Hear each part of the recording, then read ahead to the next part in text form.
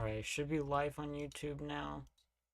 Let me go ahead and pop out the chat so that I can see when people talk to me. Let me show you build fails. Well, that was the point. I was trying to demonstrate that things are not great. Let me increase the size of chat so we can actually read it. Because it's on my small monitor. And then let me just squeeze YouTube chat to fit right here. Also, you should give me a follow, Wackery.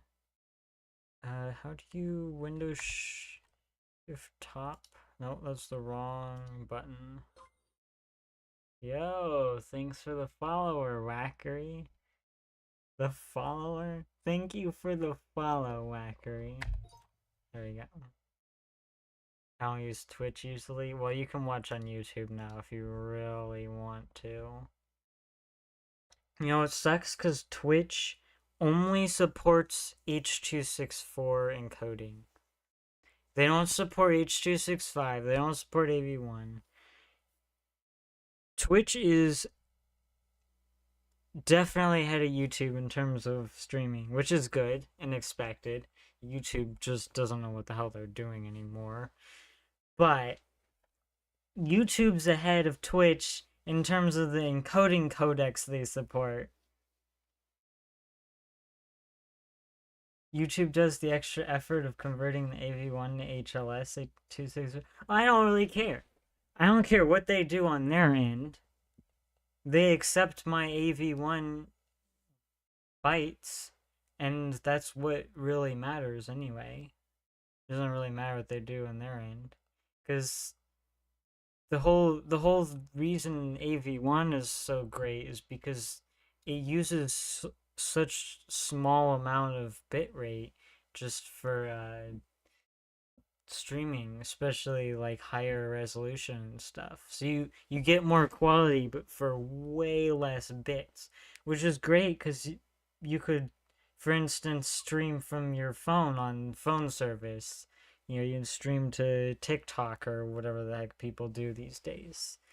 Like AV1 just makes it that much better. You could probably do a 1080p 60 FPS stream, and you only need like at least a megabit on the upload. Like, I mean, you probably do a little more, like 3 megabit per second up on the upload there. But like, even then, like that's about as fast as phone service gets anyway. So that's like a breakthrough. But like, if YouTube re-encodes it to 264 on their end, so be it. I don't really care. It doesn't really affect me that much. But the fact that Twitch doesn't even support H.265, which is, I think it's supposed to be better. I think it's a little less lossy, actually. I think it's more bits, but less lossy. Guys, it's like the one FFmpeg process, lol. Alright. So right now I was thinking about how to serialize the chunks. Um so okay, this is like what do people generally use to like separate for the GPU or storage? Not no. Serialize to store, not for the GPU. I already have rendering working. Man, I wish I could show you, but I like everything's broken right now as I'm refactoring. Do I even have any chunks? Probably not. No, I don't. God, ugh. Just use J. No. Wow, Twitch also doesn't do strike through. Yeah, I'm surprised they don't do Markdown. Actually, that's a little disappointing. Actually, in my opinion. Oh well.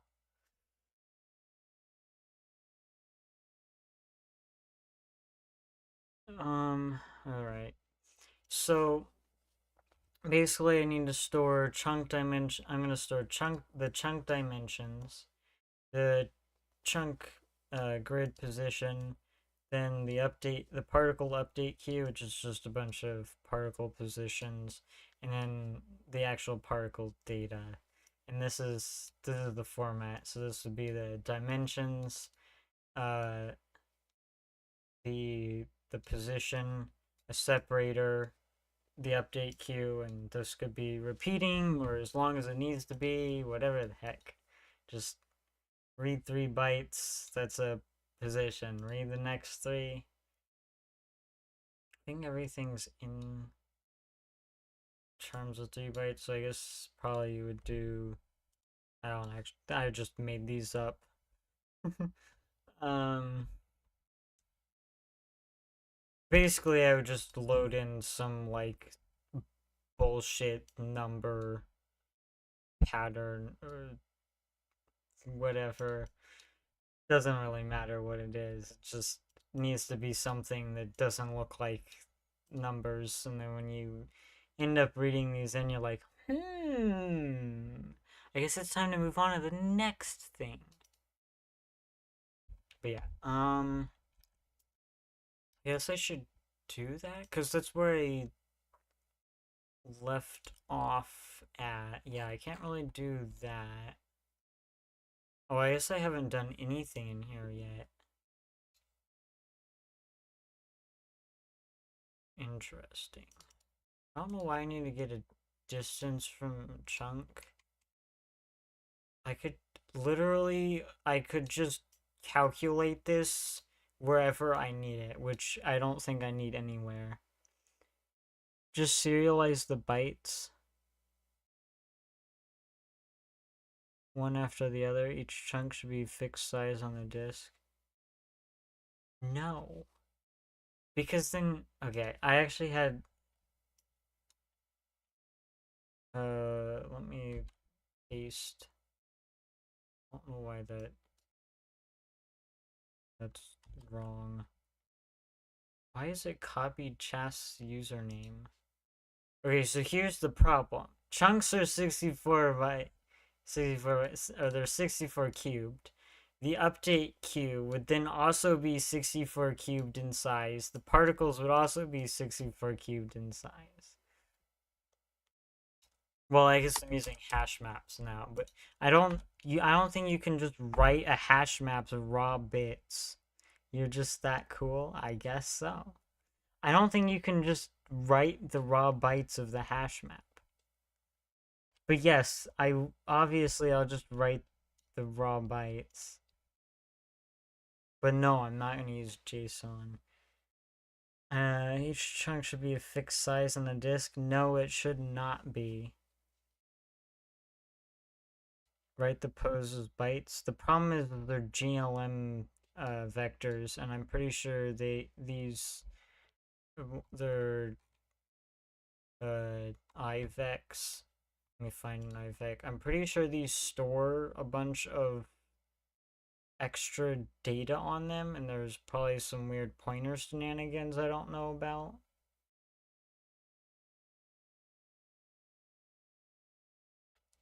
For each entry in the hash map, write the position as bytes, then write the date. I know what I need to do. I would think that it would just be 3 floats. No, it's not.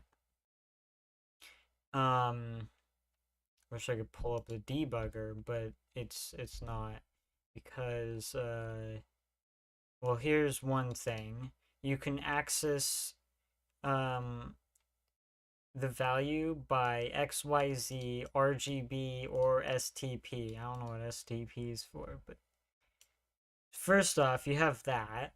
That's a problem. I guess this seems like some kind of templated crap, though.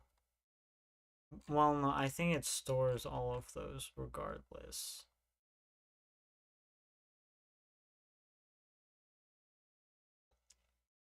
I don't know. I can't just write the raw bytes of whatever the hell this jargon is. Probably just contains a bunch of extra crap I don't want.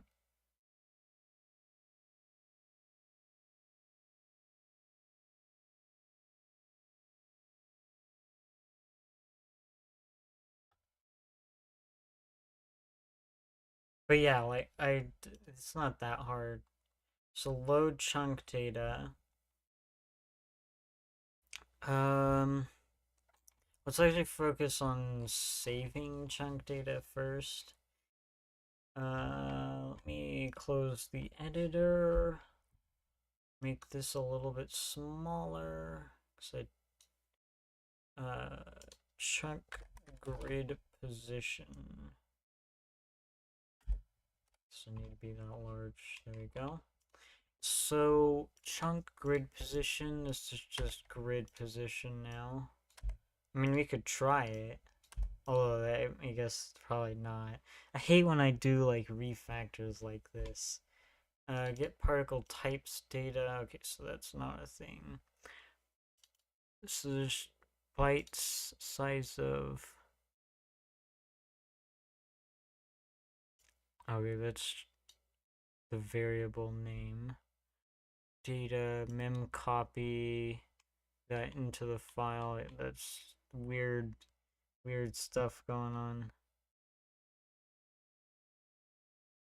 You would think it would just be 3 floats or ints or something. I'm pretty sure it's a little bit more than that. I guess.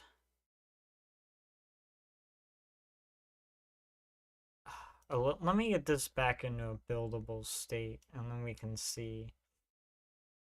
So this is complaining because particle chunk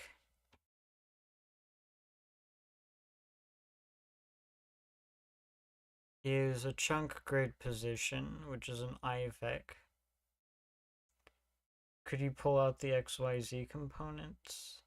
I mean, yeah, you just do .x.y.z and serialize each of those, which is not really that hard to do either. I mean, I can try. There's no harm in trying, I guess. Dimensions, which is a UVec, and particle scale. So I guess technically we already have that all good. Then particle chunk. Candidate constructor, implicit copy constructor not viable. Requires 1 argument, but 3 were provided. What?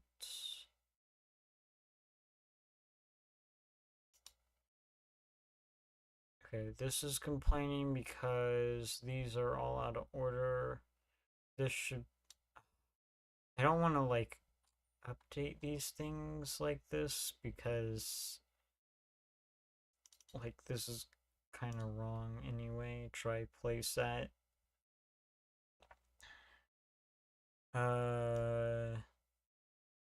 So draw type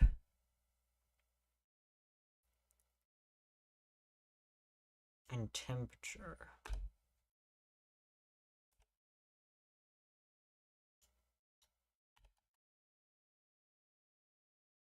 Particle information.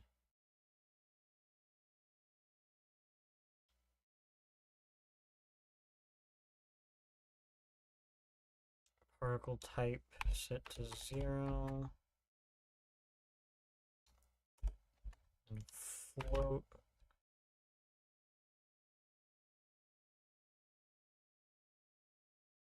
Go and compile again so you get a fresh list. Auto particle chunk. Because we don't take particle scale anymore. No member named enable outlines. This is capitalized. I guess I don't need to do this every time. Max raise steps doesn't exist anymore. Enable outlines is capitalized.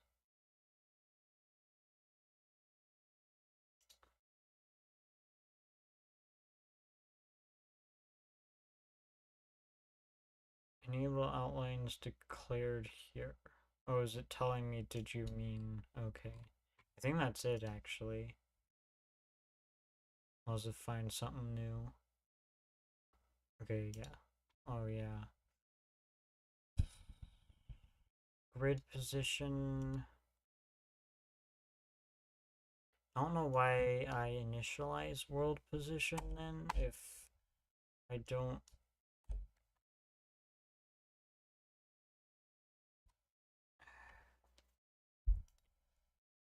So world chunk scale, particle scale, I don't think that's necessary. The world position is the chunk grid position times the dimensions. We'll just say .x. To do very bad. What are you complaining about? Oh, is it?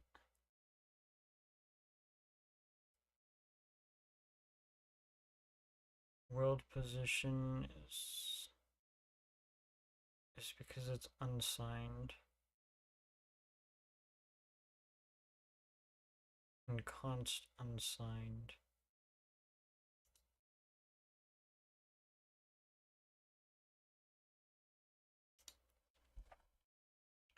Do I need to GLM vec3 this? Or actually I can just static cast int or float, I guess, because now you fine? Okay. We don't care about chunk scale. GL create buffer, particle buffer. I think I got rid of this. We don't use that anymore. Load chunk data. We will comment that out. Oh no, we'll leave it. Particle hash map. Set type isn't a thing anymore. Particle hash map. Add.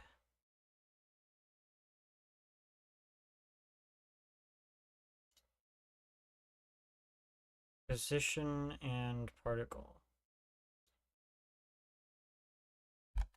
Isn't there an overload for this? Yes, particle type.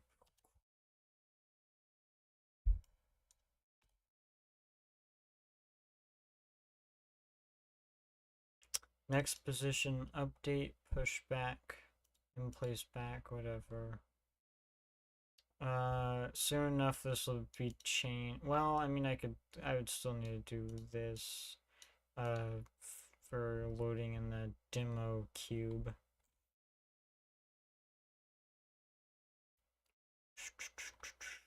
Use this to load, unload chunks. Pretty sure I should just delete that. Particle hash map exists. There we go.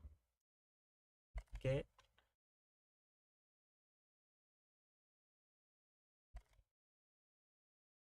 chunk particle grid size. I think this is just dimensions now. Okay, so set type is we are here, we're allowed to move here. Okay, so move.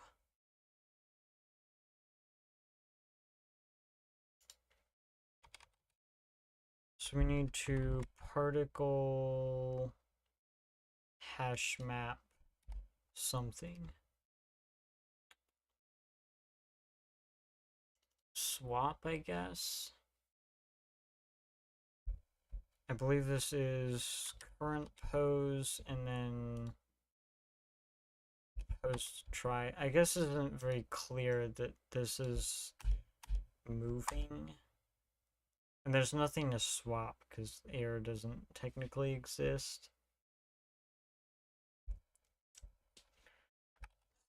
Particle hash map We want to get current pose. We want to const particle info. We want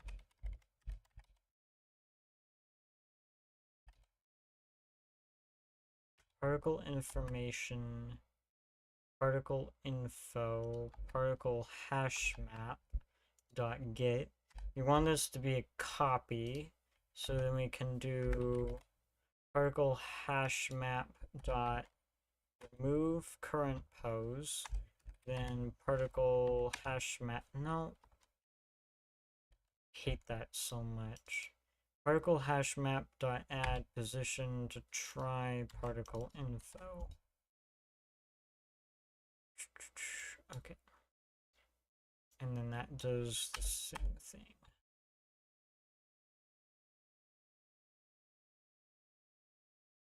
I guess technically I could just do this. So add position to try.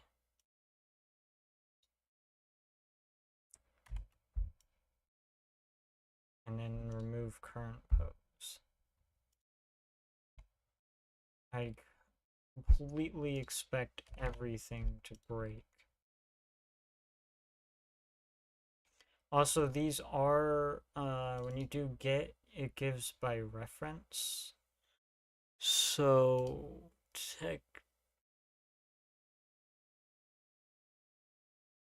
yeah, I'm gonna have to, like, I have to redo all that code anyway, so it doesn't really matter. Particle colors buffer, mesh dot vertices, chunk mesh.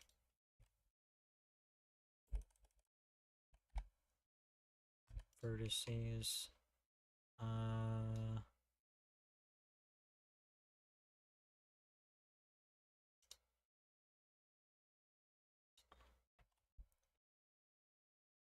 This is indices. Cool.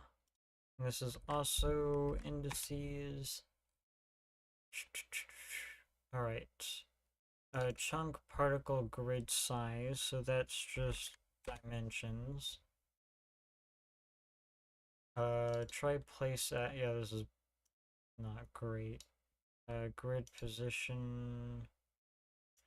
Also, it's not great that I have to check that I'm checking every chunk. I don't know why I don't just get the, I don't know why I don't just translate the draw position to chunk position. Chunk particle grid size. So dimensions.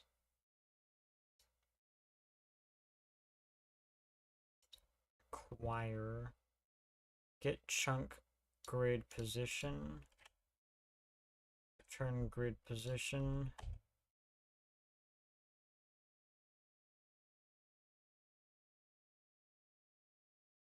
Alright.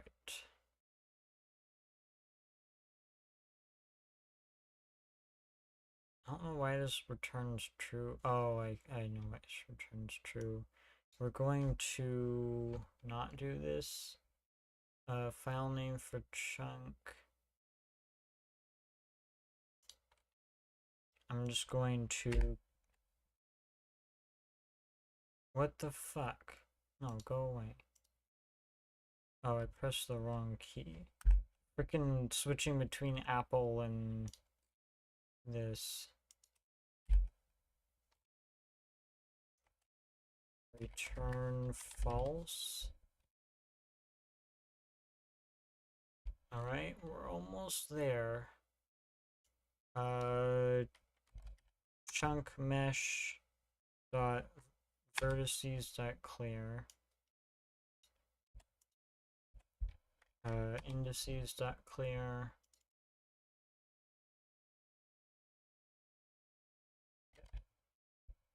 Get all chunk mesh dot vertices. This is my awful algorithm. Narrowing type conversion from int to float.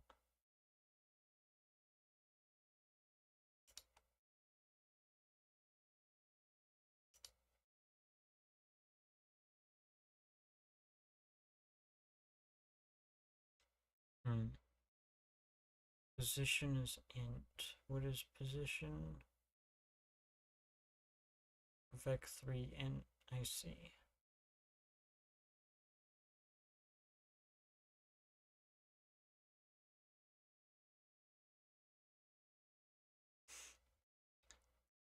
Mesh indices.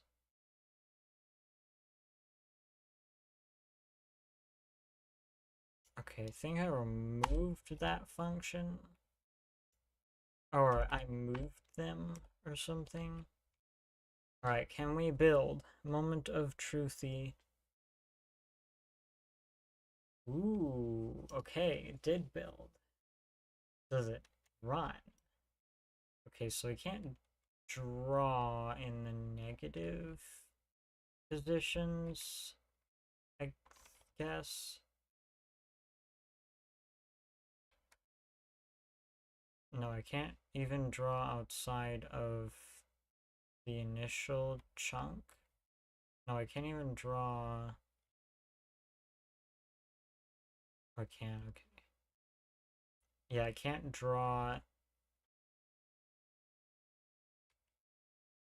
something not quite right.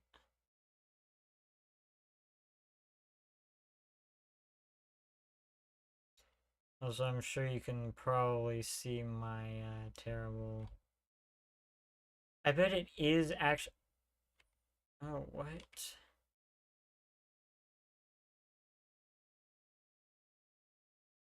Ooh, that's okay. Yeah, chunks are not positioned right. I think my calculations are wrong, probably. It really doesn't help that there's no. Make sure your cube meshes are hundreds of triangles for AAA quality. Okay, but here's the thing. Okay, ray marching, I was getting like 100 FPS. This, even remeshing this every like, well, always, well, because I have to remesh every time I draw. Like 200-ish. I mean, it kind of goes down, but like once this stops having to remesh, I'm back to 1,000 FPS. Who knew that drawing triangles was better? Also, sorry about the flashing.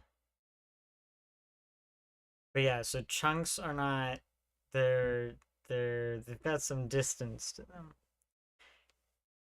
You mean graphics cards are pretty good at their jobs? Yeah, it turns out. I'm not even doing like any greedy meshing or anything. So like,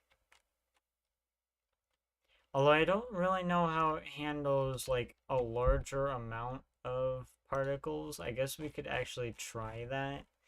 So when we go in here, we could just give this a bigger area. Probably like, I don't know, 30. Got a whole like 64 by 64 to go by. This is actually probably gonna take like ages to freaking make. Especially for all the chunks you gotta initially load. I'd imagine that. Oh, we crashed. Yikes. I'd imagine that once your particles start being mostly hidden behind others, performance will drop. What do you mean?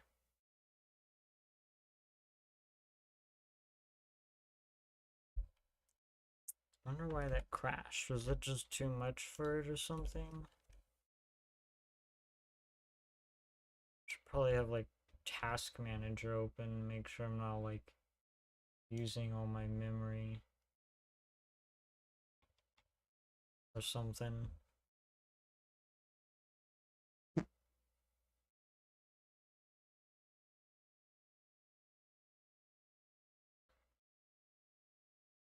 Not responding. Where the hell is exit code that even supposed to mean? Is a hidden access violation? I can see. Access violation. I hate that it brings me into freaking assembly. Okay, if I leave the disassembly, it'll actually take me there. Okay, so I did something wrong when converting these over, I guess.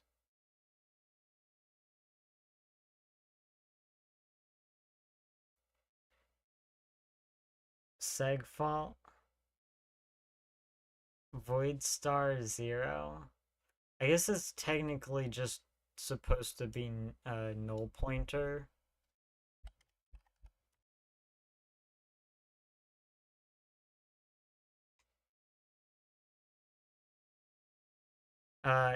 It's basically null.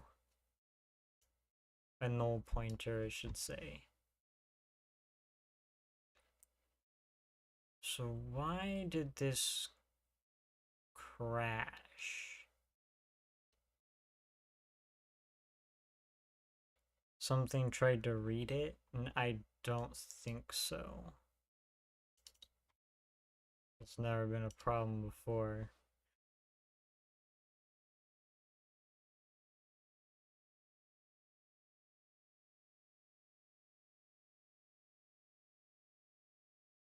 Tried to read address 0.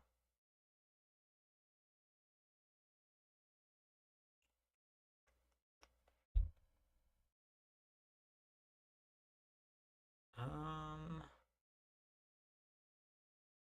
I even creating all of these? Yes. World position is fine.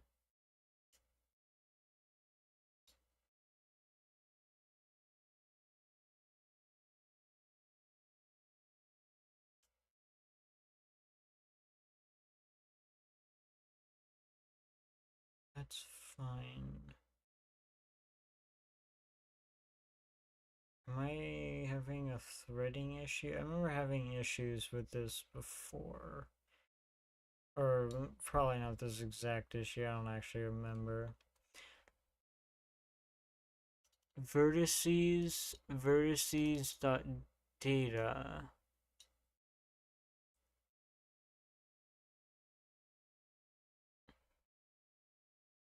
Indices. Unsigned int. Breakpoints, yeah. Should make my engine randomly dereference null pointers to keep users on their toes. Oh my goodness.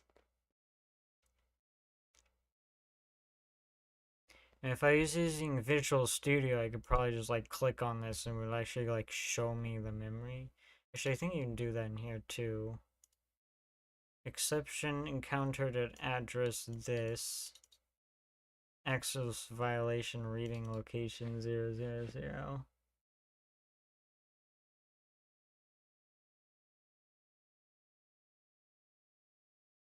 Shader program. Particle colors buffer. Didn't I delete that? That might be... No, we just don't use it. That's right, okay. Vertex attribute. Size of float.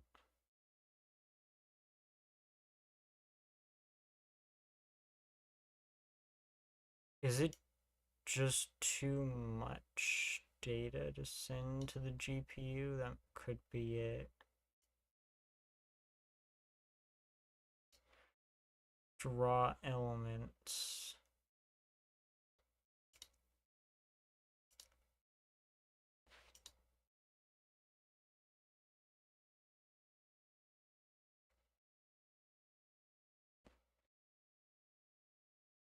Well, another thing I could do, try lock.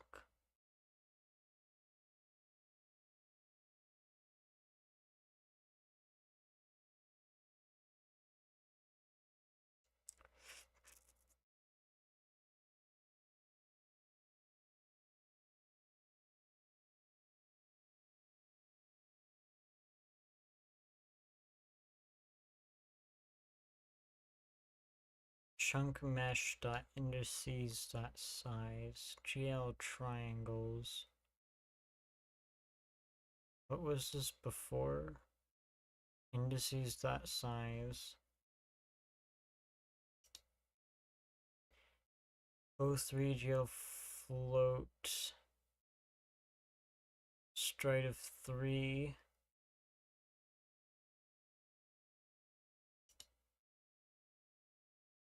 Indices dot size times size of unsigned int.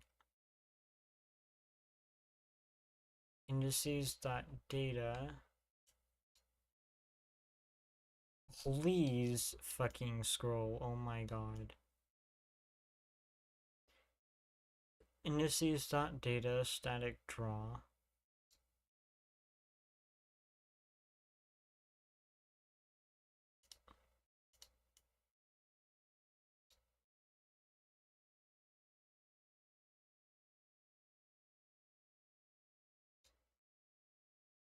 Okay, that was fine.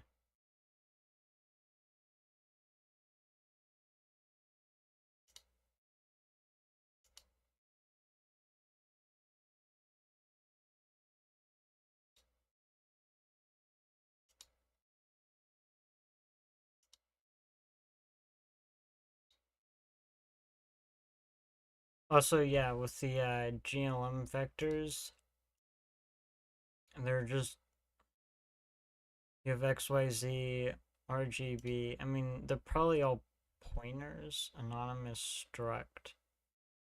Is it actually like storing the value 6 times? Or is each value 3 times? Because those aren't pointers, I don't think.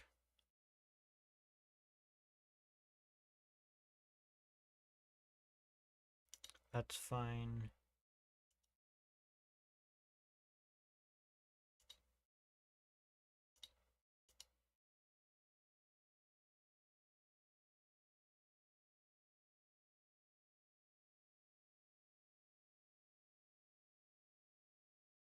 Or G.Y. I'm guessing it's just some weird stuff that lets you use both R and X.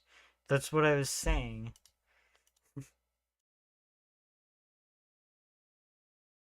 Everything seems fine.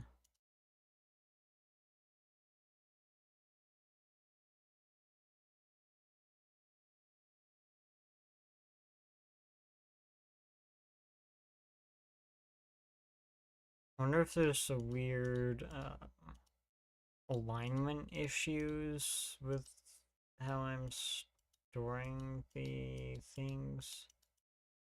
I know GPU hates when things are aligned certain ways.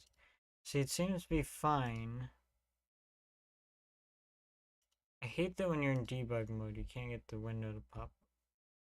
Everything seems to be fine still.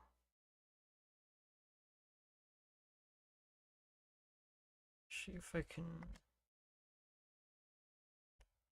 No, I can't always untop it.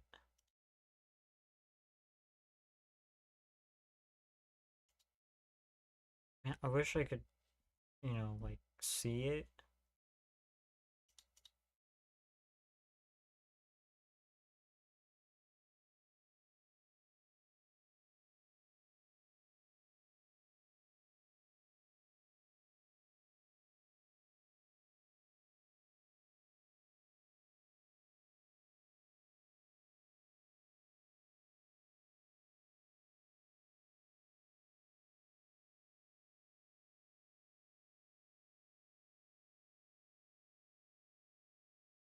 Yeah, everything's fine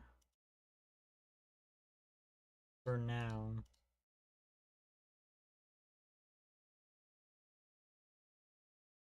I mean, to be fair, this is being hit every frame.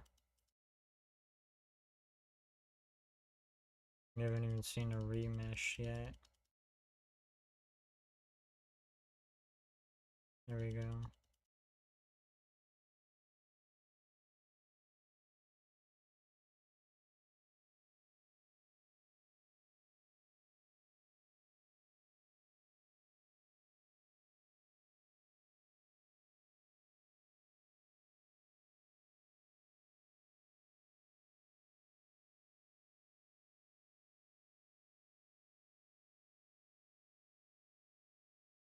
So it's working fine now, which is probably worse than...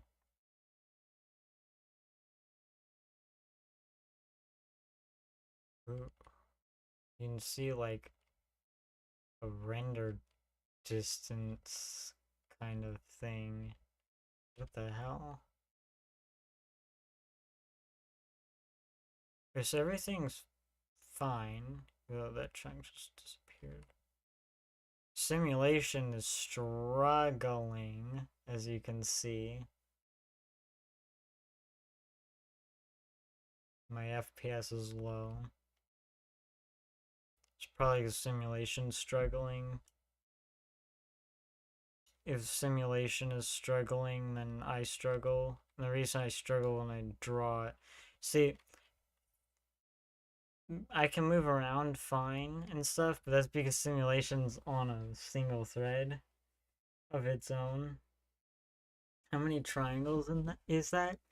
Loads. There's zero culling or any of that.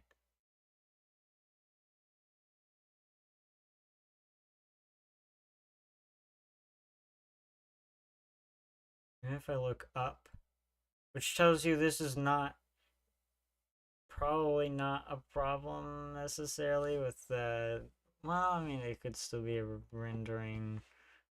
Uh, See, the problem is I can't tell if the FPS drop is because of simulation or because, well, I guess probably not because,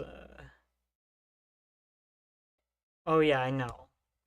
But I'm just saying, like, I'm not doing any culling or any of that, regardless of what the GPU does or doesn't do or requires manual. I'm just saying, like, I'm not doing it. It's not happening. I haven't set it up or whatever needs to happen, right? But you can see the simulation speeds up again, though. I guess it's not simulation. I thought maybe like the thread locking might have been like slowing things down a bit, but it's definitely probably the remeshing and just the mesh in general. Stop drawing. No, stop drawing. Because every time it has to remesh, well, no, it's not even the remesh, not even meshing is causing lag. That's not even the issue. It's just that there's so many triangles. Like this, all of these piles here that you see, this is probably more triangles than even like the best looking video games that you play. Like this is just absurd. Because those games do things like if it's not even in your vision, don't even render it. Like it they do stuff well, I mean, I should say the game engines usually do stuff like that. Or just like not rendering triangles that you can't see or like optimizing the triangles and or doing like hacks visual stuff. 12 triangles a particle over too many particles, too many tries. Yeah.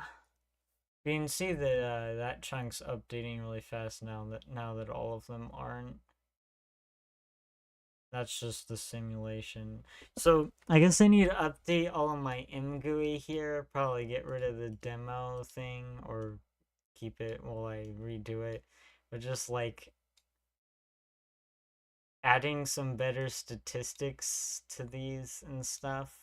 Is like the stats, I'd love to know like how long each simulation step takes. I'd love to like know what chunk I'm in, which apparently isn't working. I'd love to know the world position I'm looking at, and the particle position I'm looking at, and the chunk position I'm looking at.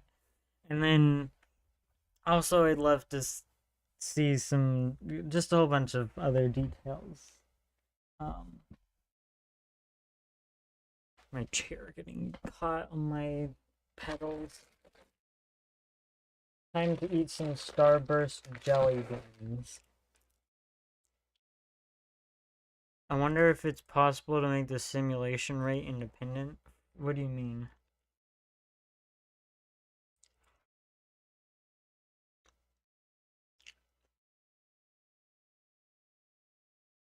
Simulation is already independent. It's to update every some milliseconds. Let's look.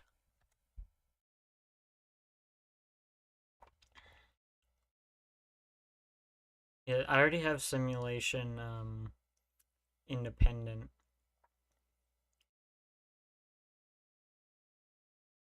Yeah, right here. So I create a thread. I pass a token. This token is just a way that I can quit the thread if I need to. Or usually, you want to do that when you're trying to clean up.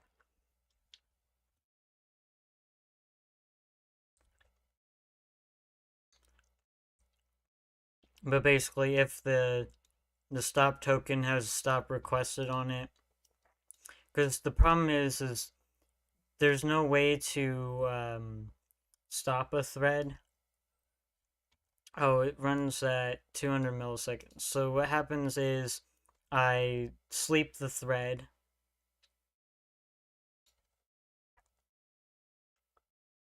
You should probably sleep for 200 minus time spent last. Oh, yeah, I probably should. I'm just lazy. Delta time.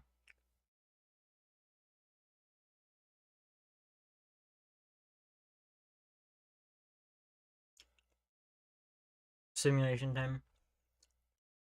I then I then set this chunks lock so I know that I'm modifying the chunks and that I don't like delete chunks or whatever or something while they're simulating.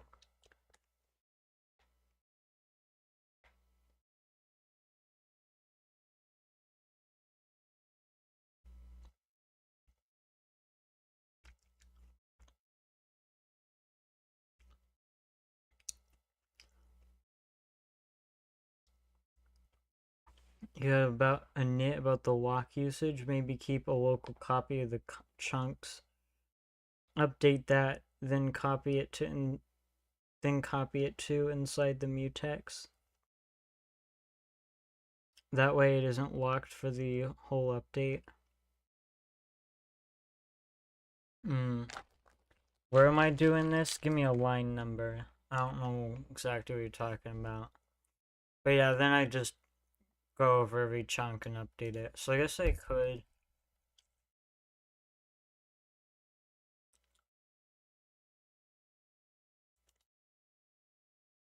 I think I can do like standard chrono. Do we have like. I think there's like a clock. We're gonna just do like system time, or like doesn't matter. System seconds. I don't need like a whole ass clock.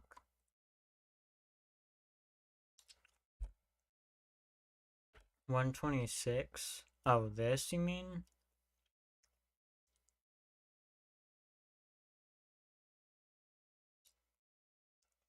Unlocking the mutex for the entire simulation step. Well, I mean, I have to, because the simulation step modifies the chunk data.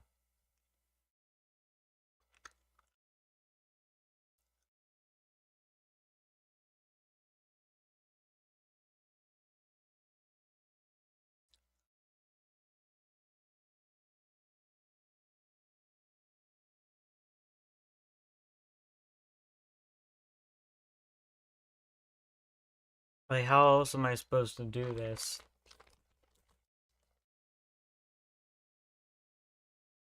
Because I don't think I can easily just copy the chunk.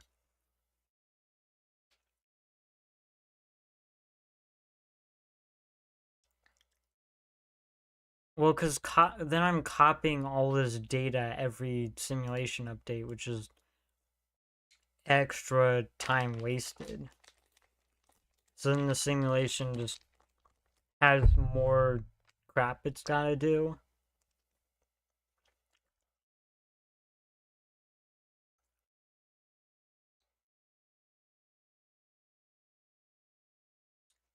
And also, there's nothing else that updates on the chunks anyway outside of this, other than deleting chunks or loading them in when for like as you move around. That's the only thing else. And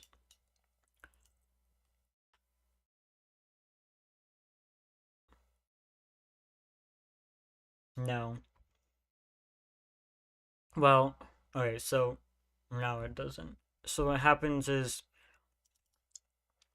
try lock will attempt to get a lock, and if the mutex is already locked by something else, then it just returns false. Yeah, it was return false, and you can move on with your life. So like, it just doesn't matter. I mean, like, I'm sure there's a little bit of overhead, and well, there is a little bit of overhead with acquiring a lock, I guess, but like, obviously, I can run at 4,000 FPS even with this going every time. So like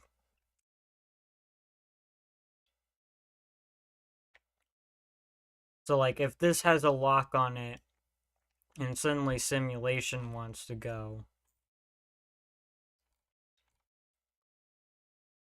then it's just going to skip, which I guess isn't really ideal because that means that if a simulation step's gonna happen, then if if update has a lock on it at the time that this decides to go, then that's not great.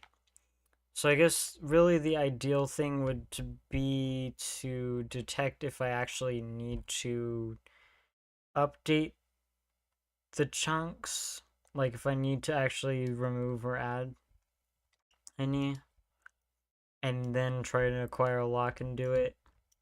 So then be a little bit better. Something like atomic compare exchange. I'd imagine the lock just uses like atomics probably. But like the ideal thing would be to do is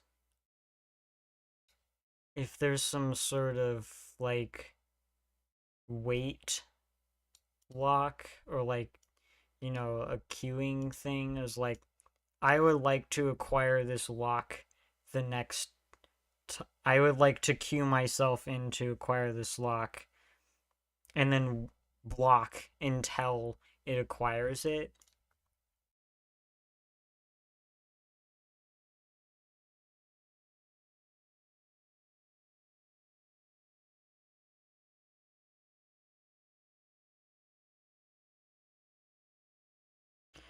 Yeah, but then I'm running a while loop, I guess. And like, if update, I don't know, I feel like update could, I feel like there's clash in that, rather than it's having some queue, but maybe it doesn't matter. I guess I could look at this. Try lock. Ah, wait mode. Please help me.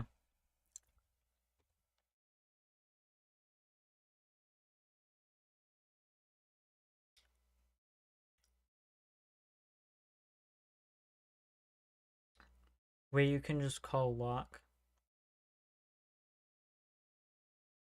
Oh, but you know what the problem I had was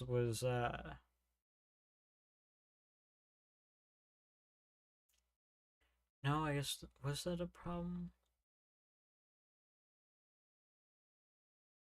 I don't think so.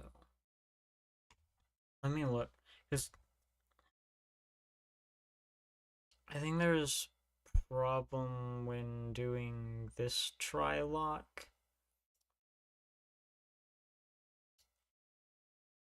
Can you like bookmark a thing? I don't know. No block until the lock is ready. Let's look, make sure. Locks the mutex, blocks if the mutex is not available. Tries to lock the mutex, returns if the mutex is not available.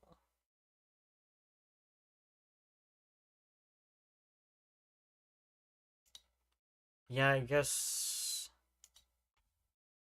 that's what I need, I suppose. I don't know why I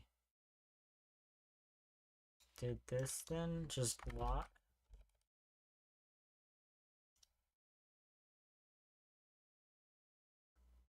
Cannot convert void to bool. Shush.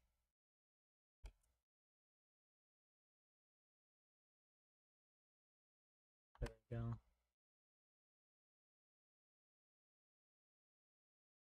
Try lock is better for the rendering and lock is better for the update. Well, this isn't render.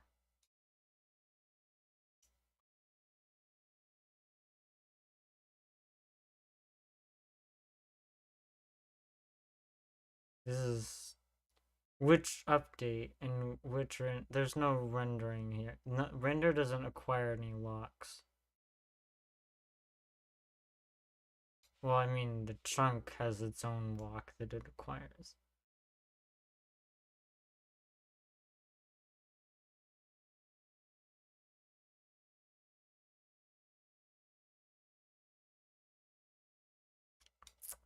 So you mean like have this and the as the lock, and then this is the try lock? Because that would not be good. Because if this has a lock on it, and this is being slow to update, now update is being halted. Every time it tries to acquire, every time it does lock. And then you get the stutter every time a simulation update happens.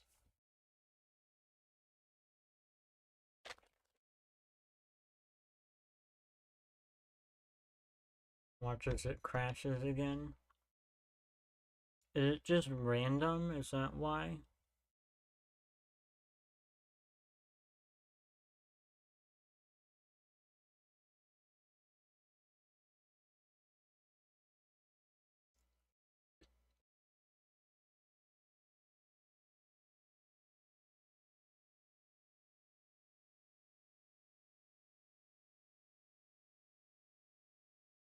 I see. So the simulation update should use lock. Why does it bring me into assembly? So we're crashing here again.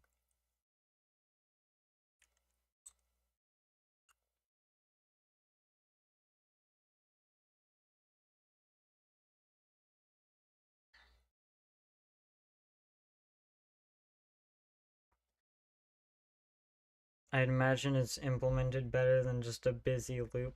Probably.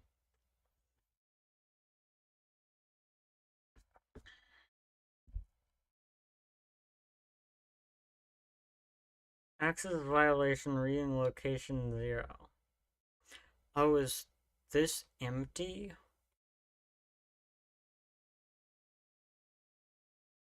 No, it's not.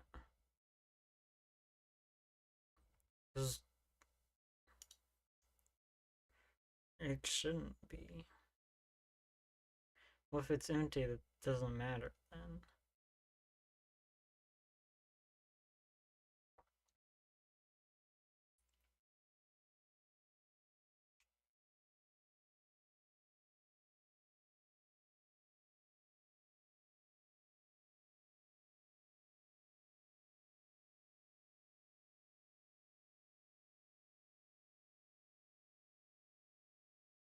Or can I just continue execution and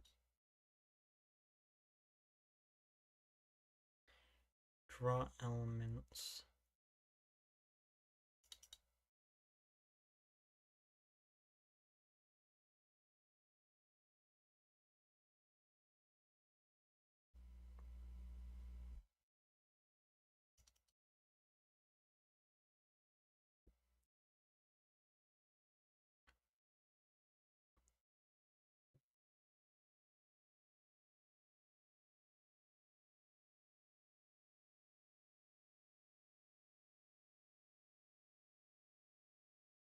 Where is this exactly? Standard allocator vector. Do I really have to read assembly to figure what the hell's going on here? Some sort of move.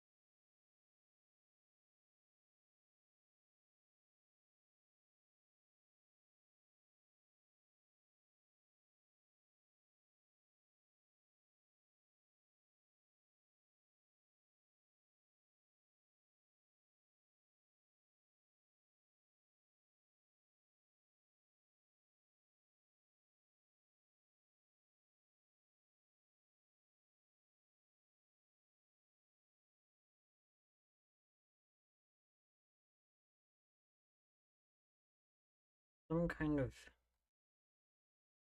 issue with rendering.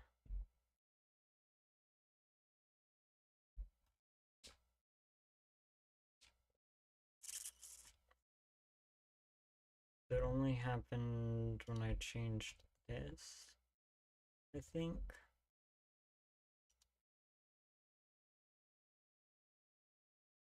Yeah, simulation. Oh, I needed to add that.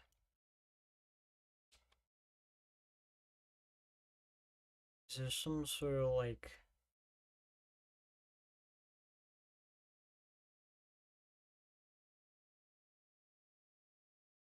I'm sure I'll get an exception if I drop here too. Oh, I don't. Okay, interesting. Usually I get an exception for doing that. Guess I fixed that now. It'd be nice to also see like, oh, you know what? Now I'm doing physical geometry.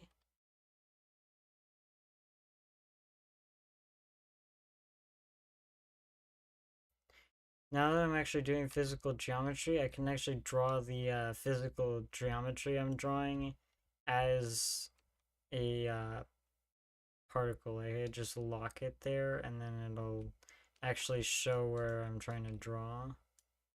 Also, can I still erase? I can.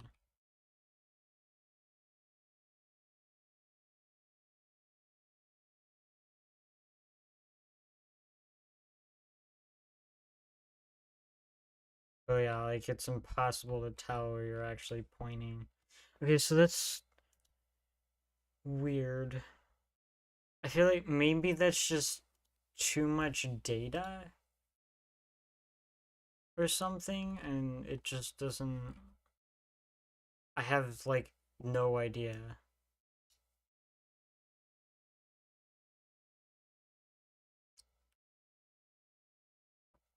Alright, let's go into camera system. Is that where I draw this? I guess I need a. I need a. Okay, first, let's not. Uh, Chunks are not drawing in the right place. And that's because I got the world position wrong. Well, actually, I have the scaling wrong.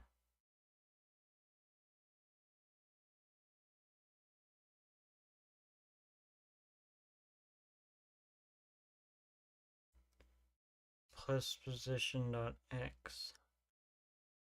Vertices. So I need to scale them.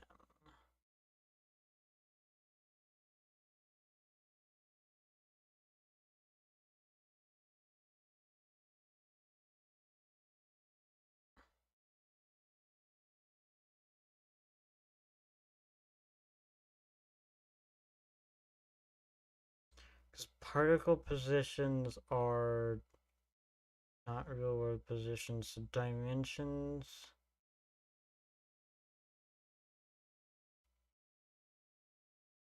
The scale is not right.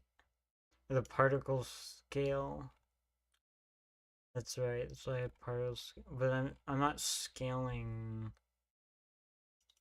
anything anymore. Uh, Vertex. Oh, I am particle scale.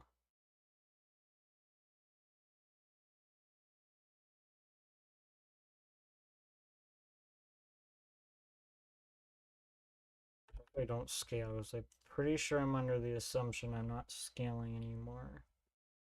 Okay, there we go. I think everything's just very big now. Yeah. Okay, drawing is wrong. Okay, so I'm under the assumption that I'm still doing particle scale.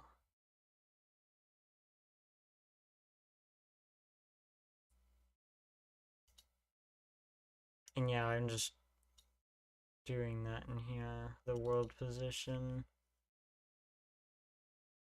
I think are particle positions still relative to chunk right now?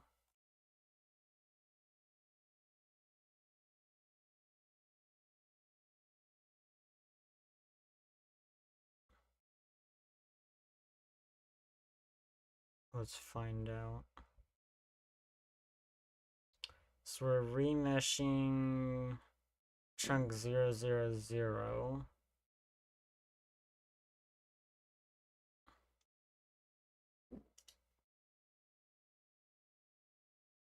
So position.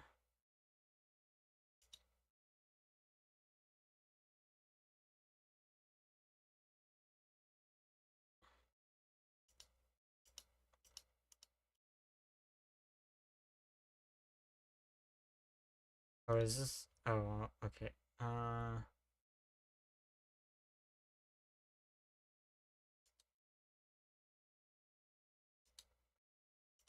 Damn it. Okay, this gotta loop every particle then.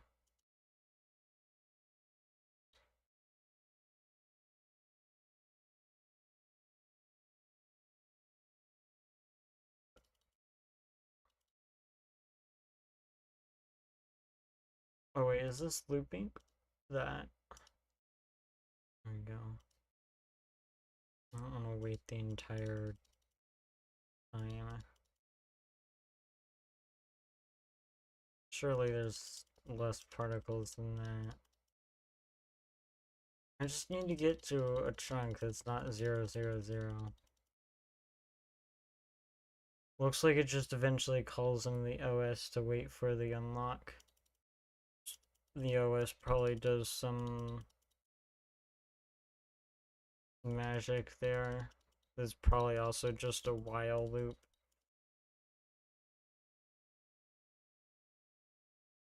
Here you go. Yes. Positions seem to, in fact, be relative to the chunk still. Okay.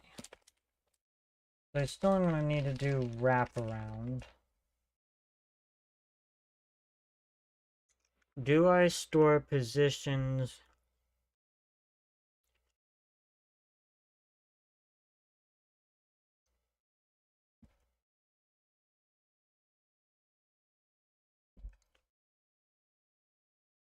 Do I store positions as relative to in the chunk or no? I feel like it should be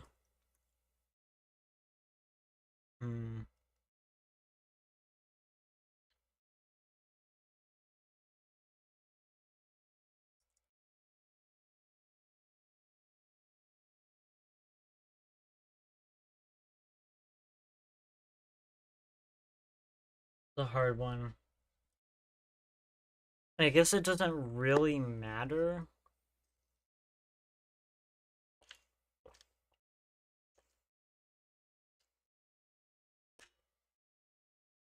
I think it makes it easier for rendering and meshing. Like if I use greedy meshing, I don't think the greedy meshing really gives. I don't even know if greedy meshing does greedy meshing want the positions as real ones or.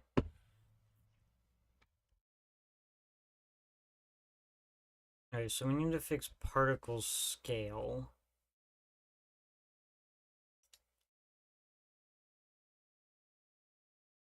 And actually, thinking about that, does particle scale update? Yes. I'm at my sprinting speed.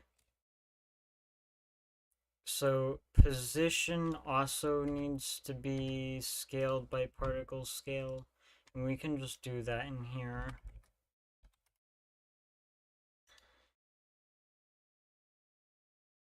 I don't know where particle scale is. There we go. Although it does mean that the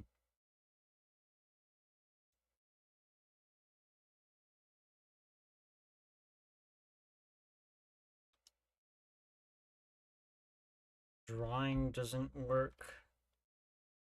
Actually, no, it seems to be. Do you need to change the scale?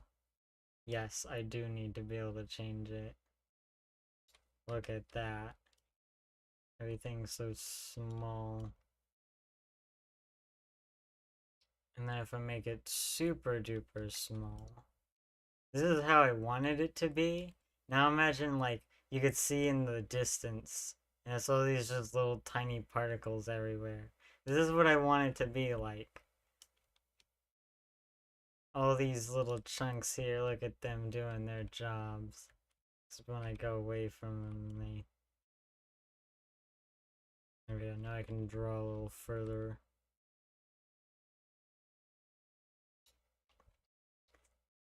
Why do you need to change the scale? You know, that's a Good question. I think it was just a debug thing when I was doing the ray marching. Although the problem is it does mean that the Z position also changes, I think. So if my camera is at 0 here. Oop, what? That was weird.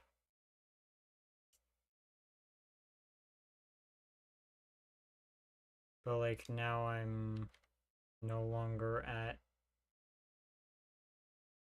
my camera's still at 0, but like,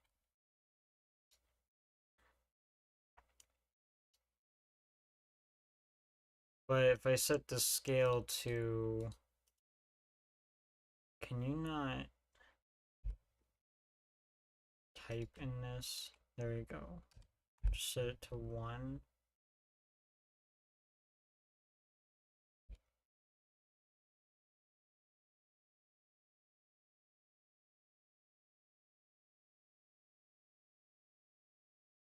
Depth perception is hard. Yeah, I can agree with that. But yeah, particle scale should just not exist. Really what I need is hold on, let me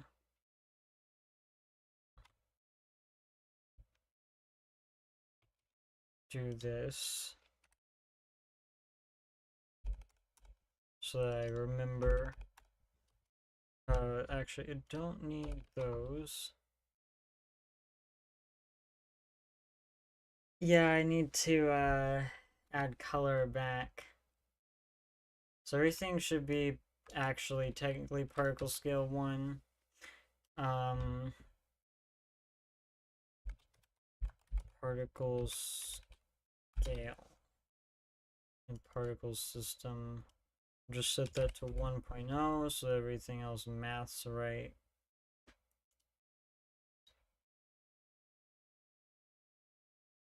Step delay. It's not even used anymore, is it?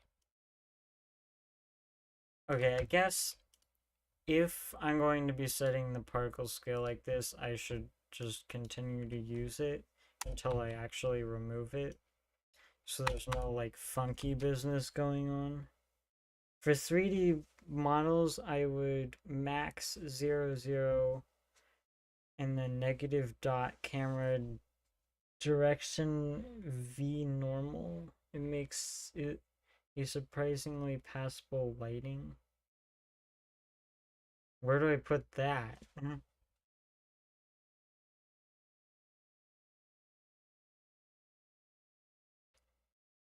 Camera during V normal. What is V? You gotta give me a little more description there.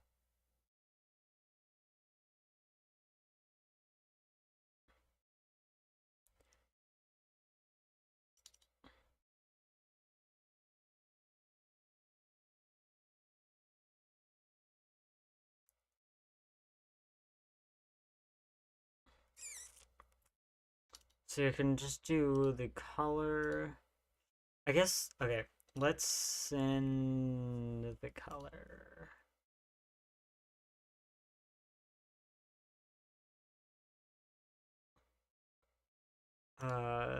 Where's render? Multiply the color by it and the darkness faces that face away from the camera.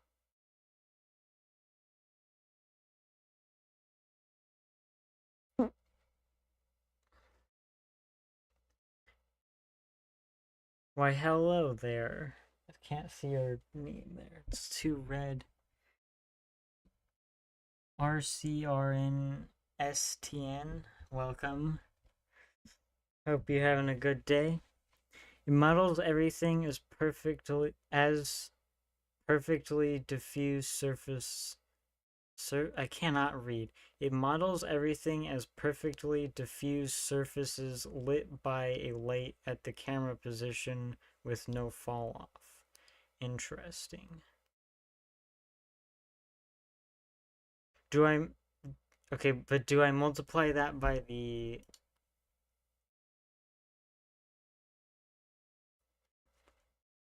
I guess it doesn't really matter which color. They're both the same. I guess I should make these a different color. Like that.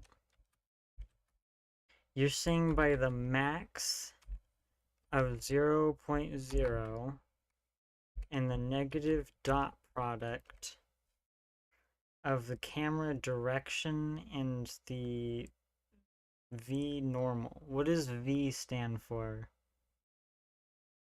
Do you have access to the camera direction? I have access to anything I want. The vertex? Okay.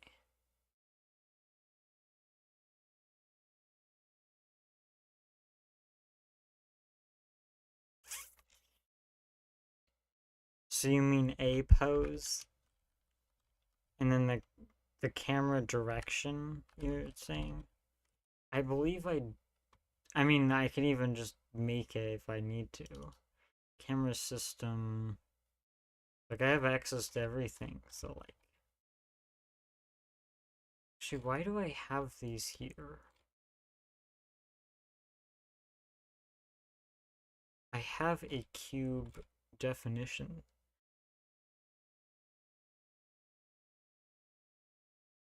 Not the normal vector? Well, then which one's the normal vector? I don't... View target, I think? Wait, no. I have the pitch, the yaw... Yeah, so target is the camera direction, I believe.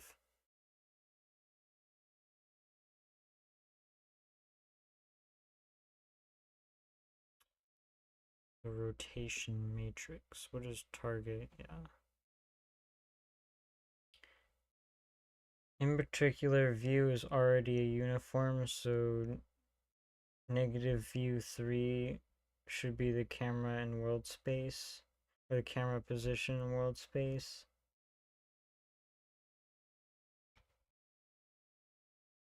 I didn't even know you could do that. Negative view 3. Watches this does something, and it crashed. Dot, no matching overload function found. Oh, you do not need to bring me to assembly.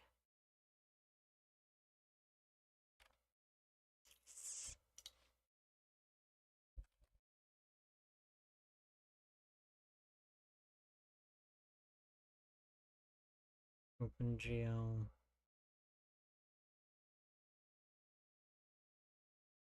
You probably want vec3 view.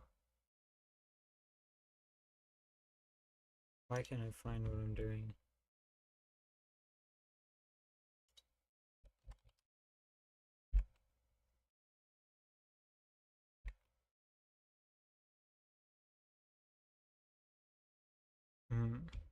Oh, I see.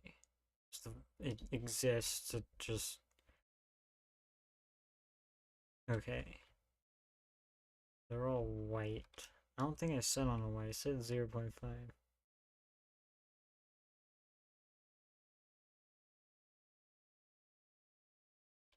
Normal vector is whatever directions faces out of a face.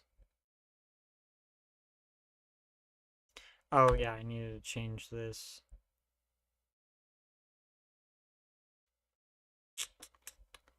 Do I even have the normal? I don't think I have the normals.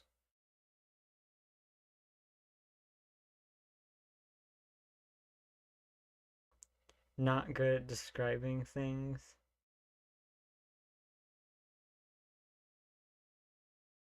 Actually normalize vec3 view 3. Oh my goodness. Why do I keep pressing insert? Man, I hate writing shader code. So this needs to be the normal, which I don't actually pass the vertex normals.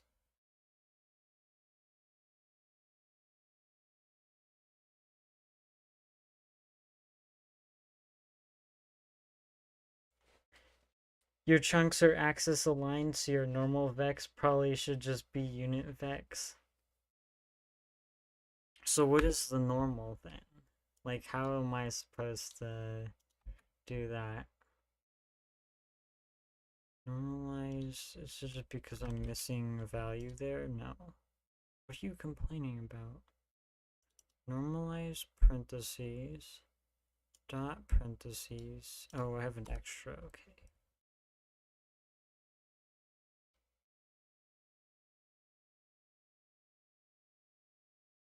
If you want to get fancy, you could generate normals in a geometry shader fairly easily. Might not be best for performance though. Yeah, I don't know about that.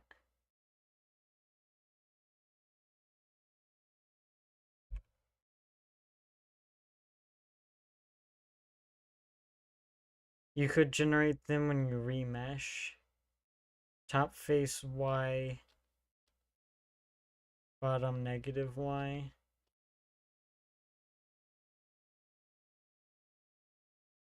Oh, top face positive Y, bottom negative Y.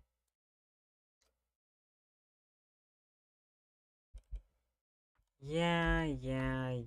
Let's just put random numbers in here and call it good. But yeah, I could. Oh, it's complaining. Yes, abort, please.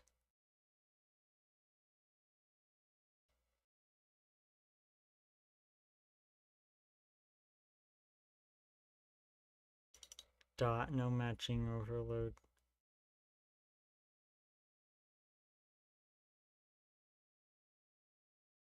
Oh. Got rid of my... That's why I had extra parentheses.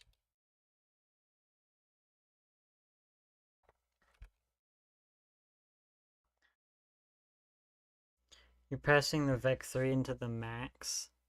Oh. Oh my goodness. No, I'm not. All these parentheses are messing me up. Oh my goodness. Negative dot. Normalize. Vec3. View parenthesis. Normalize.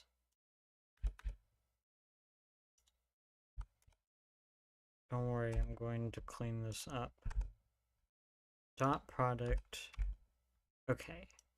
There we go.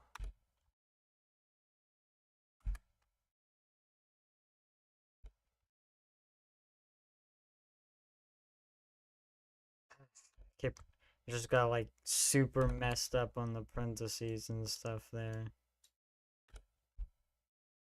For some reason.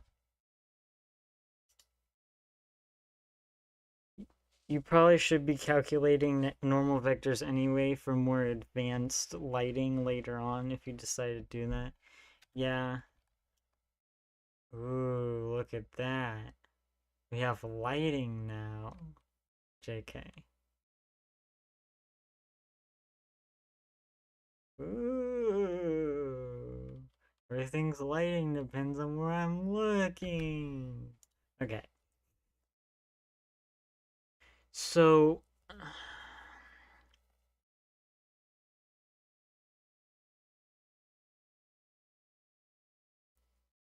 yeah, I should just generate normals.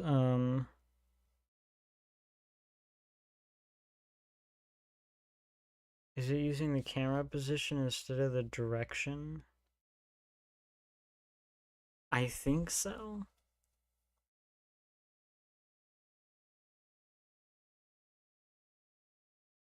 Yeah, I guess it was using the camera position. Do I need to swap them? I don't think that actually does anything though, right? Well, this is a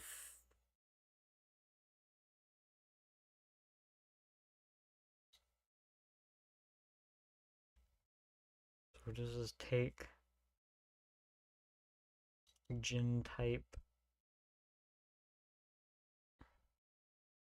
specifies the first of two vectors, second of two vectors, right?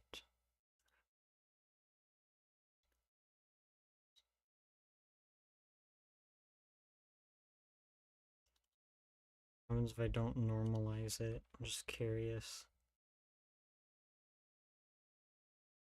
Nothing. It's all white.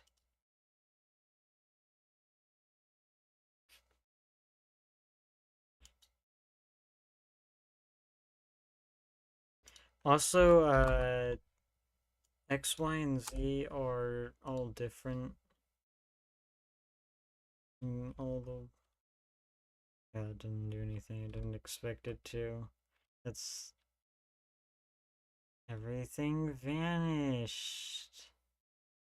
Where did the simulation go? Oh, there it is. It just depends on where you're looking.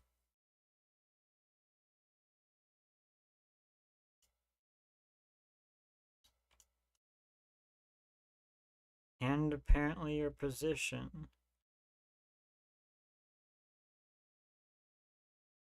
I think it's actually position based.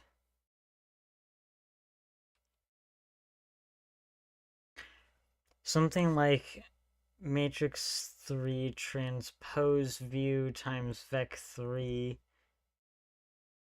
I never get the matrix inversion right for view on the first try. Fair enough. I just don't remember my vector math that well.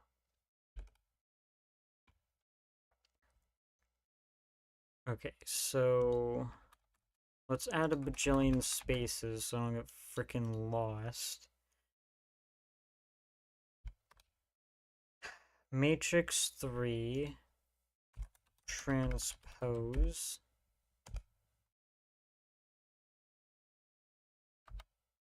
view times vector 3 0 0 negative 1 0 0 negative 1.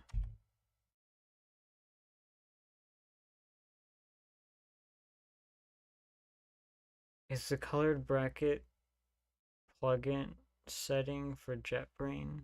What do you mean?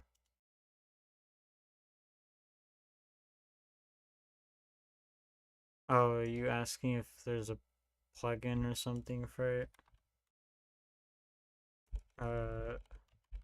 Color code style.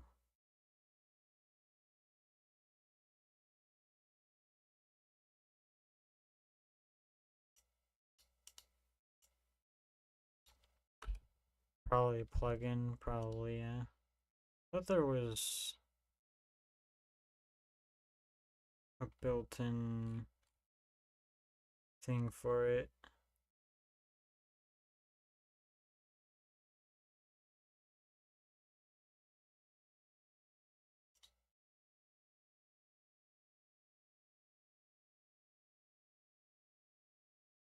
Yeah, I guess not.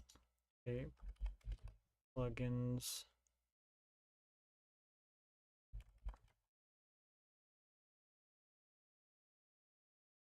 Nested brackets color.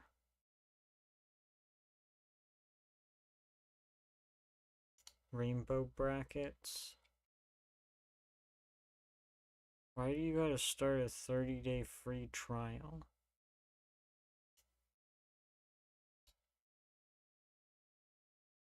Why do you need a license for it? That's just dumb.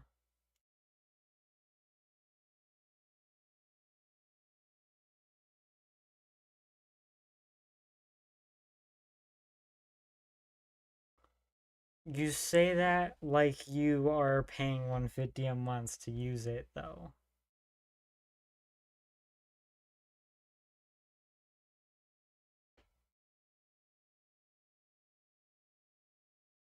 No C++ support, though.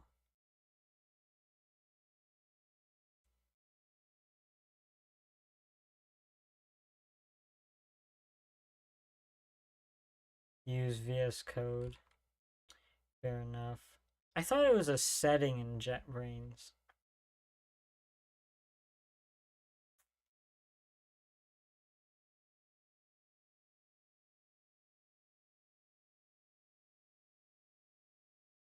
It is in VS Code.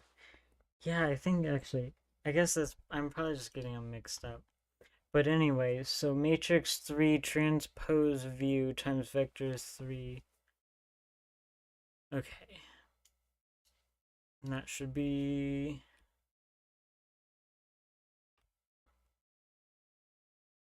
No, we're still using. Okay, now we're using look direction instead of position.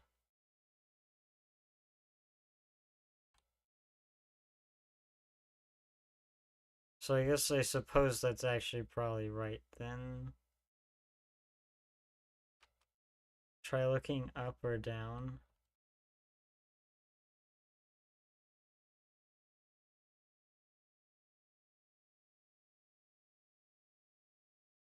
Yeah. It's just if, like if I'm looking up or down. Every face is acting like it's on top. Oh yeah. Okay, let's get some normals in here. Pretty sure ChatGPT was trying to make me use normals when I did this. I guess I should. GL bind element array buffer. GL bind buffer. ABO. So I've just gotta do. Let's just go to chat.openai.com. Hold on. Let me find the chat. Is it this one? Yeah. I don't know why that's so small. Why is it using purple check marks?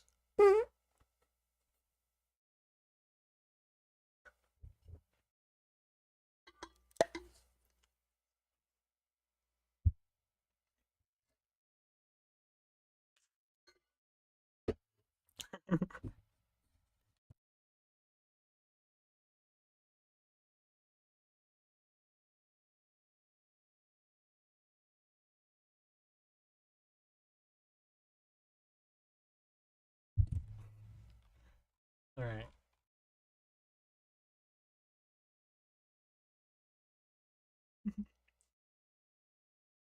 Oh,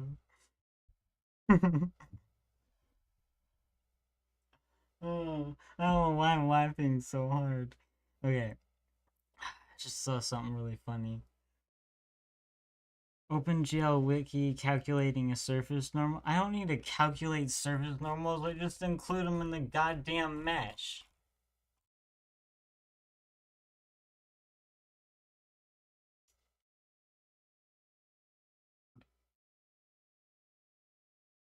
I don't, okay, so I don't care about the texture coordinates. Let's make this a little smaller so I can see. I just need the normals, which is just based on the position. But I could just, define these.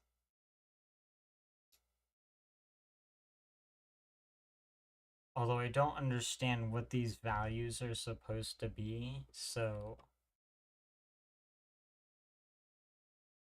yay.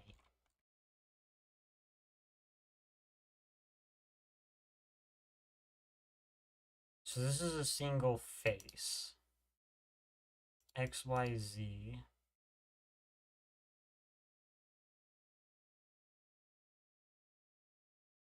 Alright, let's open this link.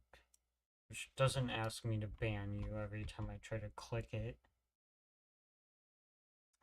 I should make you a moderator, Wackery. Hold on. Since you're how do you no, I don't want to block you. I want to okay, there we go. There you go. Now you can hack my stream. Calculating a surface normal. Is this like...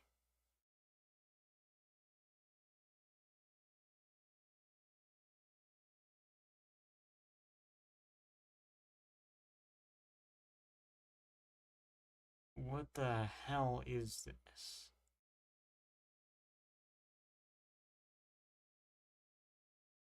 Yeah, no, I'm just gonna... Can you generate this?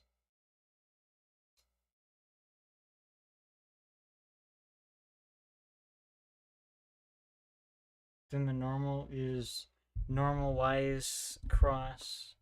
There might be a minus sign in there. If you already have the positions of the triangles, point 1, point 2, point 3. See, I don't quite understand what positions of the triangles means. Here's my...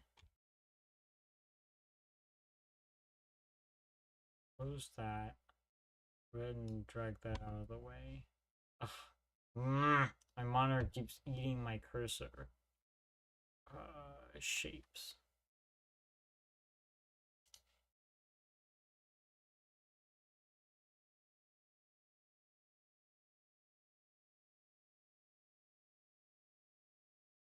If you have the positions of the vertices of the triangle, I see. Because I have all the vertices. I mean, you kind of have to, right? For every single...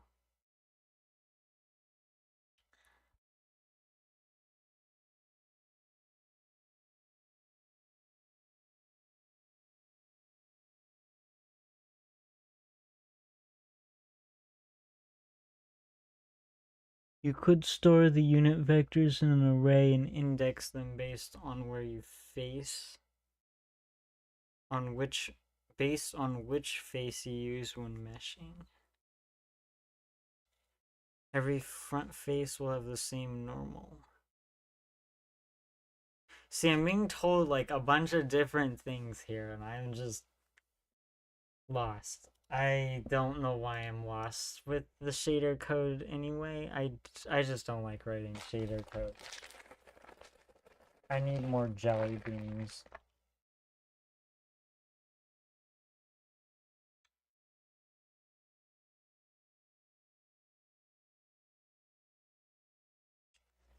Okay.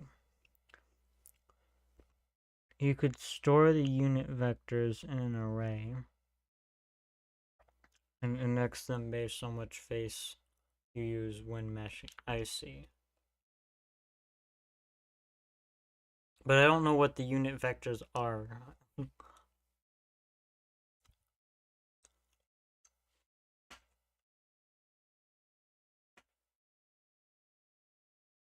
So I do this.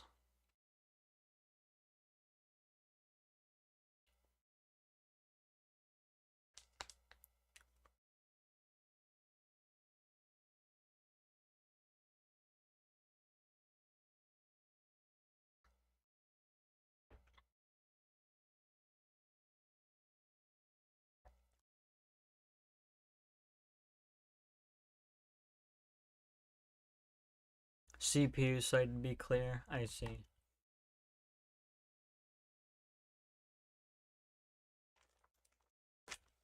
Hmm.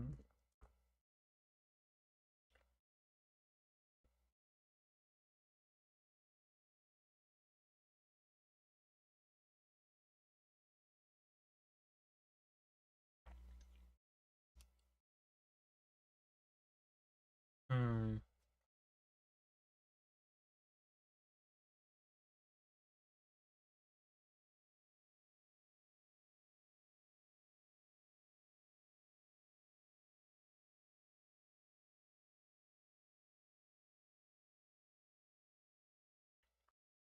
Ah, I see. That's right.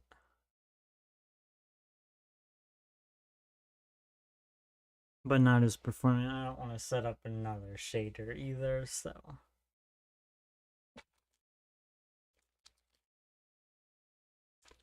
We'll just add some normals like a normal person and call it good.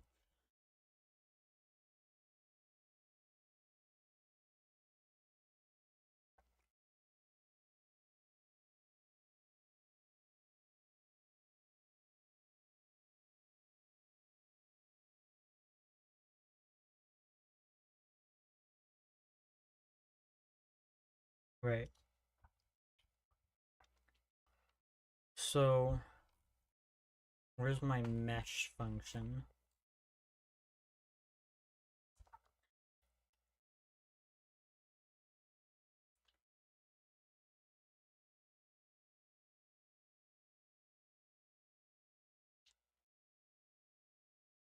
On which branch and which files the meshing done? Chunk meshing and particle chunk C++. I don't think I've actually pushed any of these changes though. I suppose I could push them now. Make sure everything works sort of.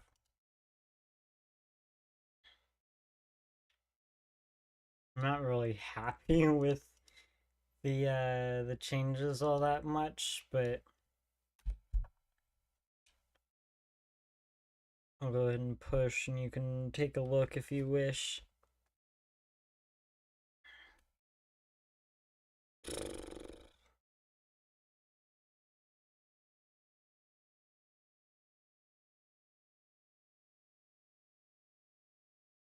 Okay. Use a hash map to store particles.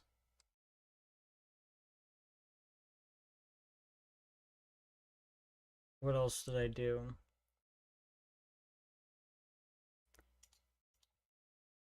And various changes.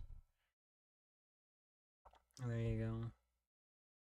Yeah, commit anyway and push. I know I have two do's. That's why I have them. So I can never do them. Archaea.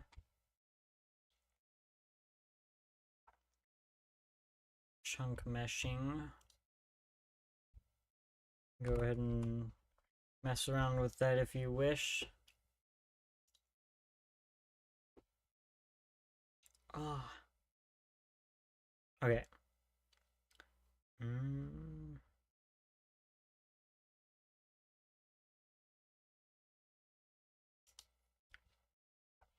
Okay, so you're saying the normal is normalize the cross product.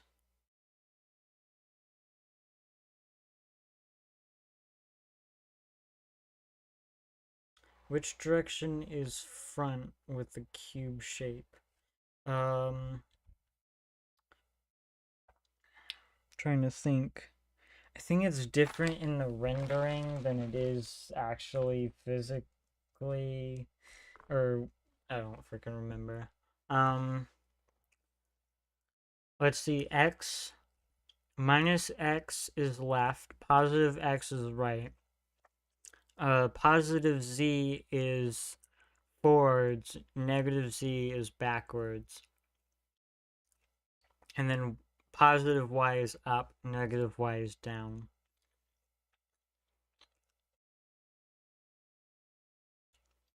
Do you need me to write that down?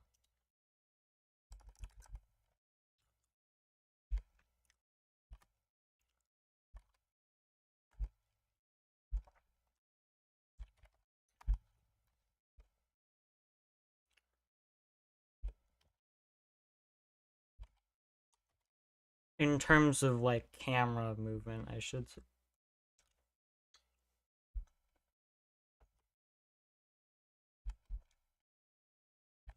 Oh, not backwards. Yeah.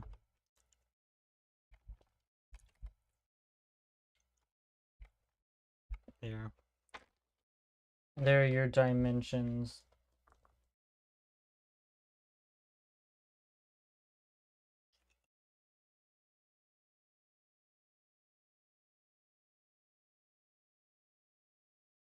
Make that really big so you can see it.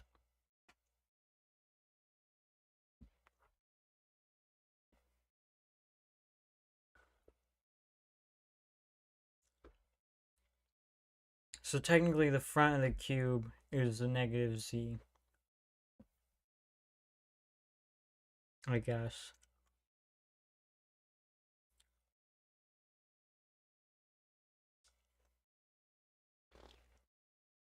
That, for the record, is not traditional OpenGL convention, which is fine as long as you know what you're doing.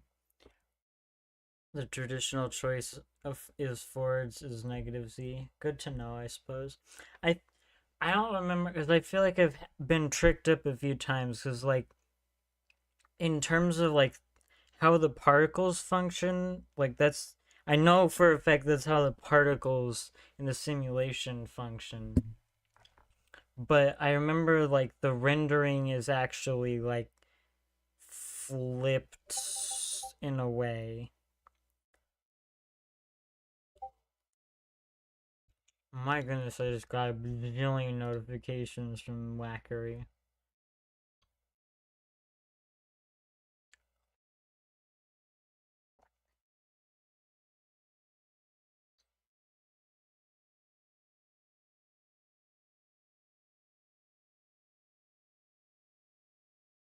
Normal vector. I know what normal vectors are.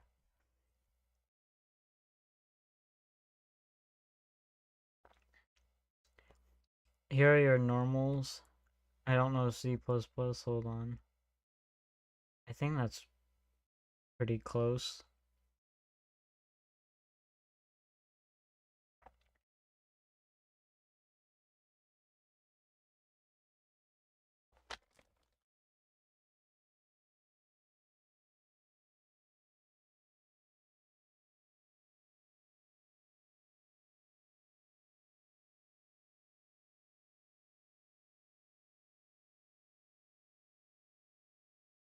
Hmm. I see. Okay, let me shrink this a little bit. Let me actually look. Make sure.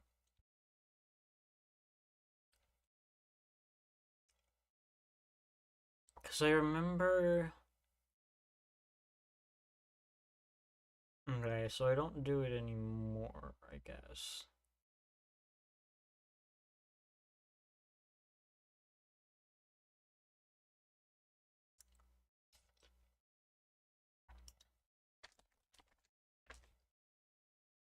I mean, like, taking, for instance, a camera position.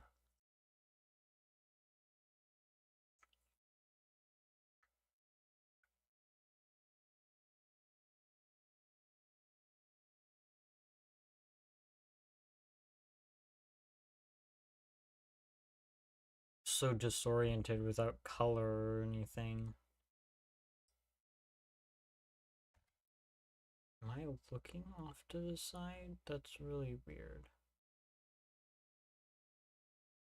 Yeah, Z is...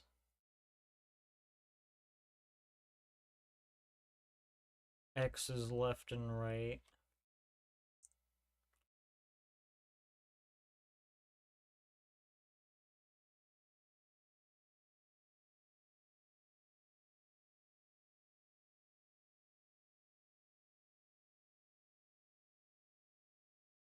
I said it's a matter of perspective on the camera, because technically you could just consider this forwards now. And then everything's a-okay.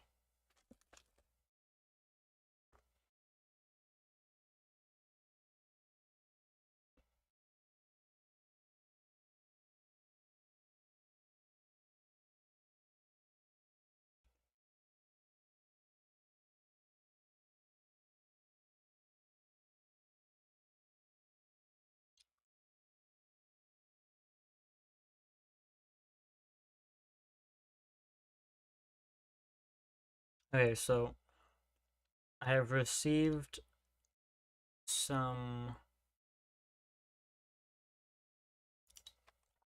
cube normals.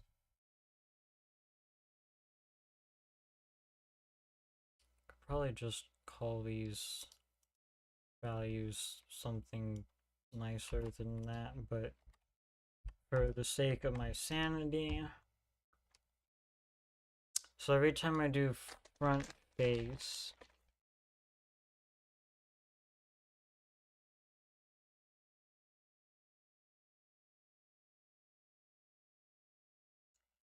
I don't know why these are number like that. It's like I could just count myself.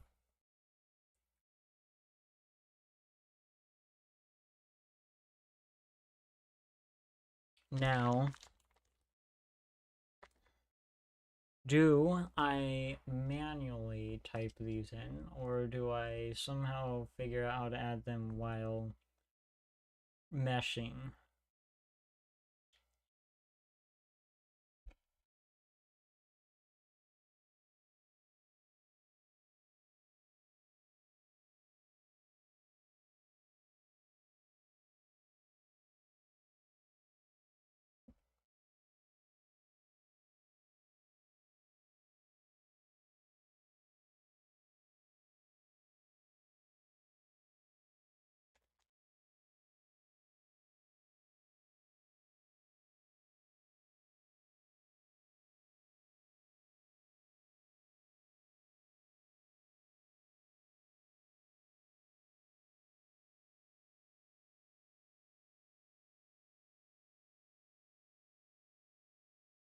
Actually, how the hell do you even tell if if negative z or positive z is forward or backwards anyway?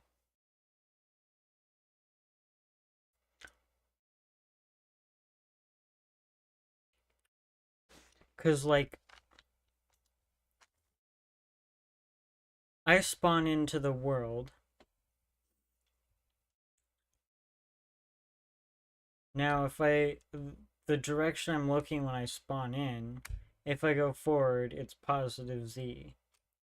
But I could just turn around and say, this is forward. And now negative z is forward. So, like, I don't... How do you determine something like that? Now, I can either manually put these values in all these spots.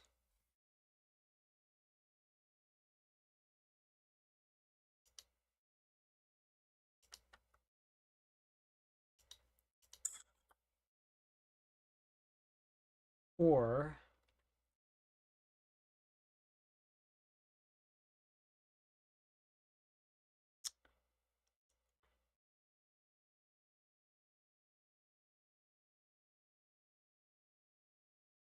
I can just mod the index by 12.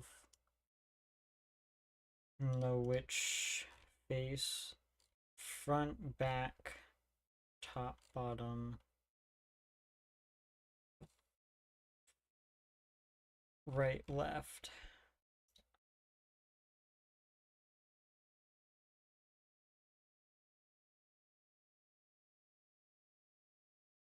I see. Thank you much.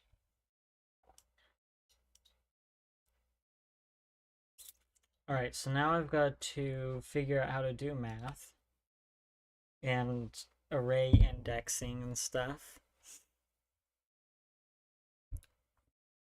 So chunk mesh vertices, I can just pass these in with the vertices, right? Hell, I can just do what ChatGPT did, which is actually probably not good. I have so many Chrome windows open. I don't need that. GPT, I don't care about the shader. Yeah, it does this, so I only do this. I don't know why you need to... Oh, never mind, I see.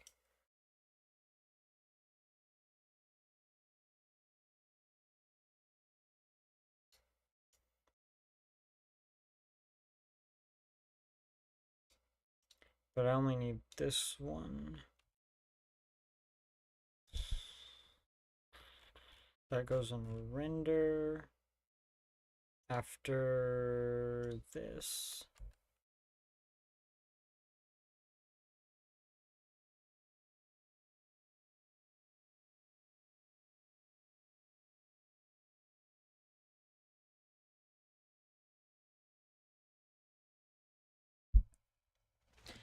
How do we arrive at 72 vertices per triangle? You know, that's a good question. I don't know. Is this even right?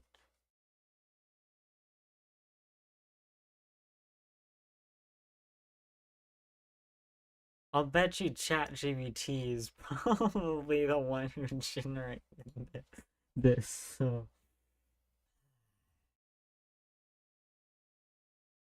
yeah, hold on a minute. Why are there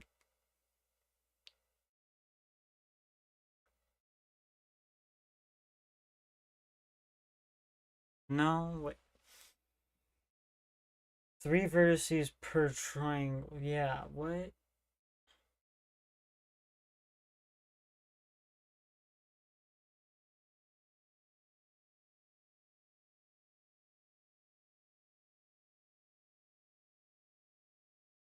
It seems to me three vertices per triangle times two triangles per side.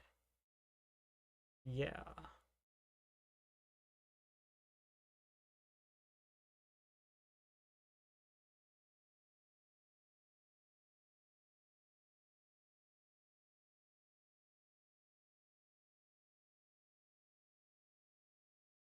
What?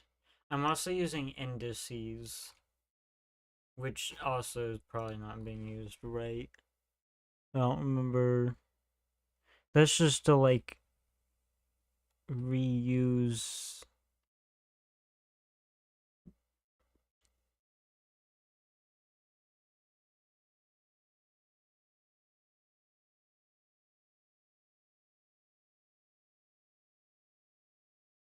That would only decrease the vertex count.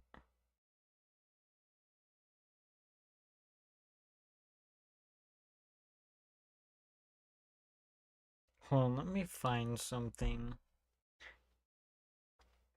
Because I know someone or somewhere where this is done properly. GitHub.com.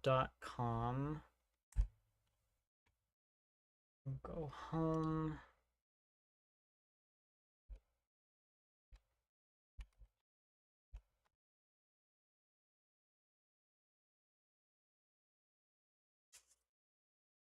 Can I search?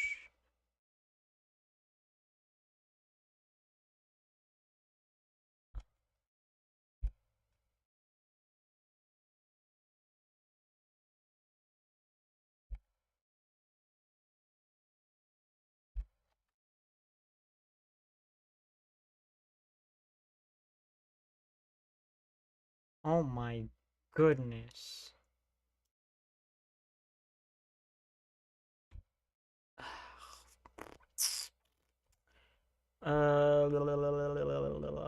Following.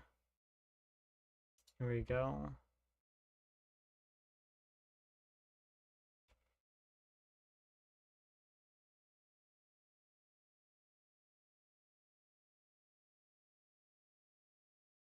Was it this one?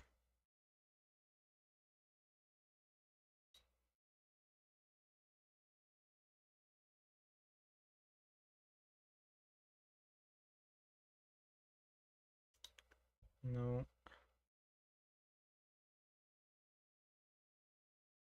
God, I freaking hate the lack of organization with stuff when you use Visual Studio. You would only need 8 vertices then with an index buffer, if I'm thinking right. Yeah, that's...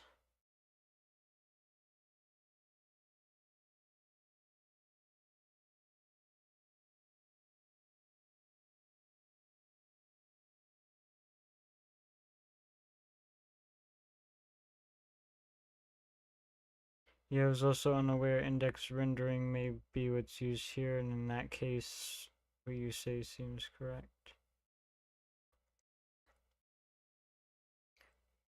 So I'm still doing something wrong, huh? I don't know. I like this one. Oh my. That's some weird stuff going on. Not not what I'm used to looking at from when I followed the tutorial. Hold on. Let me find this one.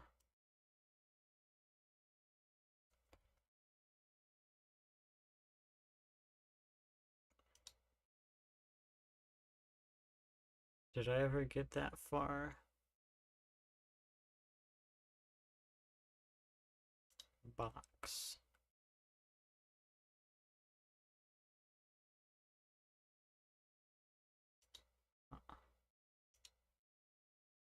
Hmm. Pixel shader constants. Man, I do not want to read this code.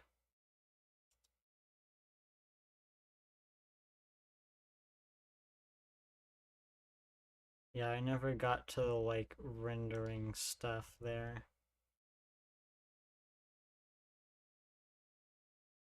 Just load a cube model from Blender as an object lol slash s. That's probably more inefficient than just. Hold on. Uh, C++ cube vertices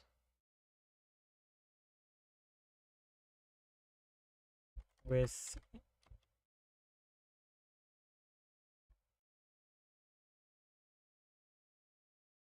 what are the correct vertices and indices for a cube mesh? Please don't try to dox me, Stack Overflow.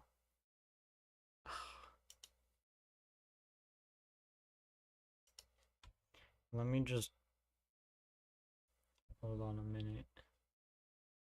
I'm gonna put my screen on. Freaking hate every time I visit Stack Overflow on stream, it like pops up the stupid login with Google thing and like shows all my email addresses and it's like, god damn it. My goodness. So I might as well just freaking log into it now so it doesn't freaking dox me every time. Not that all my emails aren't already like somewhere.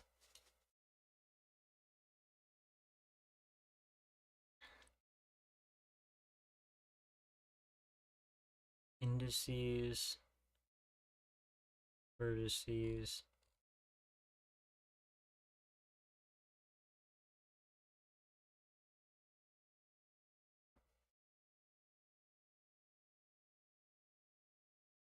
Interesting. I don't know what they changed, but like.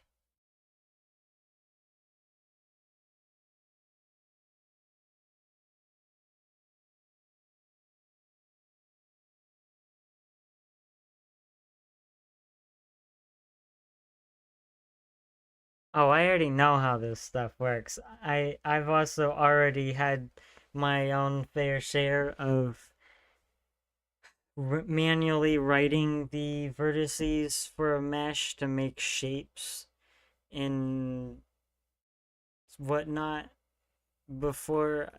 I just don't want to do it again. Why do it when you can just do that? Copy and paste. I mean, I could do it again, although I don't remember the whole how the indices thing works exactly. Oh, yeah, that's right. It's just like indexing the values. Okay, so this is definitely ChatGPT generated then.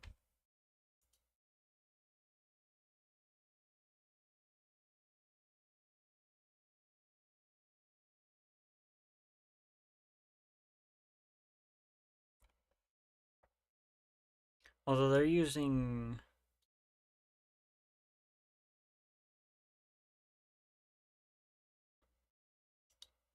whole one numbers instead of 0.5s.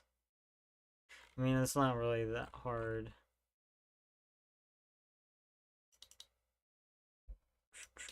So indices is just supposed to be an index into these values, right? On the GPU side, it does that. So this is all wrong. Okay, it seems like the vertices were generated and then someone came along and created indices off of this rather than actually making this the correct thing for when doing indices. But yeah, I already understand how this stuff works. I'm a little rusty. Although, okay, I'm just dumb with shader code still. I don't know. Like, I know vector math, and in fact, I've had to, like, freaking do all of this kind of stuff by hand, which is kind of fun, but also not really. But, like, I just don't. I hate writing shader code. I just don't like. Maybe I'll get even more frames once you optimize the mesh. Probably. Man, all this just to do freaking normals. Okay, so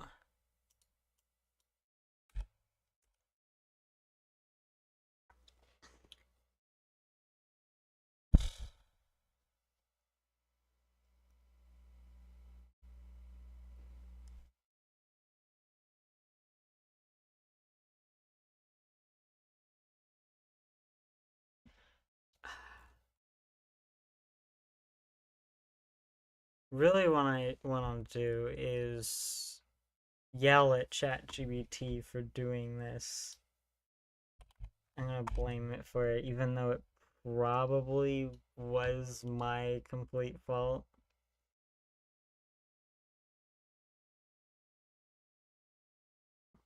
Actually, if we're going to upload normals as a VBO, we need several vertices per corner because the positions will be the same, but the normals won't.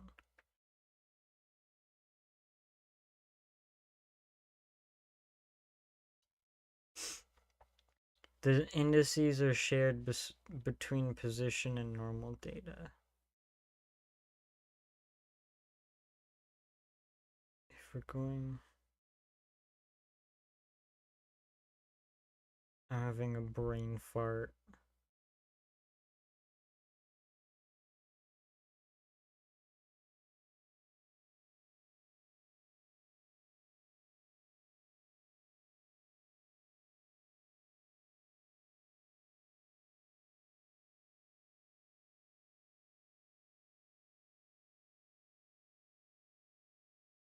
Oh, yeah, I see. That's right. Same vertex could either be on the top face or one of the sides. Yeah, that's an issue. So if you're doing so if I'm doing normals, I'm gonna need all the values and indices, or shouldn't even be using them then, because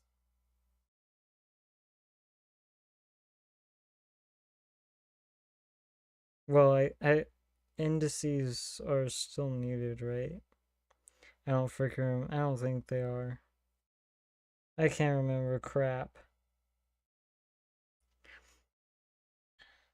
It's also like 1 in the morning right now, so yeah. Alright, so this is so you can do the normals. Am I even drawing indexed? GL triangles.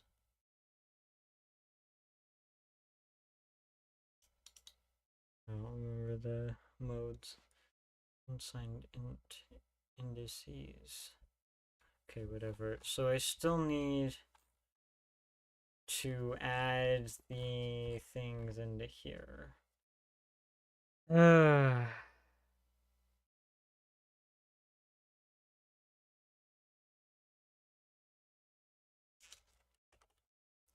Okay, so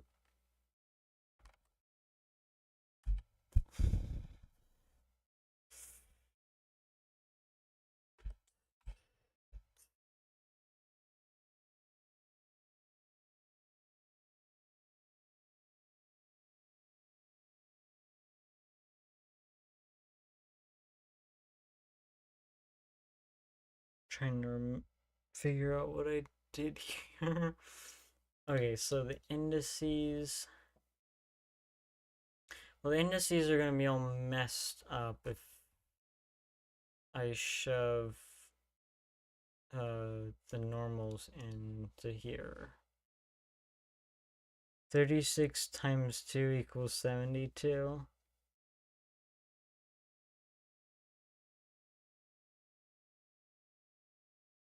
Are you saying that all my vertices are doubled up? Well, they need to be anyway because I need to do normals.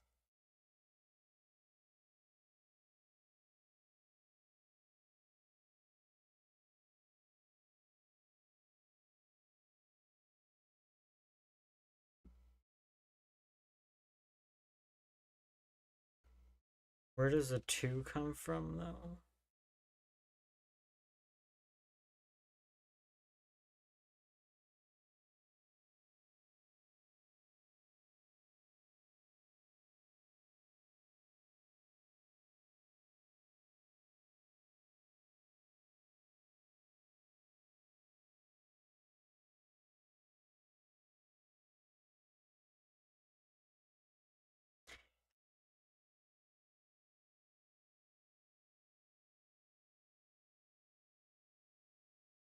I think I need that imported. Where does the 2 come from? You ask me.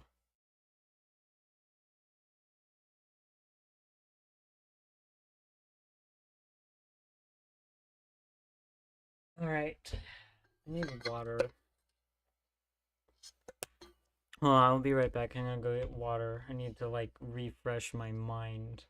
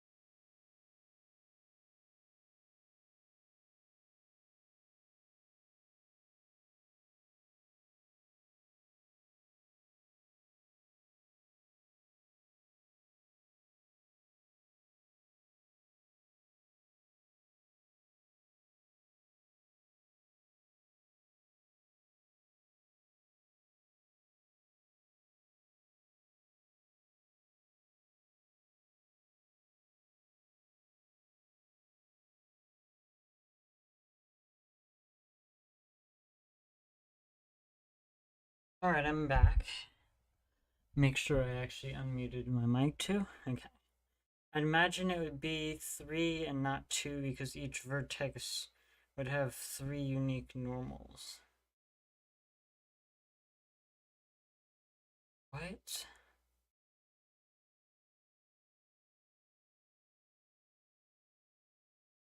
Nah, it's too late for me to be doing math.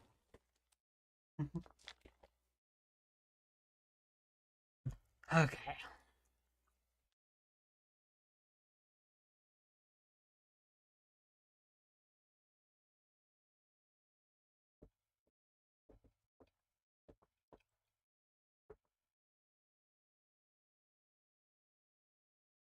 What'd you say on Discord?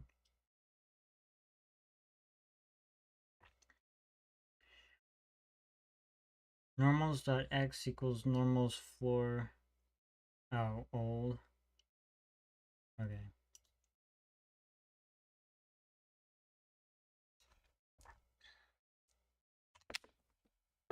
No! Ugh. Dropped a jelly bean. So, I need to correct all of this nonsense.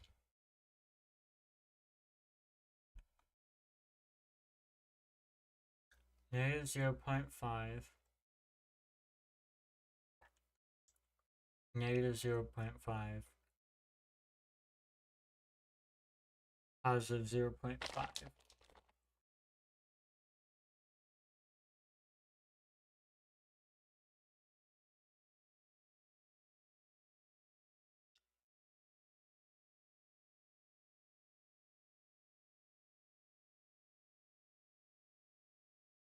Okay, so I got it. I was counting positions, vec 3s,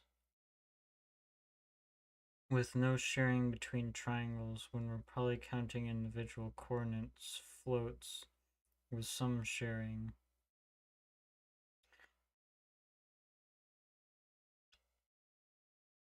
Three floats per position times 4 floats per side times 6 sides per cube is equal to 72. Okay.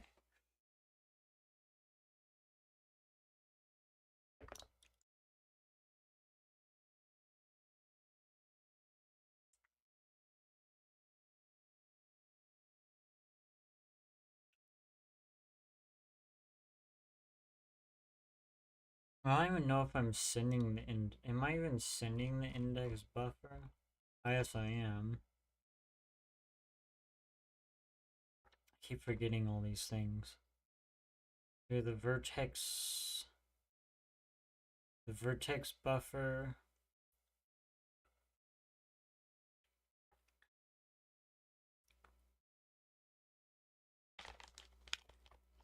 So it may already be in a format where you can add normals.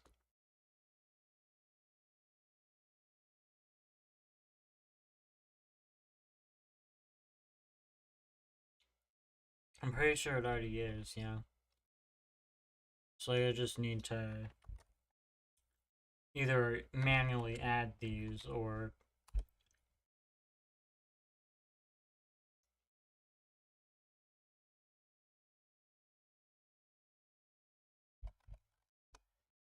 look at something real quick.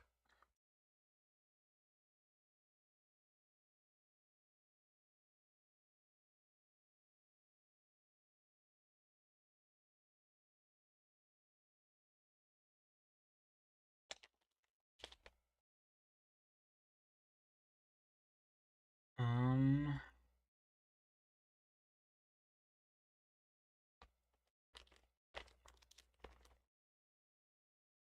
vertex offset.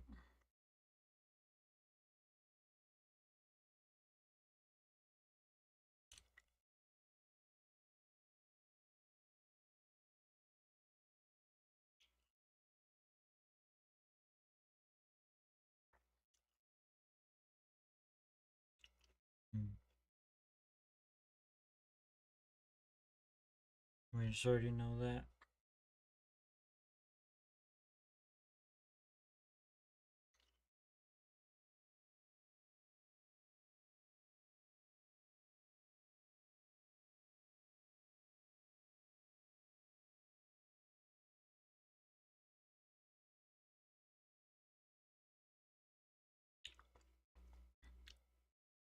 Yeah, I think I'm already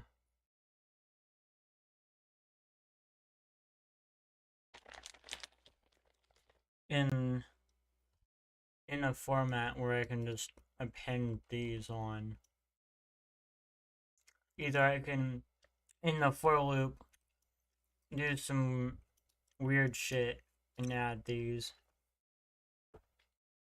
or I can save a few operations in thinking and just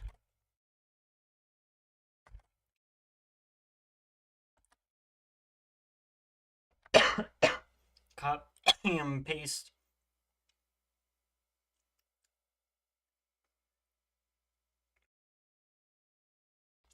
You attach the normals to the vertex. I don't know how other, yeah. Yeah, I already know how. It's fine. I can just add them in here.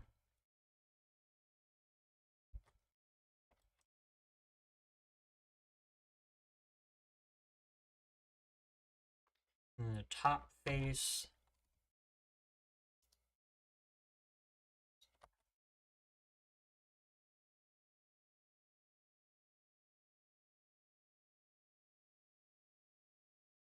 Yeah. Well, I just added it. It's just these two lines right here. And then I think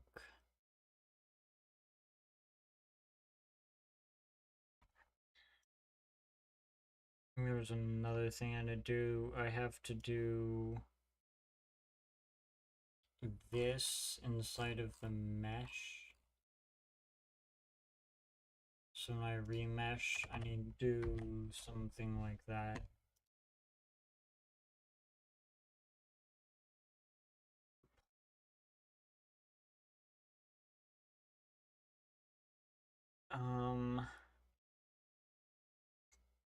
Let me make sure I didn't miss anything else. Just use size. Yeah, and then all I need to do is add, oh, I see. Okay, that makes sense. So all I need to do is layout location equals 1. And this is an in vec3 and or I should say a normal to follow the naming convention. There's also a texture coordinate, but I'm not doing texturing right now, so I don't really care. And just do this when I do that. Bottom face. Could I have the program do this for me? Yes. Yes, I could. Am I going to? No. No, I'm not. Why? Because that's a waste of processing, in my opinion. To have to add these in, like, the extra math required to figure out which face I'm on, I might as well just do a geometry shader then. Save myself the CPU compute. Or I could just load these as static values already and call it good. There we go. And then in here, I need to do chunk mesh dot vertices, and then shapes that cube cube vertices. Index is J. J, J, 3, 4, 5.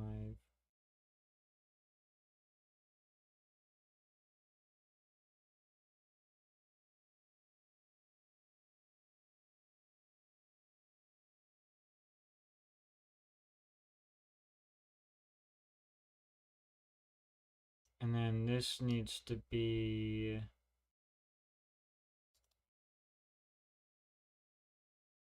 the correct value, I think. Let's see, cube vertex count.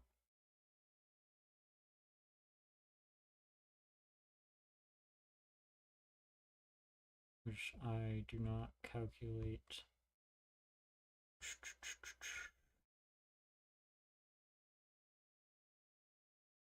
First I spell vertices wrong. Rename. Next. There we go.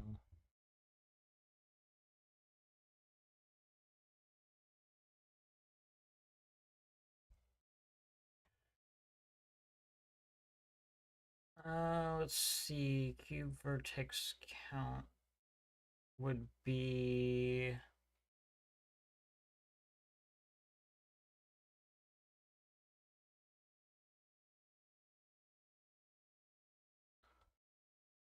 Oh, okay. That's right. So this would be 6.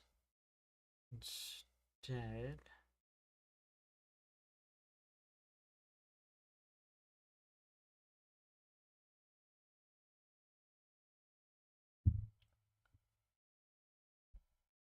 This is me forgetting some values, isn't it?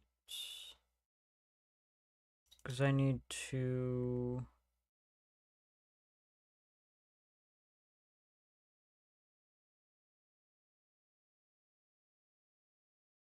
Oh, I see what this did. Okay. So I need to 140. Okay, really what I should just do is this dot size. Or do I need a size of... Okay, never mind.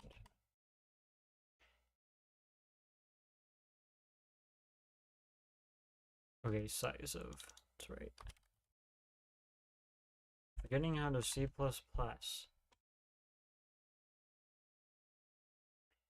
That should be good. I don't need these. Stupid comments. And then now that we have our normal, we can just pass that in. And everything should magically just work. I doubt it. Now we got a crash. It took me into the assembly. Okay, so this is complaining about something now.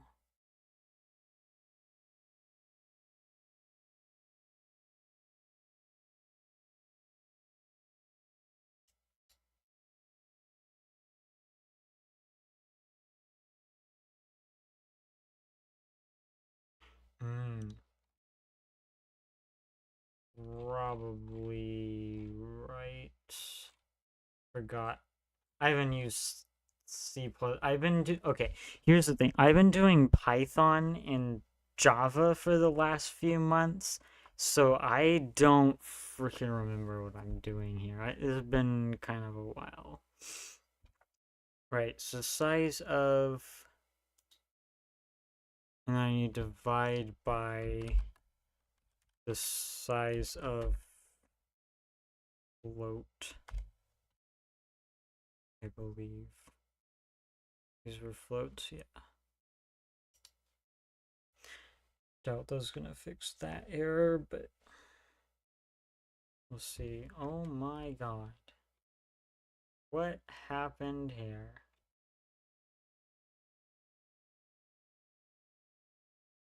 Look at this. What have I done? Oh my goodness. What is this monstrosity?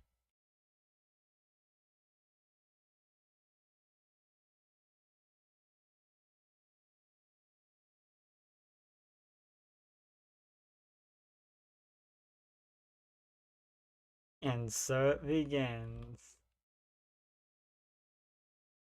Ah, okay.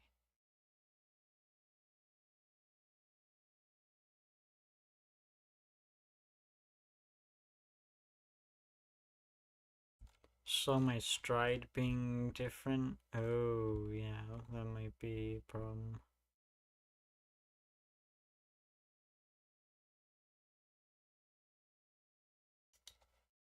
There we go.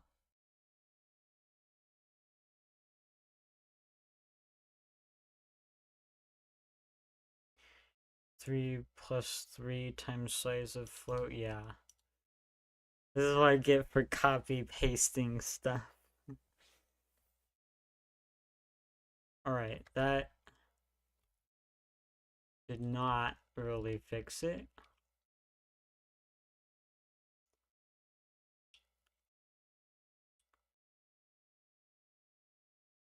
Copy and pasting messing up stride strikes again. What'd you do? This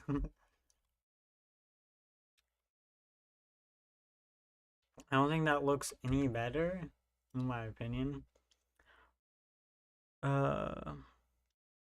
Index 1 size 3.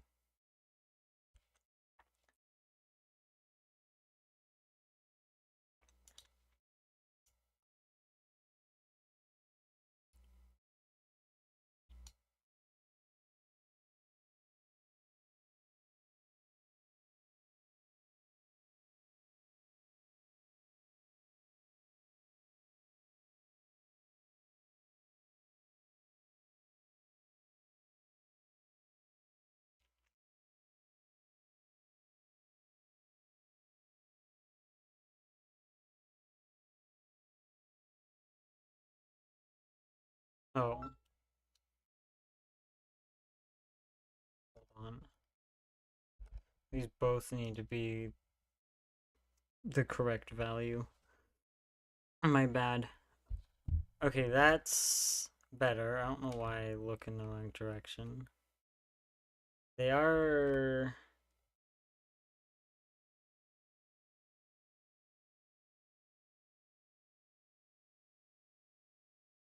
I suppose we have our depth back. Yeah, something's not right still with these triangles and stuff.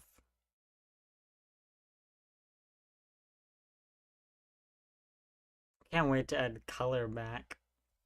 Hold on, let me look at an email. Trying to get my keyboard replaced.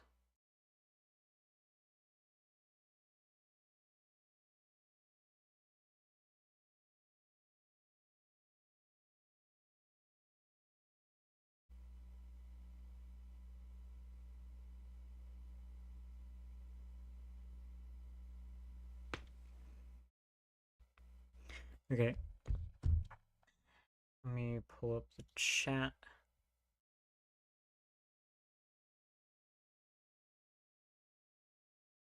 Yeah, I found for both positions and normals. Yeah, I realized that. So copy and pasting messing up strides. Turns out it was WGPU float 32 times 3 is not the same as float 32 times 4. Huh. Wonder. Stride is still 3 times size of for positions. It should be 6 times float. Yeah. 214. Time to break out the GPU debugger. 214 what?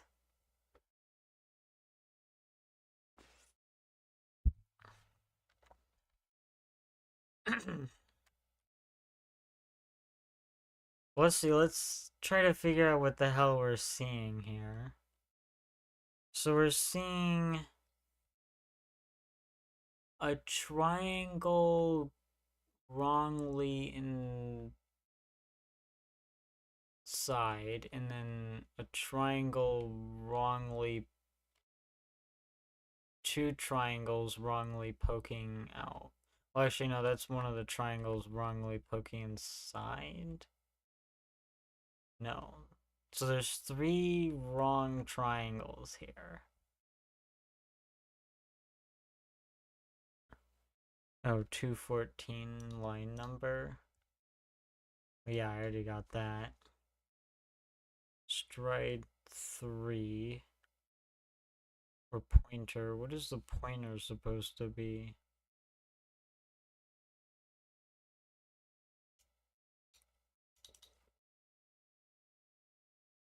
time to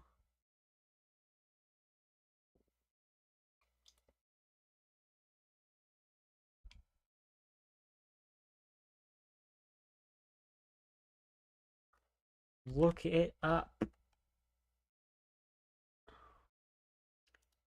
Vertex attribute pointer. The index, the size, the type, normalized, stride, and pointer.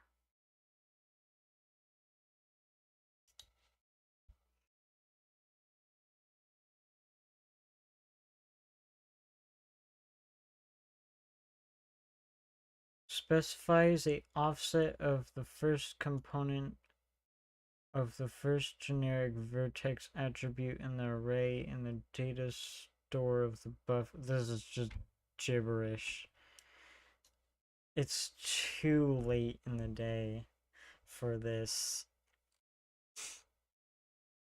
Specifies a offset of the first component of the first generic vertex attribute in the array in the data store of the buffer currently bound to the array buffer target. The initial value is 0.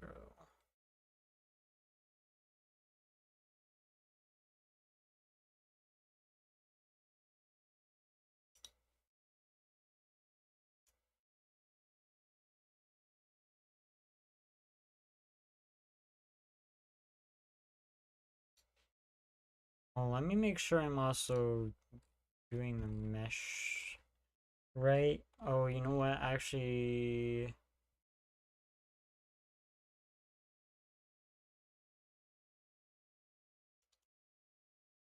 this is not the right value anymore, I'm pretty sure. Because that was supposed to be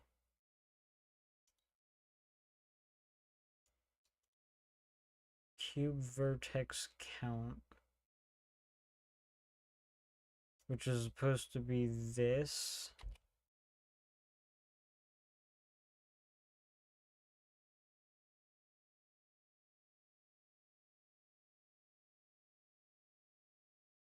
And cube vertices, this should be 6.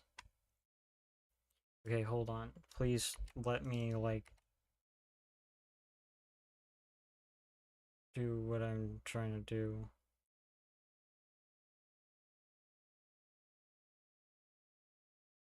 140 divided by 6. Just grab a calculator. 140 divided by 6. Why is that a weird number?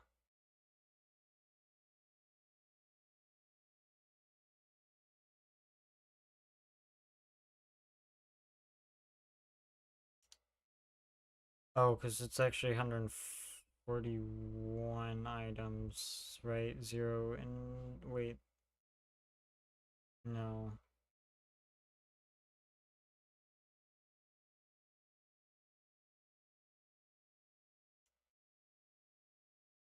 Well, that's still 24 then.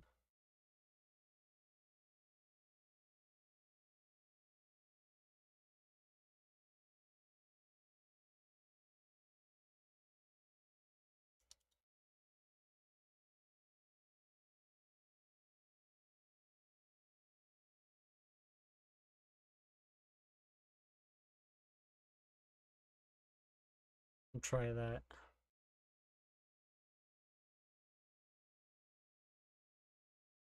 Okay, that actually made it worse.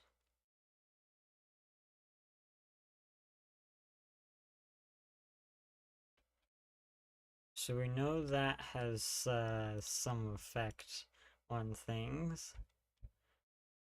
The next thing to check, are these values even right? 2, 2, 3, 0, 4, 5, 6, 6, 7, 4. That seems fine.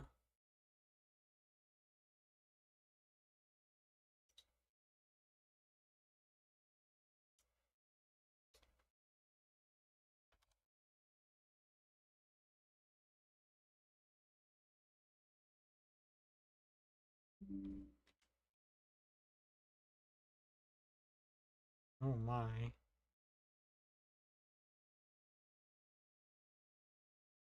A hollow cube.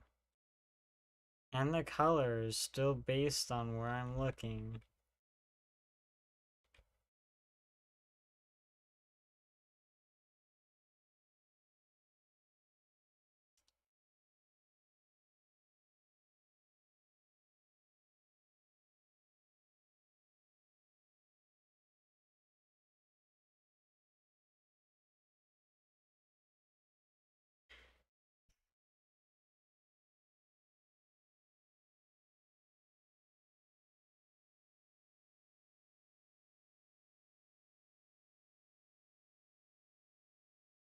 Okay, so I know this was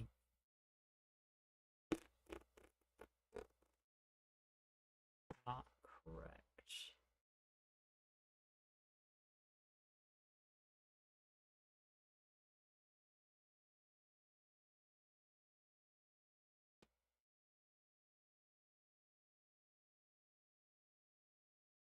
Render dot calls should still be 24. Yeah, I figured.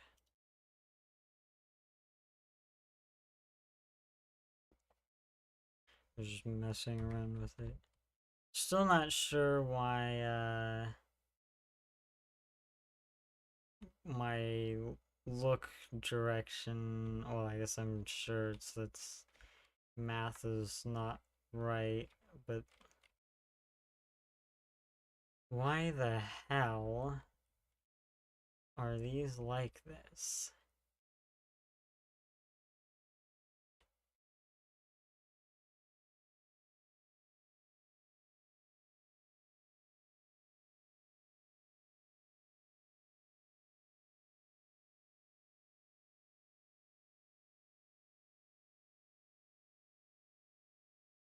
I mean, on the bright side, the left and right sides always seem to be dark.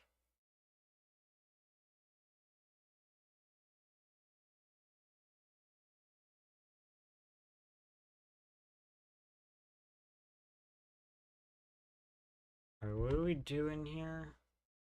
Ooh.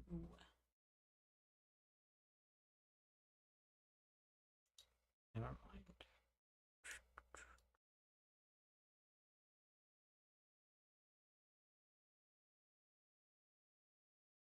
Incrementing loop counter by 6 instead of 3. Yeah.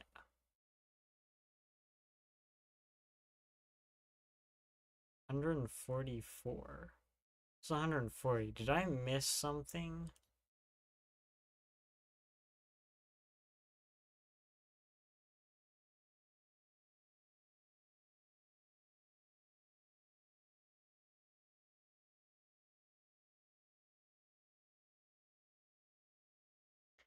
Do you want it based on look direction or camera position? What?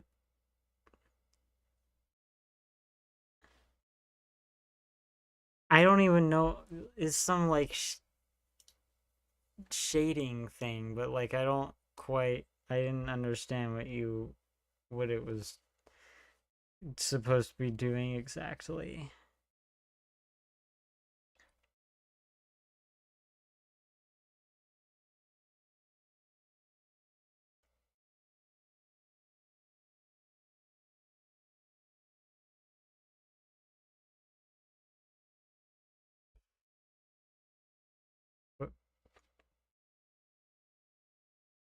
What is particle scale?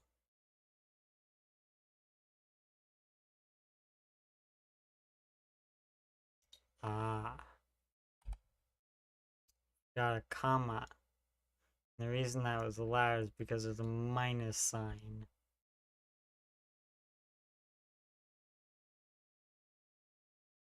Sneaky. In fact, I forgot multiple commas, apparently.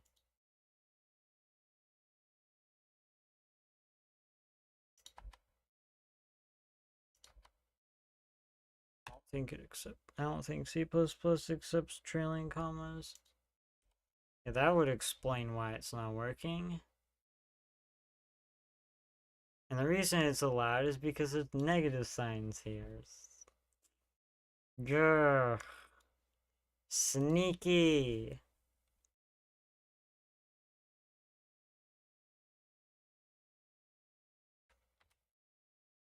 Alright, that looks better. Although I'm not sure what these jagged lines and crap are about.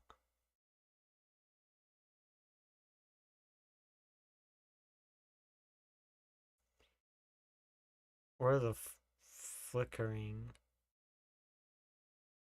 Is that like...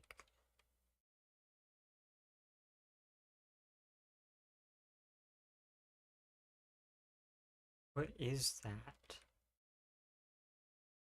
I'm trying to make my guess. I wouldn't say anti-aliasing. That's definitely not that being disabled. I don't think depth testing, I doubt that has anything to do with it. Or map levels.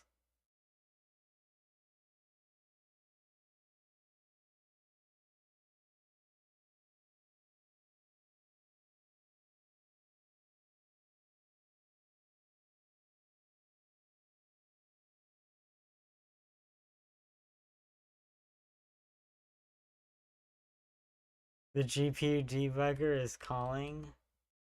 Like, the closer I get to it, the less as bad as it gets.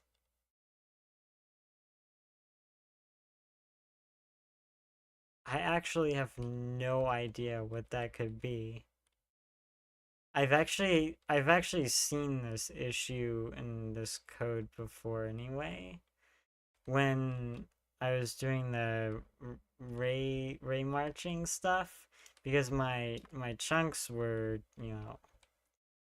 actual cubes with the particles being rendered with the fragment shader, and the cubes were not rendered with the fragment on them, they would be like this. And like, it was very bad. Once I put the fragment on, they were fine. I sent you a snippet to make the lighting based on the camera position. Hopefully I'm not very well versed in GLSL. I can't speak. Okay, so max 0 dot normalize view 3.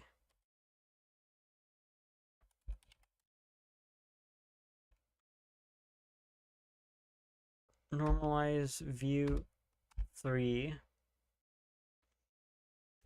parenthesis minus a pose,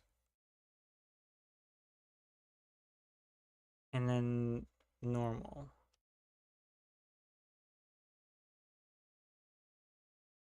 Go to parenthesis again.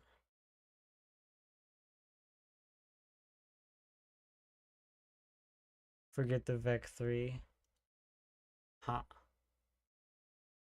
Yeah, I don't see crap anymore. What'd you do? Oh, and I crashed. Chunks thread.join. Alright, a compilation error. What?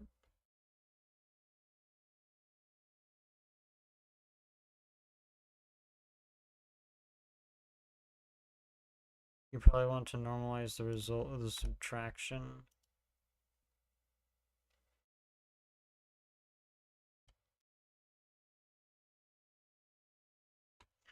Hold on.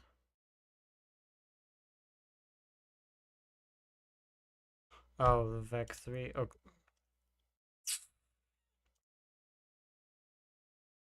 I see. You said... This is freaking killing me. Let me just retype this. Because every time I modify it, I get lost. max dot normalize vec3 view3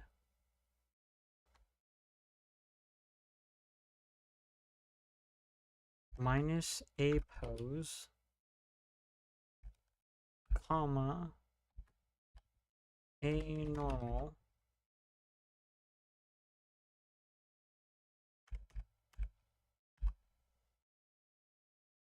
what did I do wrong this time? Okay, so dot normalize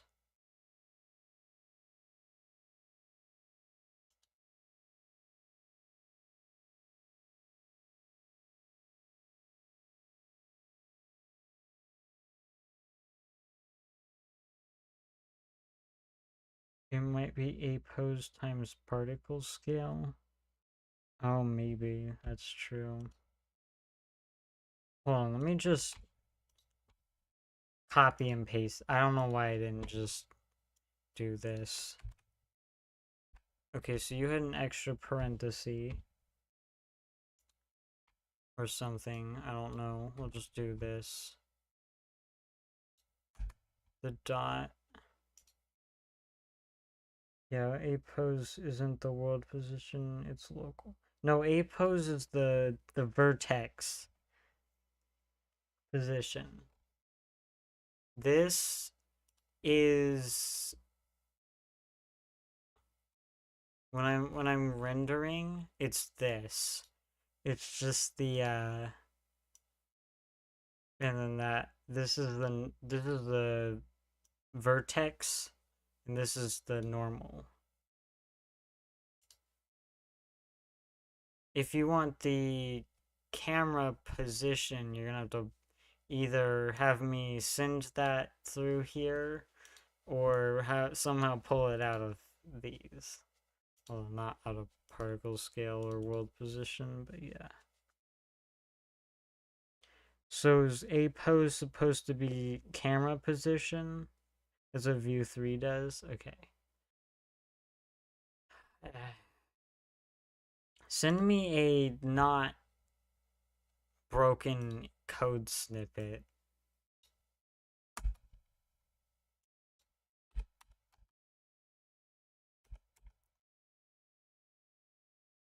A pose. A normal.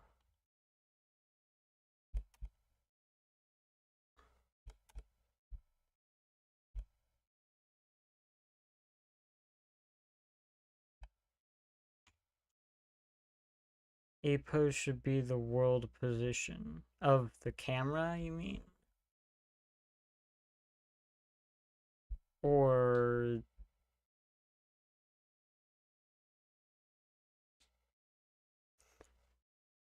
of the vertex? The world position of the vertex. Okay.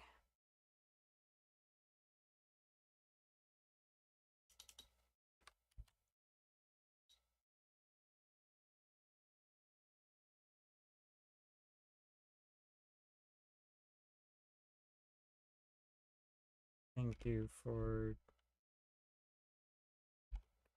not doing the right thing. Why do you have an extra parenthesis?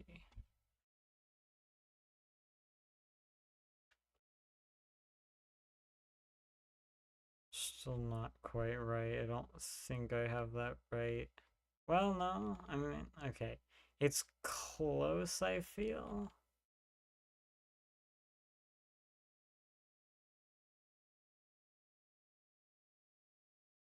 Although still changing with position. Or with look direction. It's a little weird.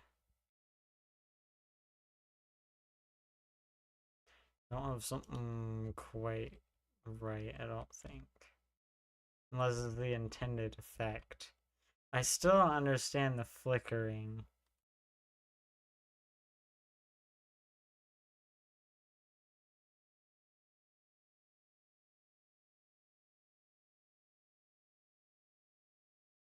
I still actually might need particle scale.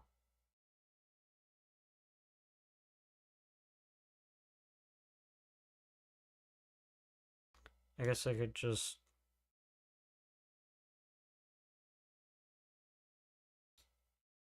joink this.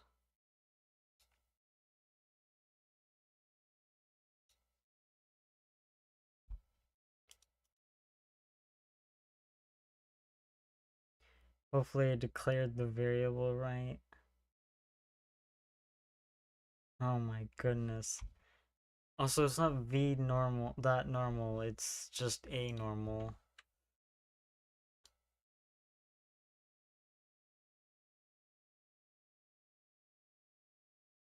What is with my rendering?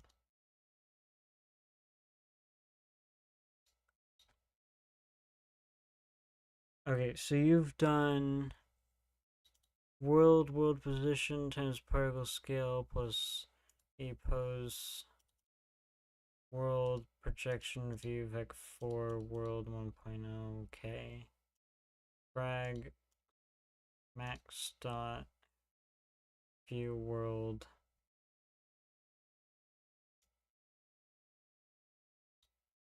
A normal. You still have an extra parenthesis.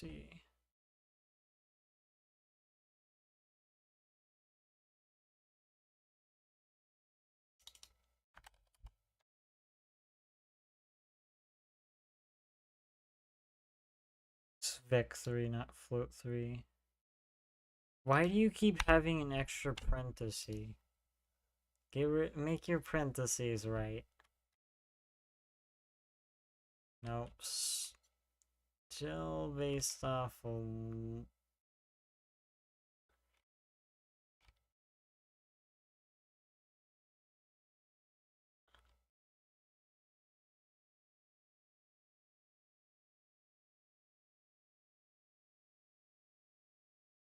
Alright, I want to figure out what the heck's going on here.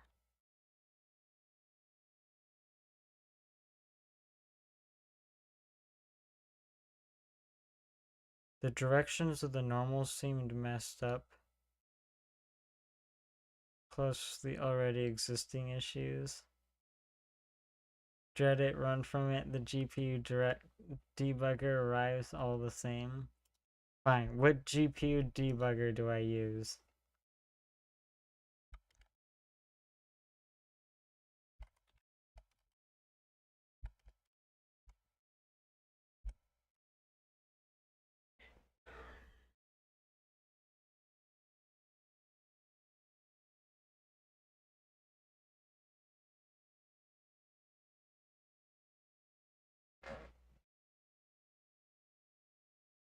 Definitely the NVIDIA debugger.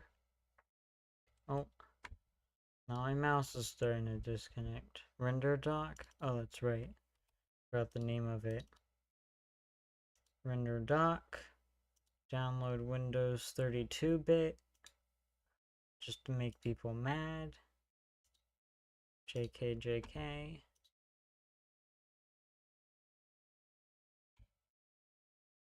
Alright, install. I respect your license agreement that I totally read all the way through. Typical install. Yes, I like you to access my computer and install your viruses. Go and close that.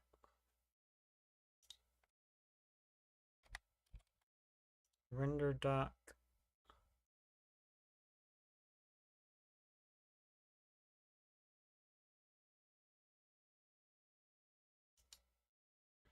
Alright. First, I actually cannot see this. First off,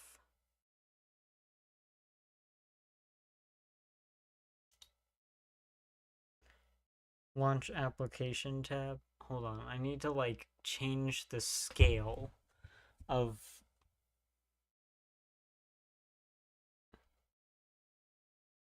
global scale. I cannot see this. It's way too small. Hell, I'll make it a little large. Launch app. I know how to use RenderDoc. I've used it. Well, okay. I've used RenderDoc before. I know how to start. I just don't know what I'm doing otherwise. Okay, so launch application, executable path. So we need to go to my folder, my computer, my name, C line projects, Archaea, build debug, Archaea open. Command line arguments launch.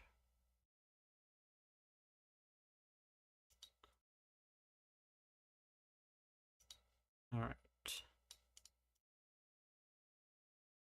So let's get all, yeah, this is a good spot. Okay, where do you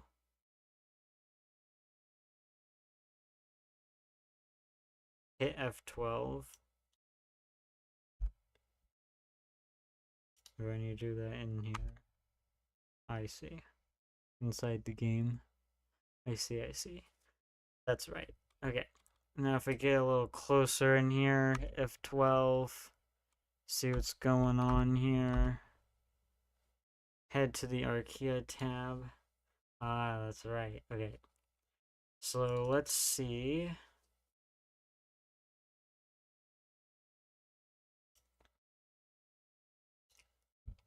Color pass. This is still way too small.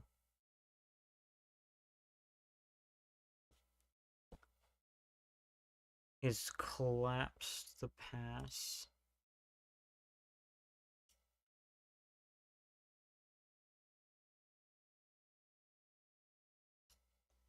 I already used this to figure out my thing was broken.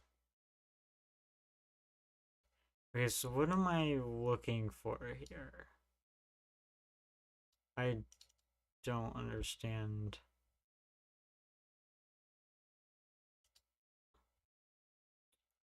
Texture viewer. Pipeline.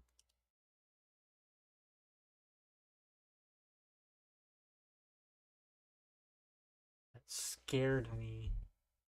Hello? Printer Thief, thank you for the follow. Welcome, how are you doing? You have to select a draw to see it in the mesh viewer. That's right.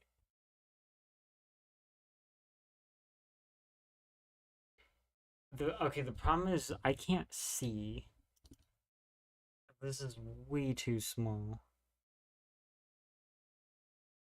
The second item is collapsed. Okay, what do I do here? Like, what do I look for? In the event browser. Okay. I see. Color pass. On the left. Select one. I see. Ooh, that's weird. Oh, okay, so you can WASD around. The FOV is just weird. So, I was just like, oh my goodness, this would be so cool to like look at once I have 3D meshing working. Printer Thief, you say hype? Yes, very much hype.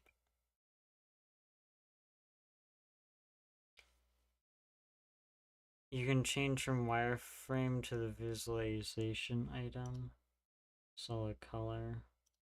Ooh. Flat shaded, secondary.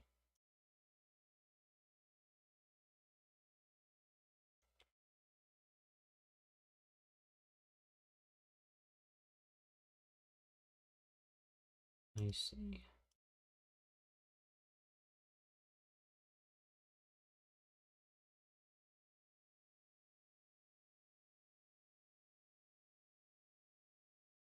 Oh. Oh, and that's right. You can actually see all of the values in here. But see, this still isn't this isn't showing me anything about what I've been seeing. So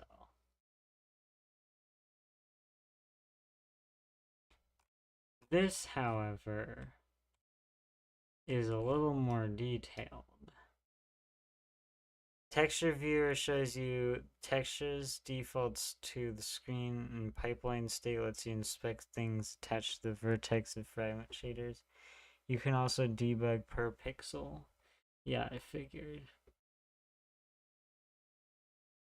Pick a pixel. So, like, what is this weird artifacting?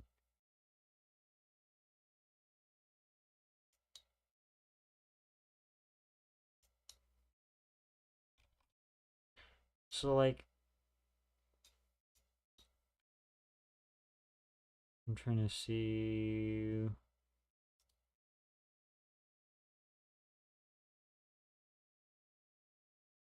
Depth stencil.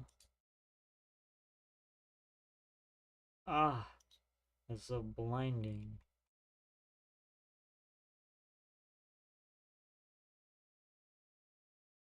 What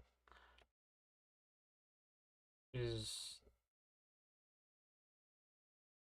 the depth stencil? Just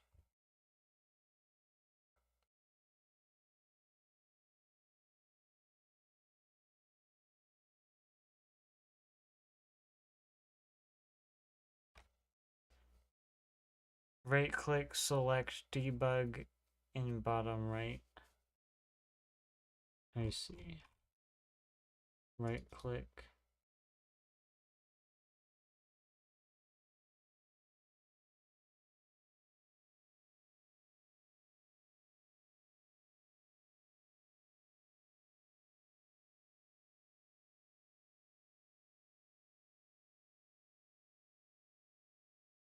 Oh. It needs to be the draw call that drew that pixel. Each chunk is a draw call, right? Yes. I see. Yeah, how am I supposed to know which one of these that was?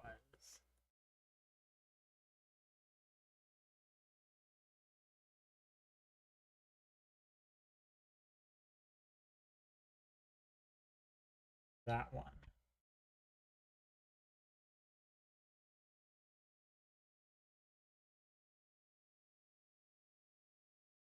Nope.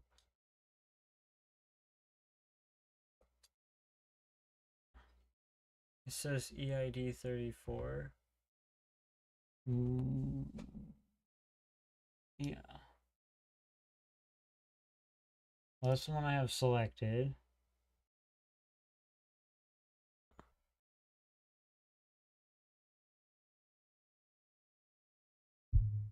Hmm. This still doesn't explain this weird. And like,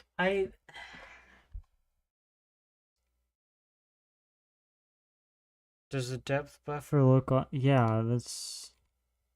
Where is that even coming from?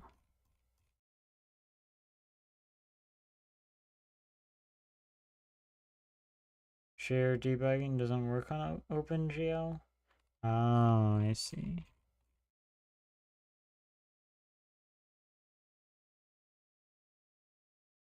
Fair enough. Oh yeah, that's right. I know you can debug shaders with Visual Studio if you're using DirectX 12.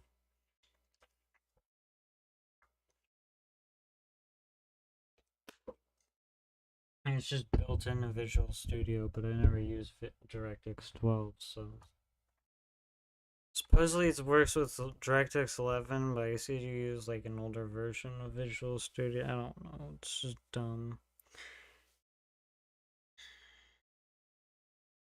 Okay, so yeah, is where is the depth buffer coming from?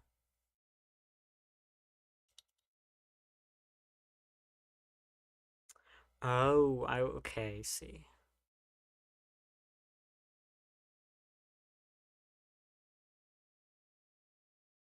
Can you history the depth buffer?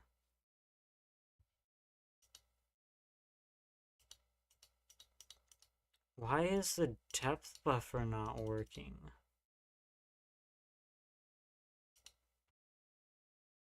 Am I setting the depth to nothing or something by accident?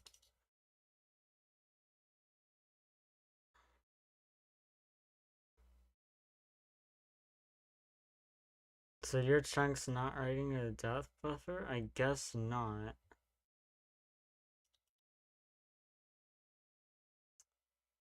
Hmm,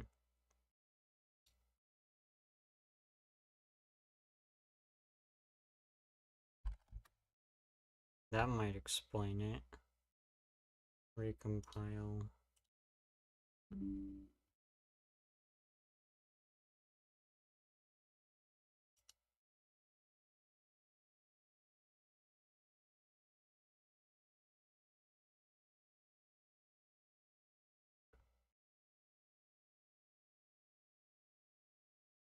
Oh, that's just weird.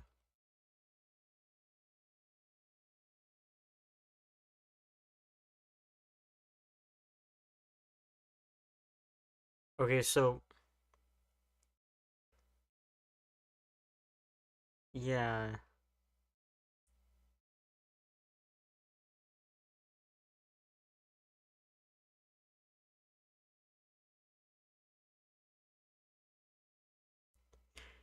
So I think this cube is transparent or has transparency.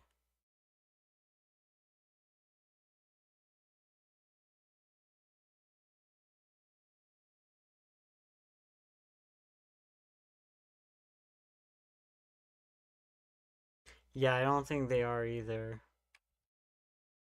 Well, okay, I remember I did that the depth I removed depth on this because the depth buffer of the ray marching was all messed up and not working.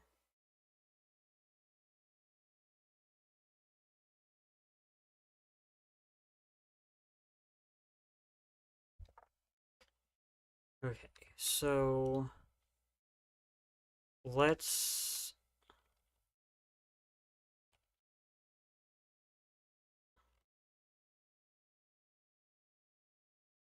let's capture that.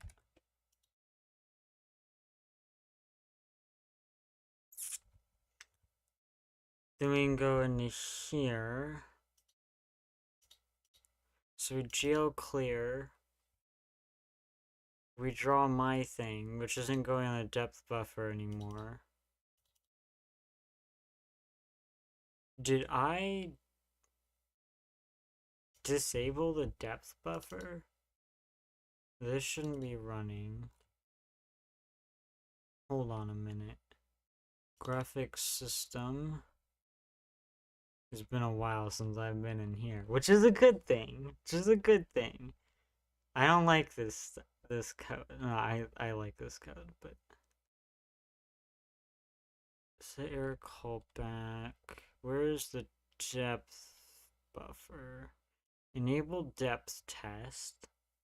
Enable blend.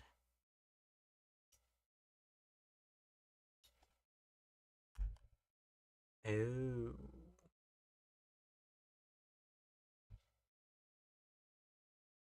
Hold on. Because I think everything's... No. Okay, close that. Plain color. So that would explain why it's transparent. We'll leave that at 0. Hold on. I want to see what's happening. Yeah, okay. So now my cube's not all weird. It's not fully transparent. I I feel like this is more like Z fighting. No, there's no way. Because, like, I can see through that cube right there. It's like the Z fighting, but, like...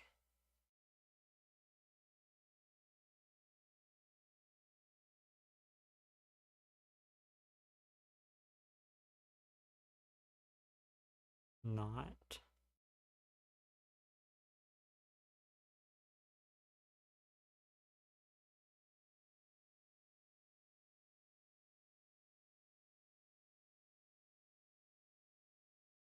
Definitely the depth buffer, though.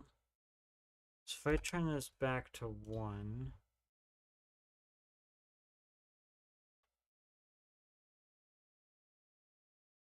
Yeah, no, it doesn't look weird. Okay, so that wasn't the problem. We can turn alpha blend on.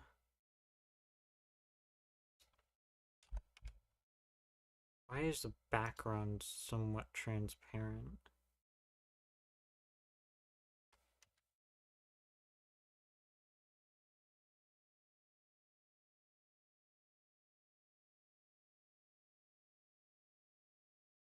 Are you doing GL depth mask GL false anywhere? Probably, maybe. I don't actually know. Let me finish looking through here and okay, there's nothing else. Let's look. GL depth mask. No, I'm not. I don't. It doesn't look like it.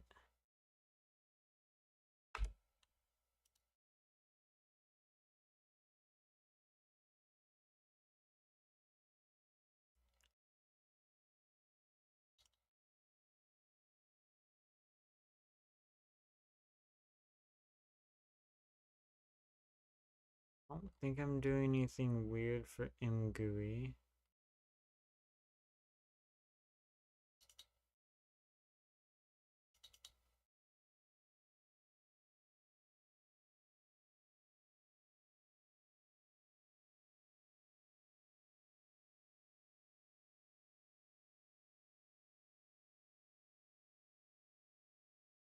Vertical system render? Am I doing anything weird in here? Use shader program.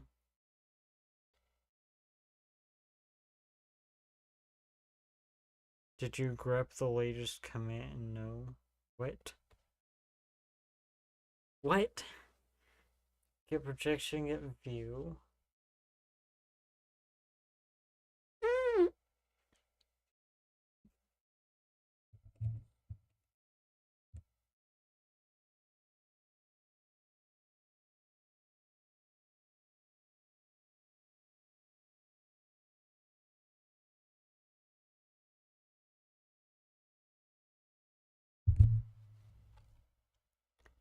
Vertical chunk.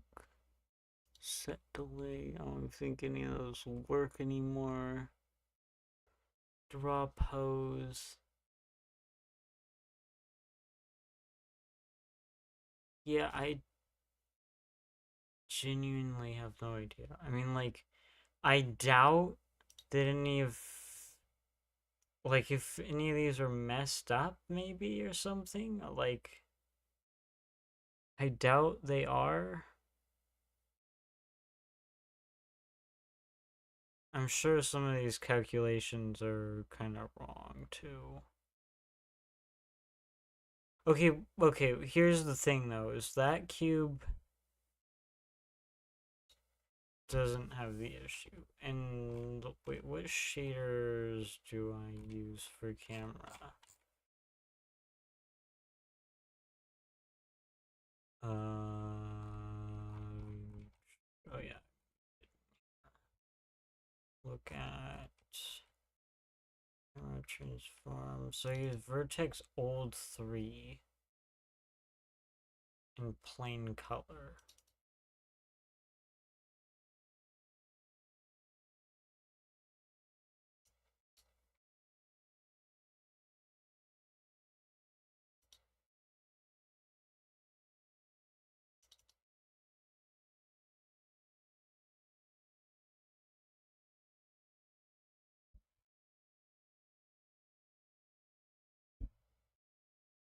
'83 to '84 in graphics system, yeah.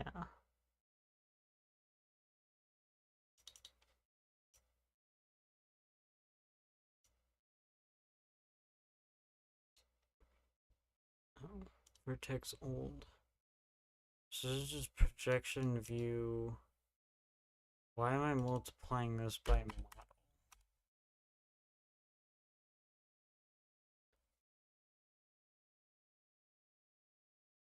Oh, cause I don't give a position. That's right.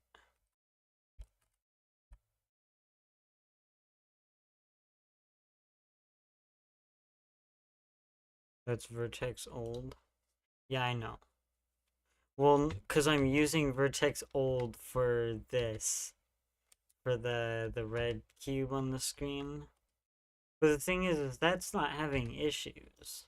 It doesn't look like. And plain color. So I'm just passing in a color. So what if I just set this to all 0? Does it also have problems? Okay, it's just the same as the background, but it doesn't have those issues.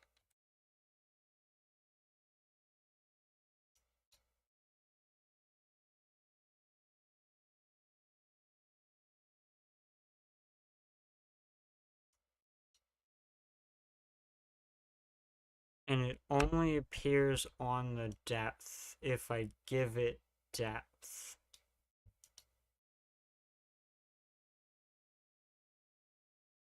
In the fragment.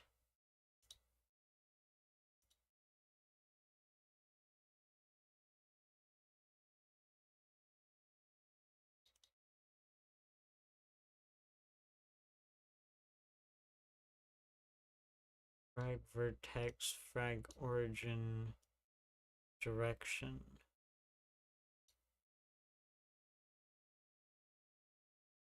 What the hell is no perspective do? Frag color.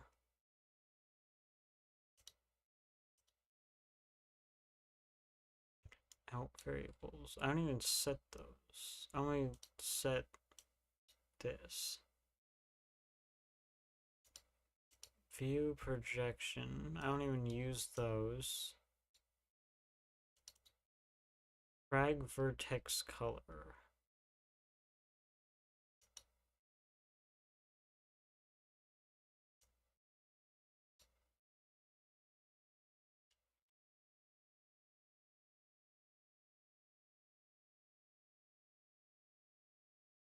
Okay, hold on.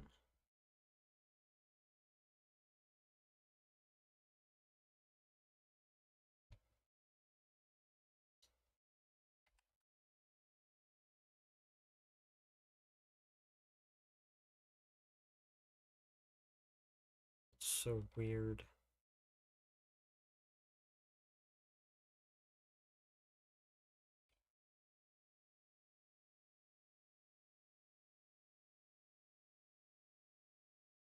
So if I go in here, launch it. Just take a good old snapshot of that.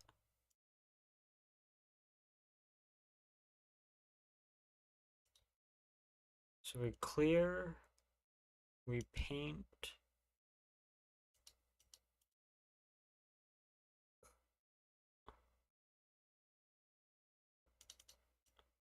The depth stencil is just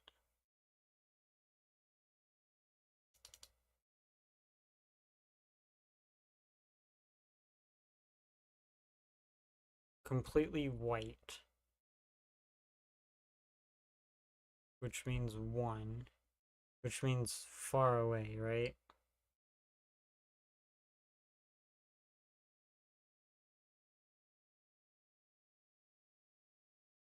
It may have always been like this, it was just the flat shading hit. Yeah, I just wanted to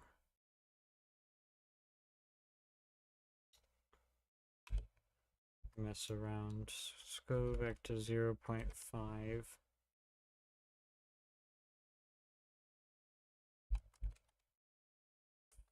5, 1. Oh, it's like 3. So if... But, okay, the weird thing is I don't get those issues on the little cube. But I also... So I don't have the flickering on this, on the little cube here.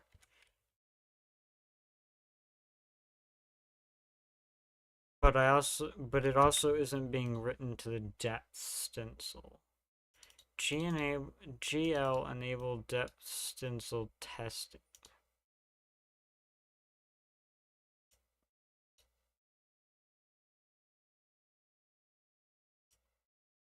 Hold on.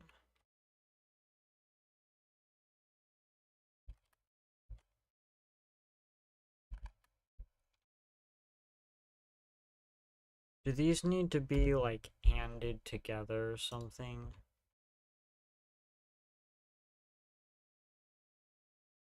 Yep. Okay, probably not and, but maybe. Something's very fucky, but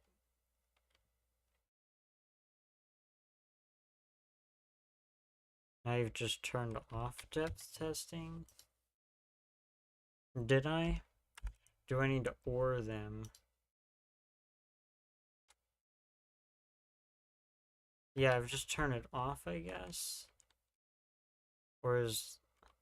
I mean, like, it's impossible. I feel like it's impossible to tell there's, like, transparency. Hold on. We can just look in here. Archaea. Only enums with the bit are meant to be ORed and not handed together. You need separate GL enable calls? Okay, okay. I see. Fair enough. No. Okay.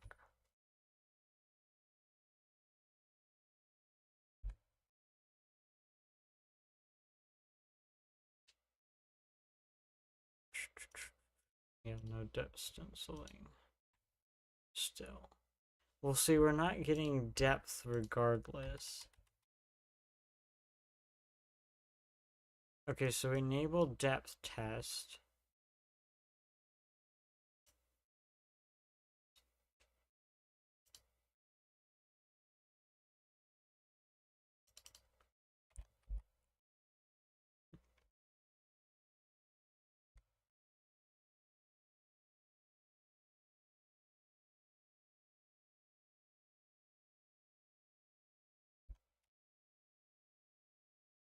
Oh, wait.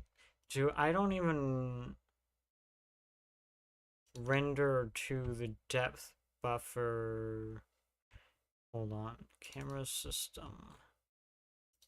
Vertex gen buffers. So render vertex indices GL3 false array buffer shader program. Okay, there's too many things open. Shader program, model view projection, and color. Find vertex array, triangles, 36, assigned in. Don't you have to like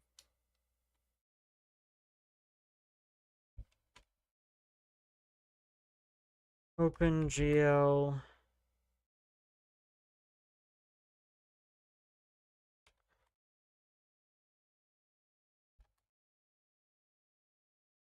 draw to depth buffer?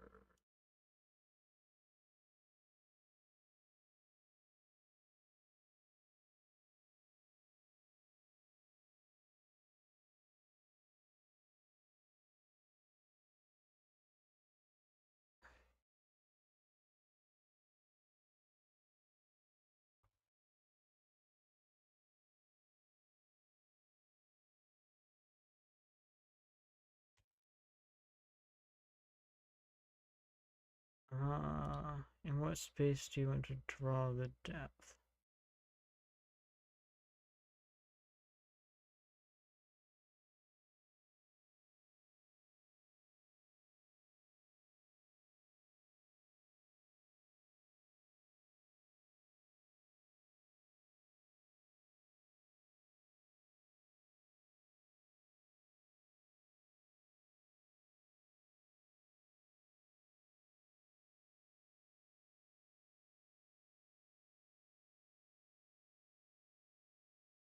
OpenGL depth buffer, depth testing, GL enabled depth test. Let's pull this up. GL clear.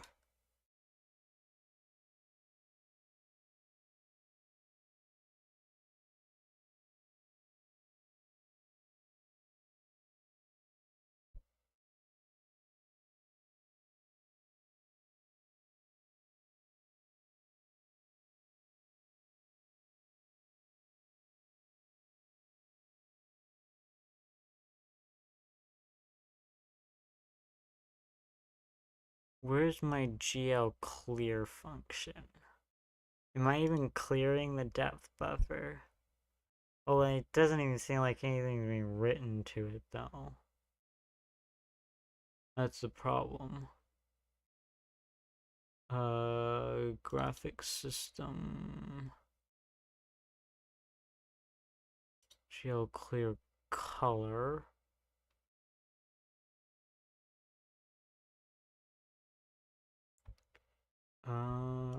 Is this app? GLW, GL clear.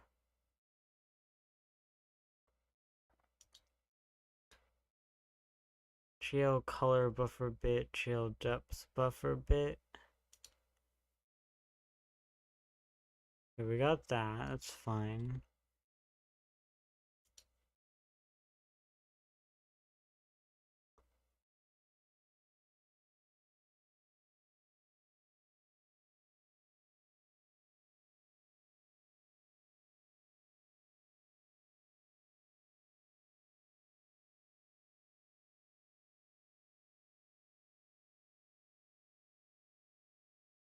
So obviously it's working, but it's not working, if that makes any sense. Because things don't appear over each...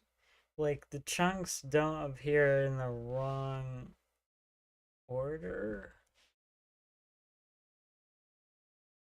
Or they don't appear over each other, is what I should say. Visualizing the depth buffer. Let's try that. We're just gonna see all white. Yeah, that's all I have is that.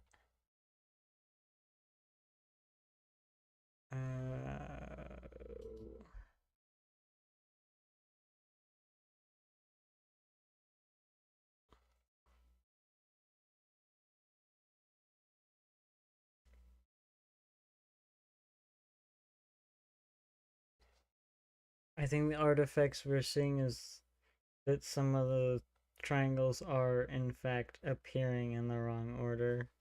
I meant the chunks were not, they're not appearing like over each other. Like the distant ones aren't appearing over the closer ones.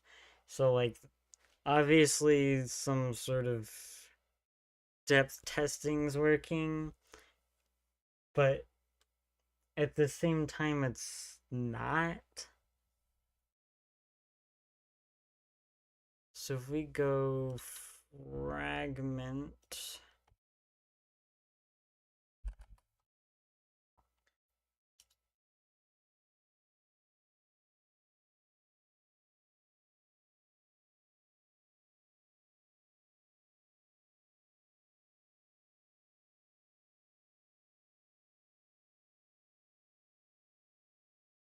yeah, there's zero depth.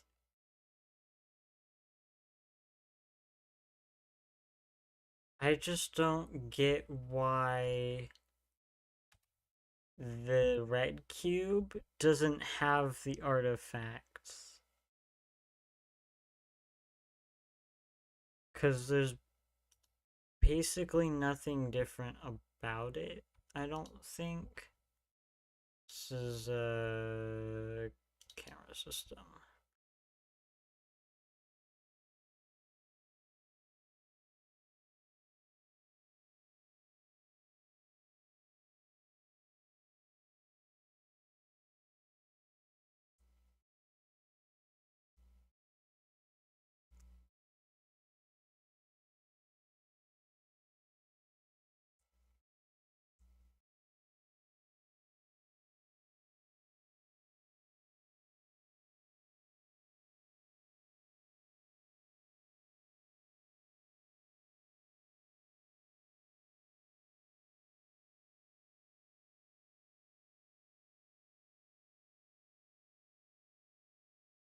Man, I have so many tabs open now. Particle chunk.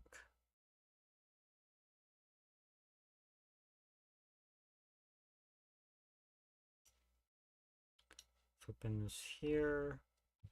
That's the wrong one. Camera system.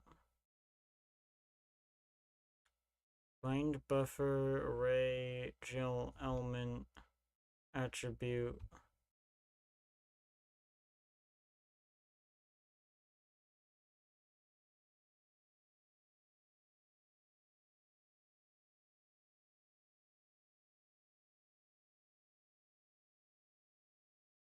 Gel bind vertex array. Bind buffer 0.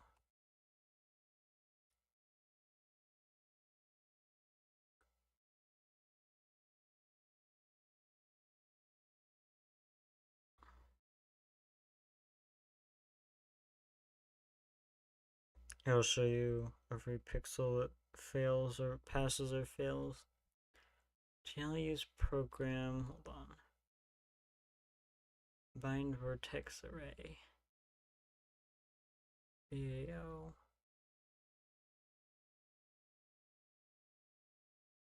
Why do we unbind vertex array and then rebind it? Is there a reason for doing that? Oh. Hello. Welcome. Yeety? I'll call you that. I have made it, but I can't hear anything. Oh, Twitch is muted. Oh. Well, welcome. How are you doing?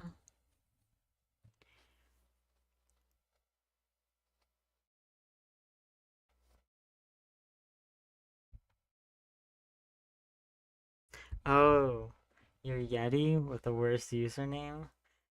Yeah, I had that realization after like read your username, like, hold on.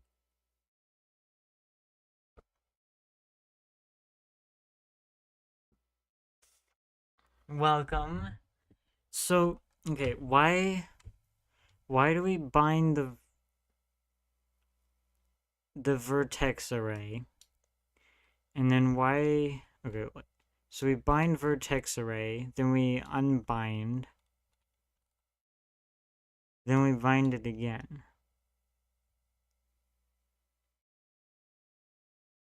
Is there a reason for doing that?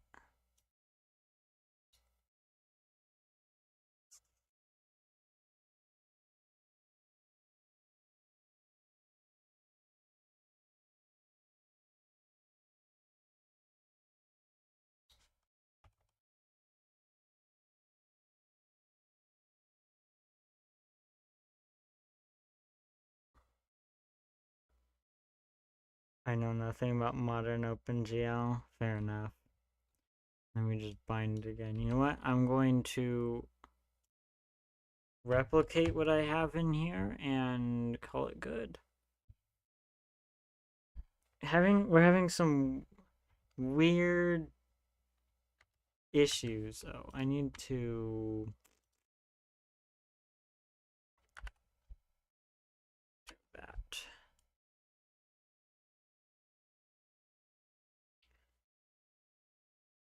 You like to use ancient OpenGL because then you can run your program on the Shititron.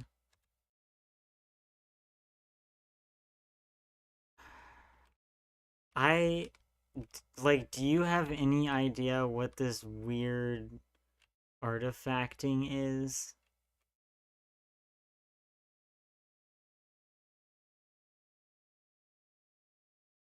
Also, if I go just far enough away, you can see like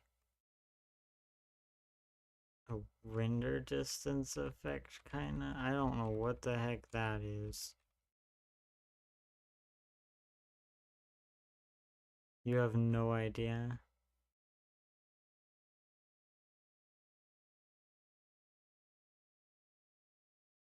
That's just the far plane. Yeah, I think I know what that is too.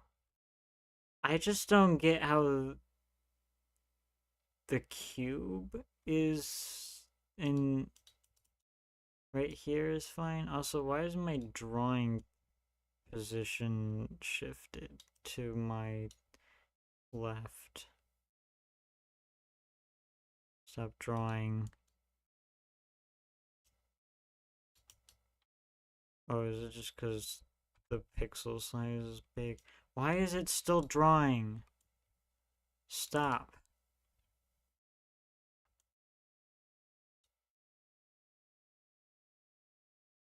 Yeah,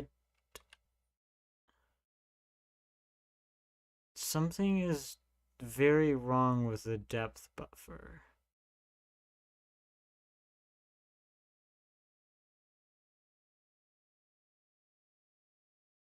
Does greater than 20 years qualify as ancient?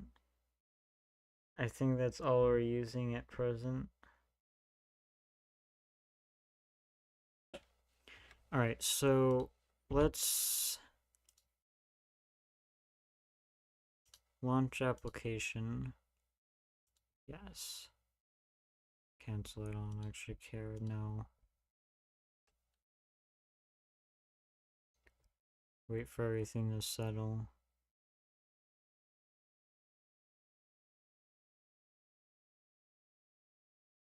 It's not flickering much on that one until I get closer. That's weird.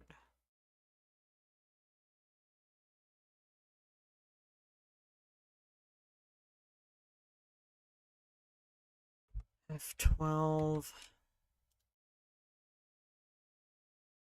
Okay, so you wanted me to, in the texture viewer,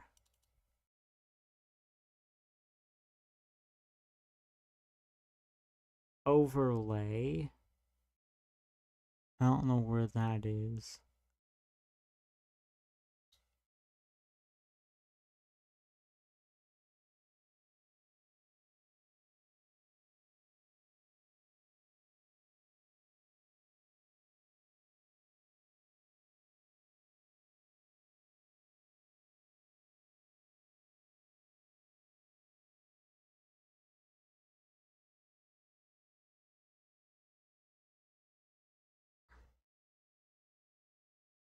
If you only make one capture, when you close the game, it'll open it automatically. Second row of bars under the tabs, directly under Mesh Viewer.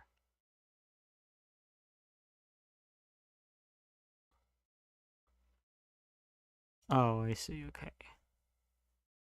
Overlay depth test. There we go.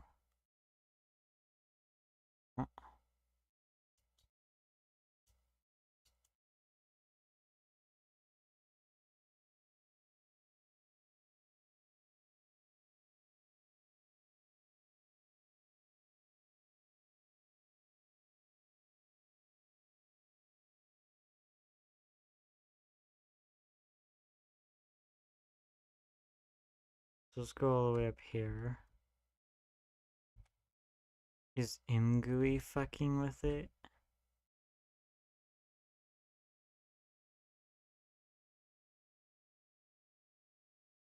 Jail clear.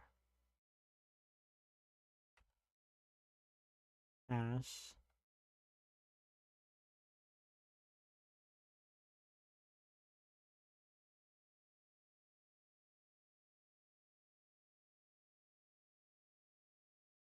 Fail, fail. Pass and fail a bit. Imgui appears.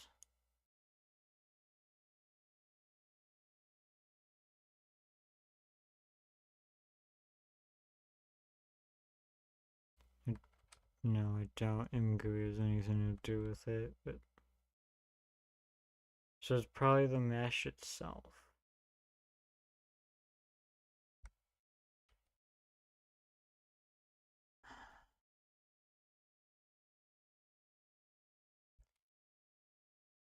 I don't know. I have no idea. Oh.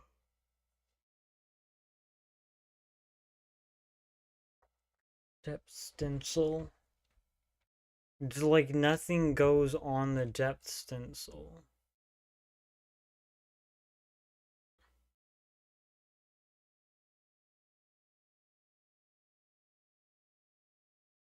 Maybe try having two particles and making minimal reproduce of the bug. I'm not sure, it might be numerical instability and the frequent calculations. Another good way of debugging is to output the things that go into your calculations straight to color. Equivalent of CPU printf debugging on GPU. Yeah, no. Ugh. I would start outputting the normal straight to color and then outputting the other argument to the dot function.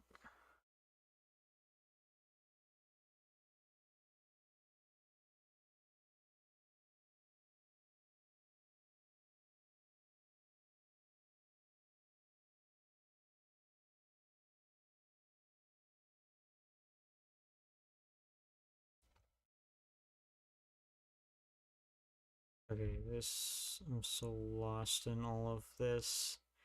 Close all tabs. Vertex GLSL. Okay.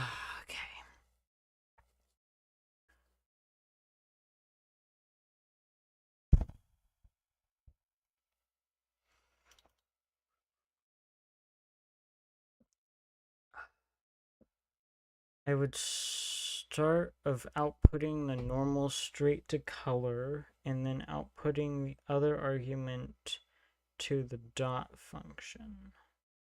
I'm not sure I quite understand.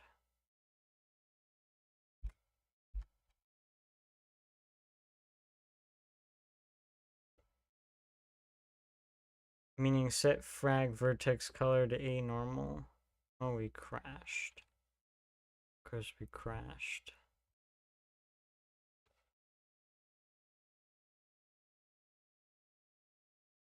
Ooh, that's freaky.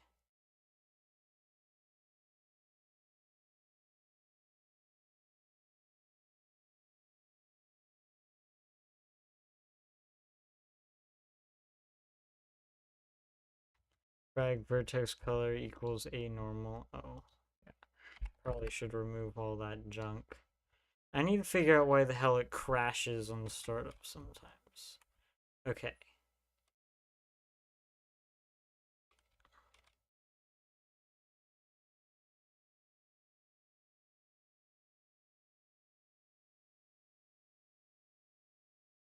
Those don't look like healthy normals. Yeah, I think...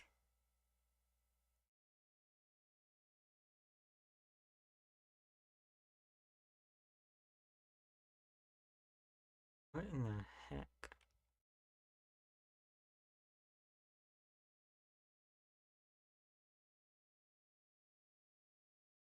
Blue seems fine. Almost. Mostly. Like, it doesn't even have jagged lines. Green and red, though. We get a little...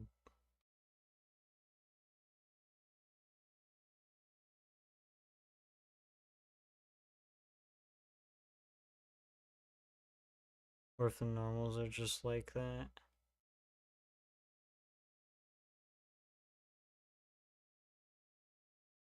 There's some blue there, so yeah. Yeah, there's all, it's all messed up. Oh, there you go. There's some jagged lines on the blue.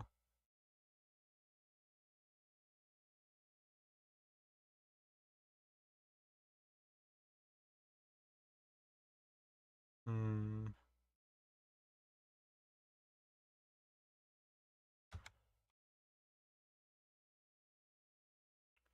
Well, let's actually make sure that I didn't forget commas again. So we have a comma and a comma.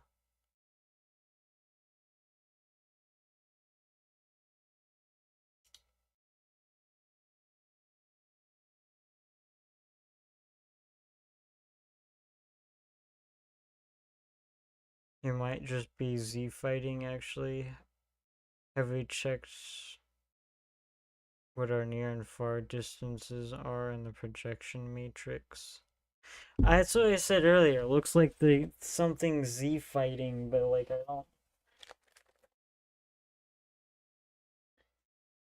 Have we checked what our near and far distances are in the projection matrix?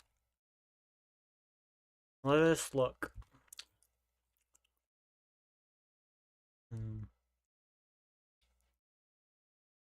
Hold on, let me do something.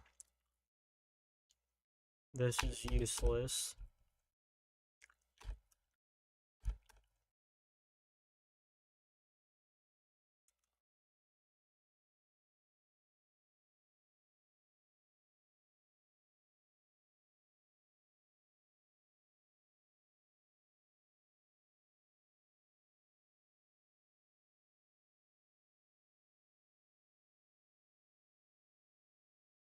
Ah.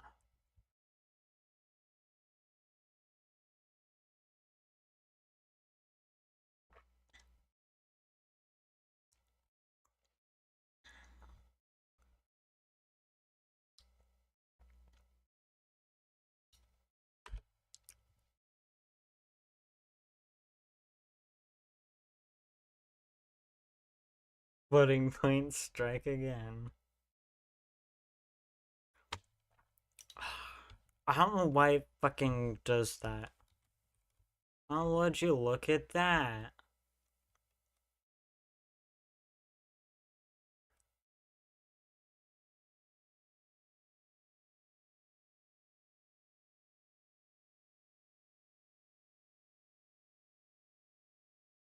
Well, let me turn down my speed more.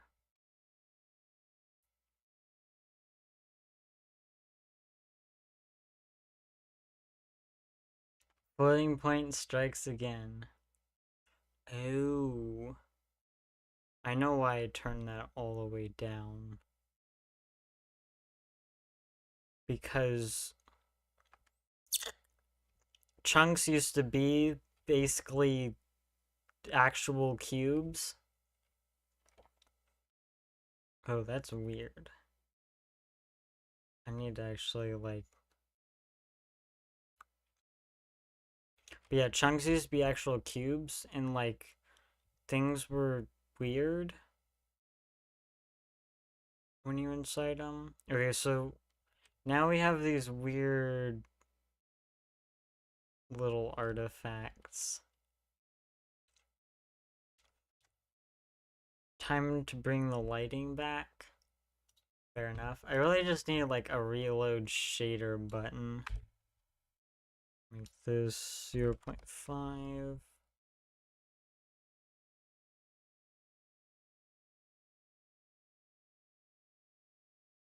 Okay, so we still have that issue, but negatives in the normal? What?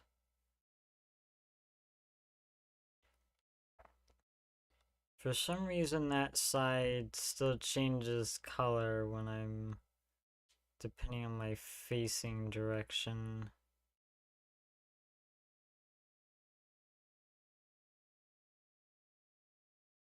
And my far is very different.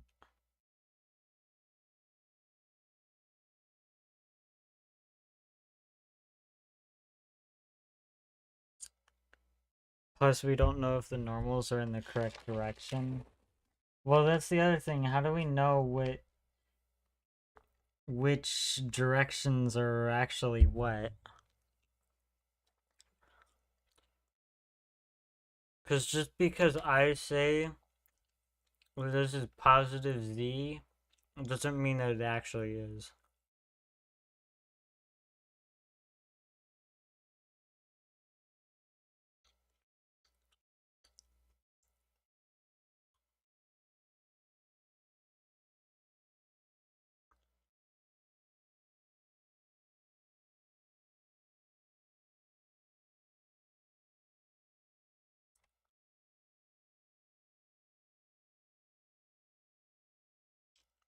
Hmm.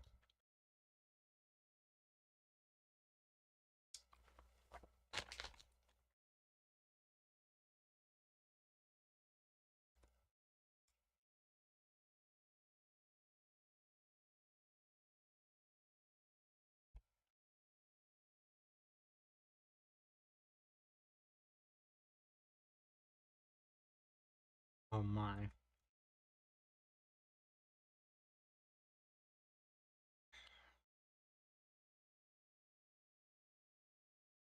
I mean, like, at this angle, like, ooh, yeah.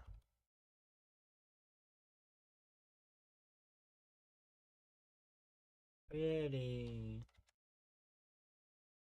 Okay, we need, like, a real color here. So if we go to particle types and grab sand particle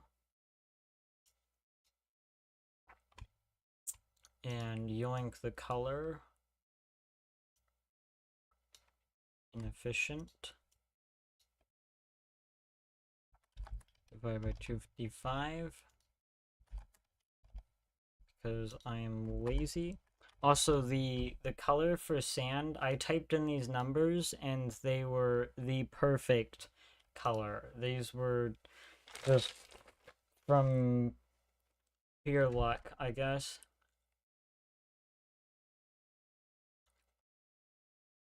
Alright, so we did not get a sand color.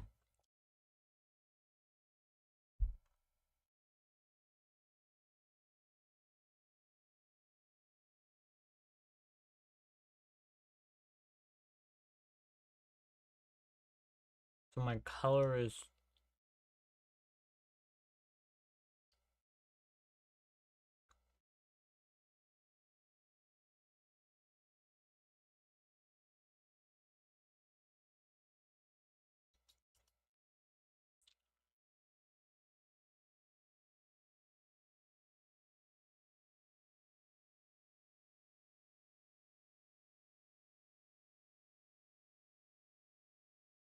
Why is it just black?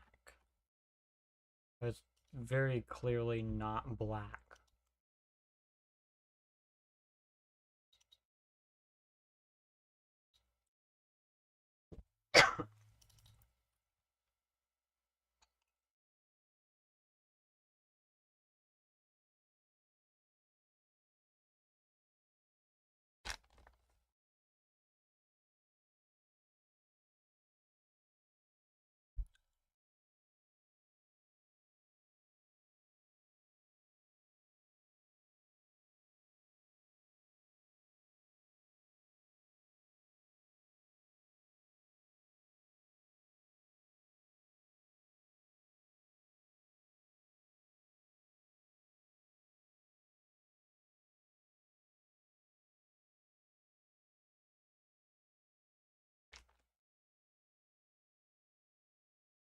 Weird.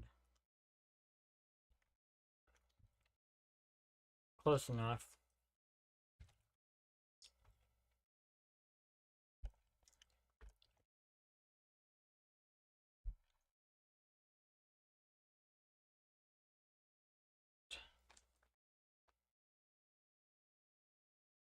Got some dumb shading. Wasn't this supposed to be like negative?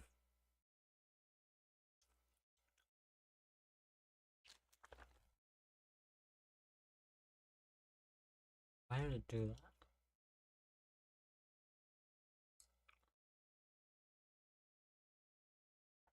Some weird like flashlight.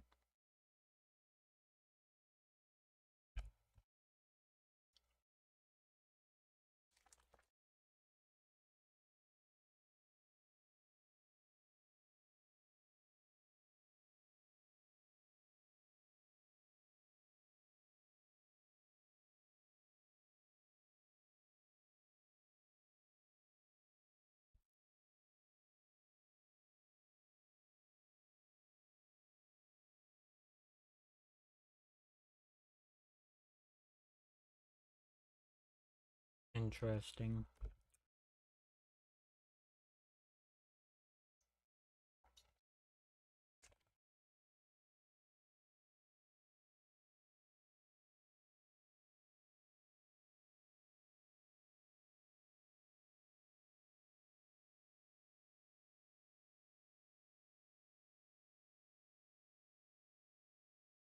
Well, it's good to see there's a little bit of color back now.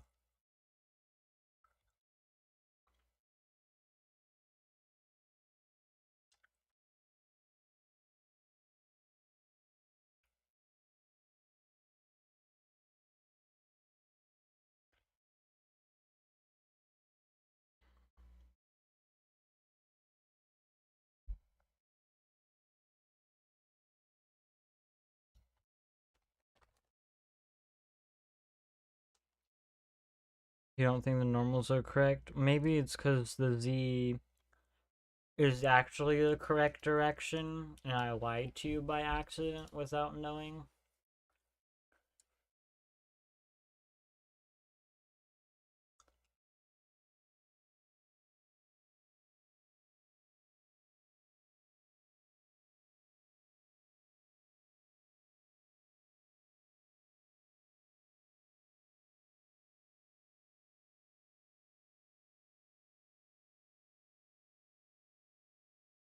Let's see.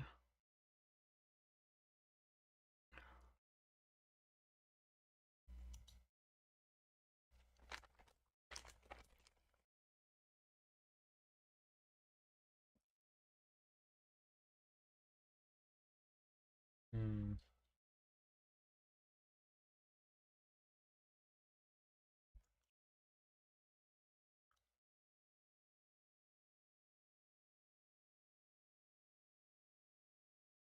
Trying to try all 70 something. My god, that's so annoying. I need to figure that out now.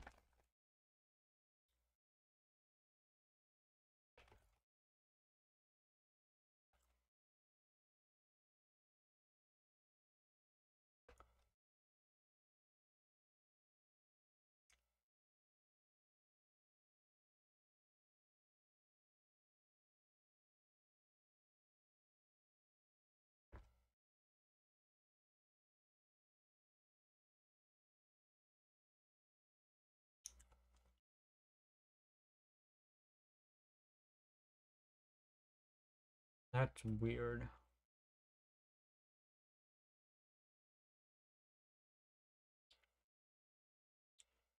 So it's just this one. And you see like the chunk there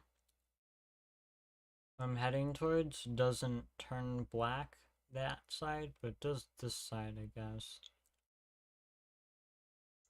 Those two do.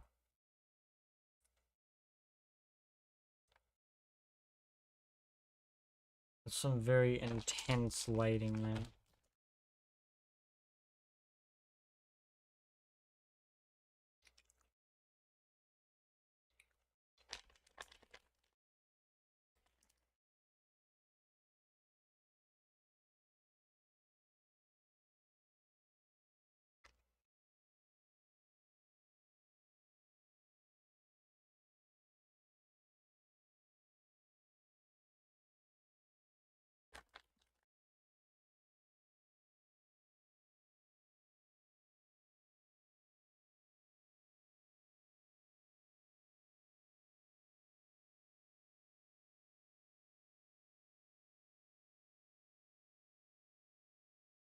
We might have both issues for reference.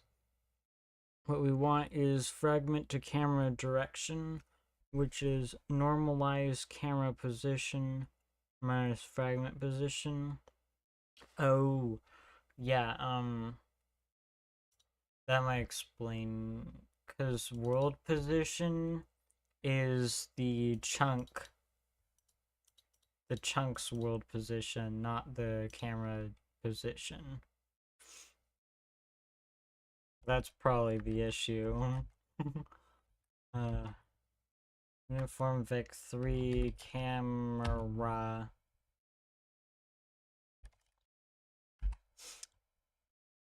I need to actually, like,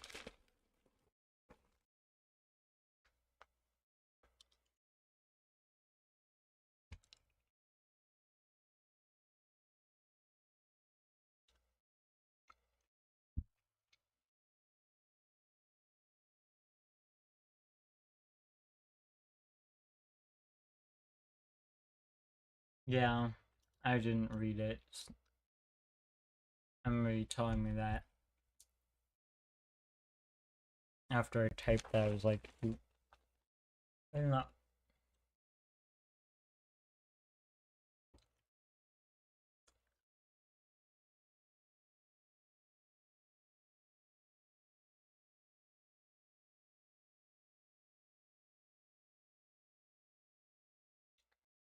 So you want normalize camera position minus fragment position.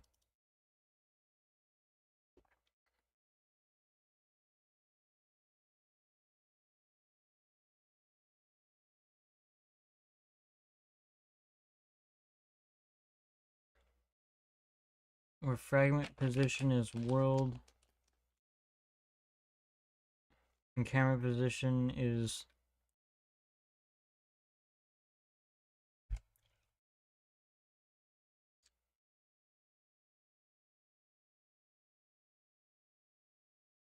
so is this right?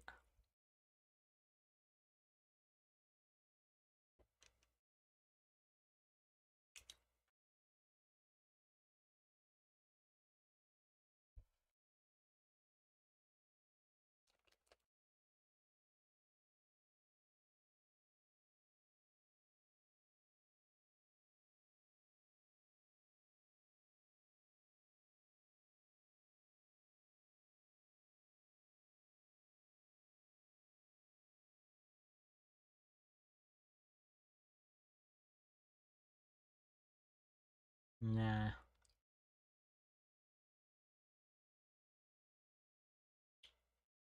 I wonder if his particle scale has any effect on things.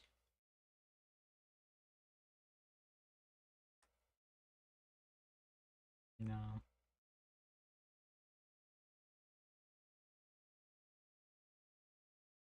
Cheap viewers. Let's not.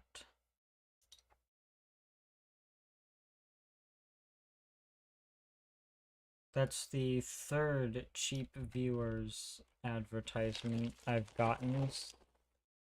Or is it the fourth? I don't remember.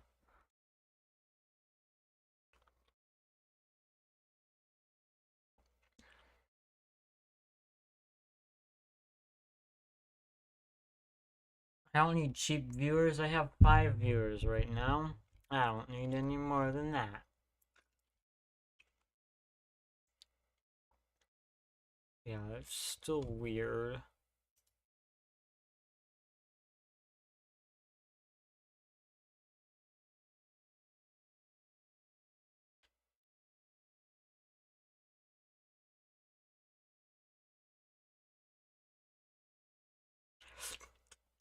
Alright, I should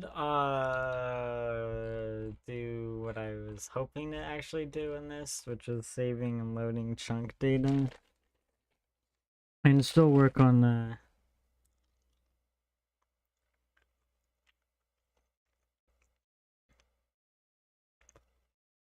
yeah.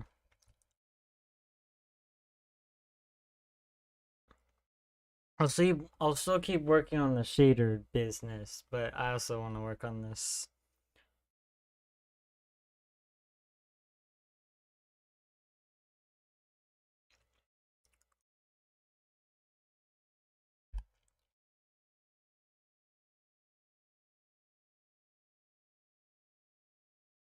So I need to remember to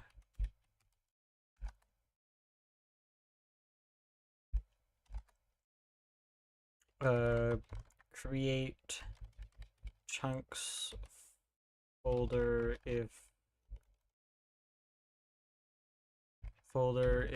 it does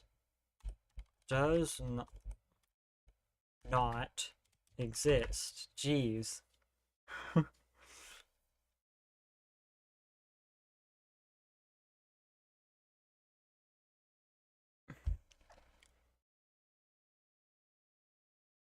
Okay.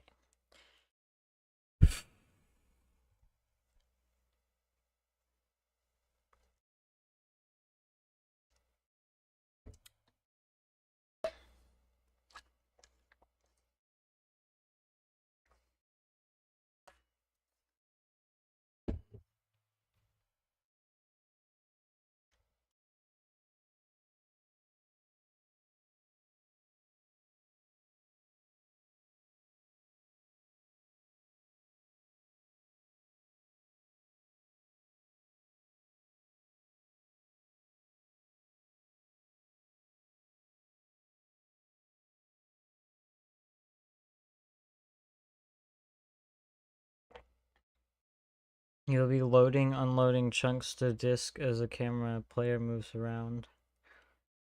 That's what happens right now, but obviously I would like to optimize that a bit more than just keep a 5x5 around the player always loaded. Because obviously it's probably not the best.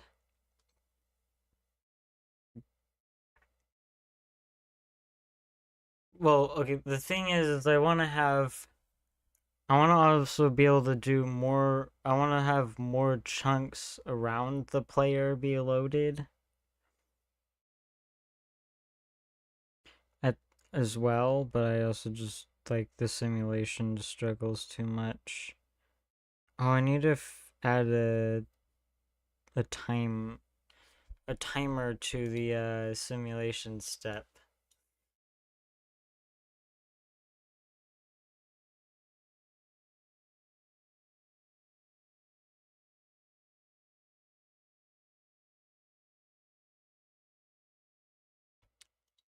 Okay, so I create a vector of bytes. I mim copy. Jeez.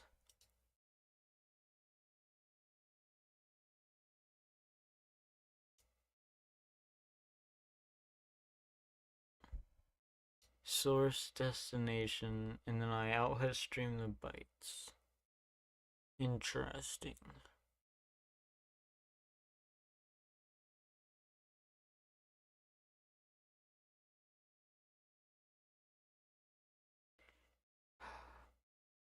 Is there a way that I can standard mode file? Is there a way I can open a file and write some bytes, do some stuff, write some more bytes, do some stuff, rather than like shoving all the bytes in a thing and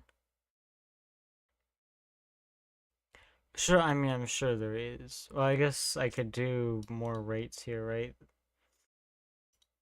Let's look on standard reference.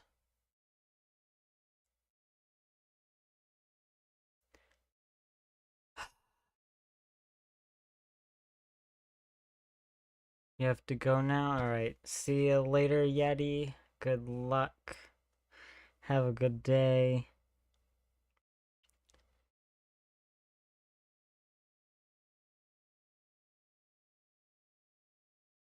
Should I play My Summer Car on here? It's 3 a.m. where I'm at right now. What? I think Yeti, like, just woke up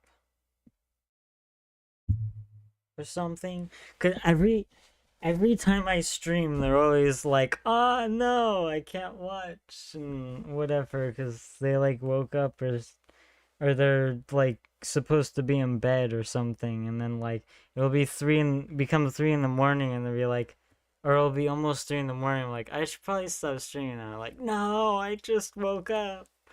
So I or something like that. So but yeah, it's time zones. All right. After constructing blah blah blah.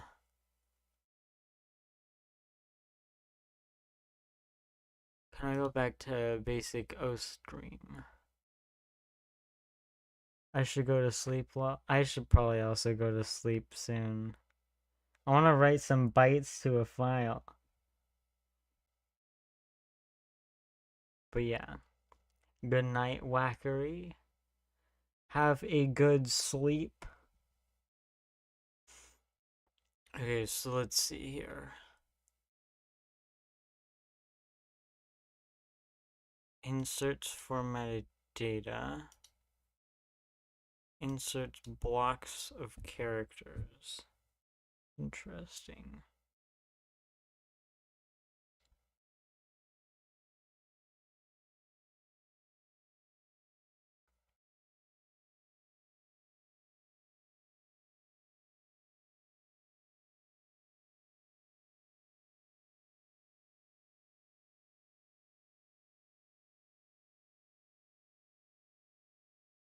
I always just love doing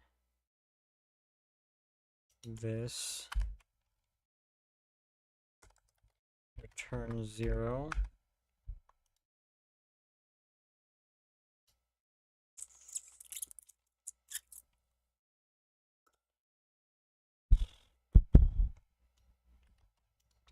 I'll go ahead and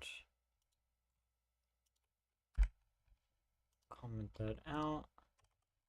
Paste this in here. I don't want any of that.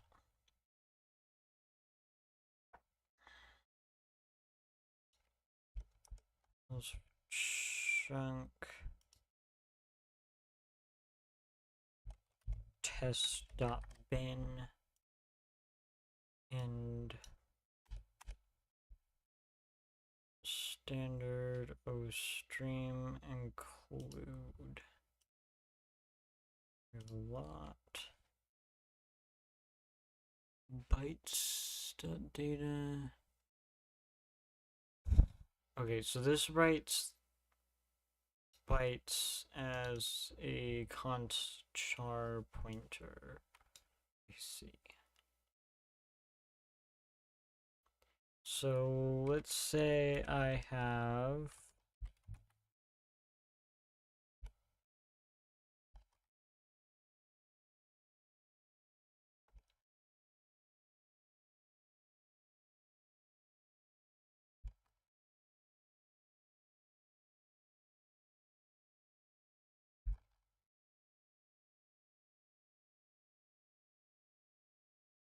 one, two, three.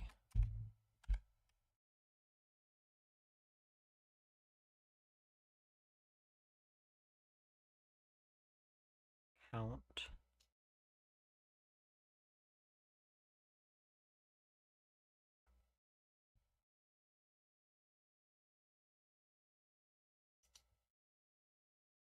Do we have an example on here? We do not.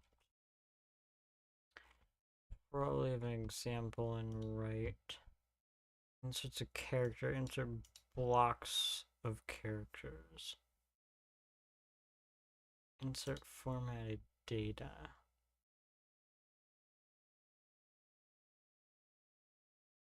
I see.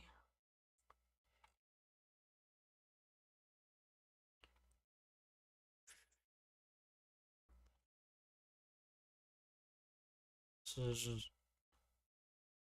CL.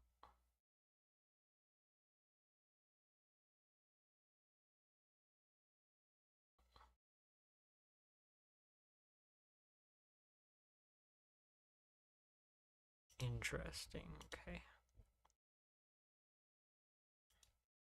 Just get rid of that.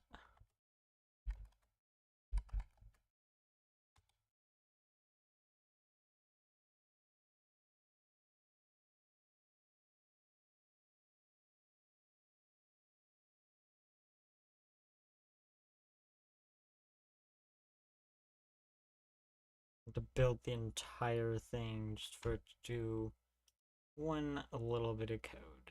Okay. We need to actually create the folder.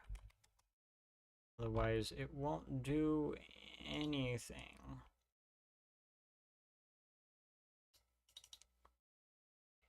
And we in fact got gibberish. No, we actually got 1, 2, 3. Oh, we got those as...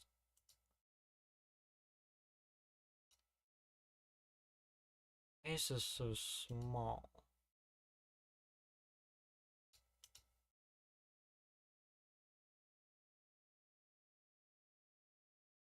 Those are text characters though, didn't we?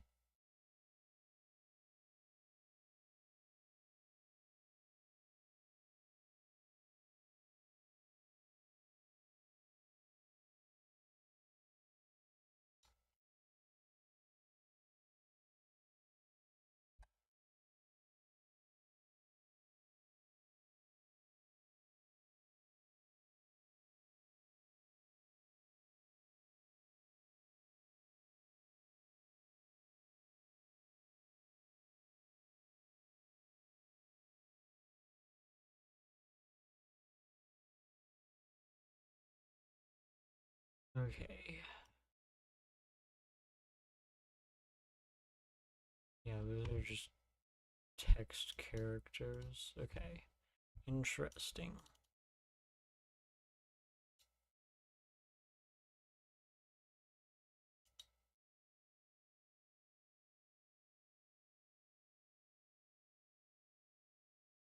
Okay, I can stay a bit longer. Alright, alright.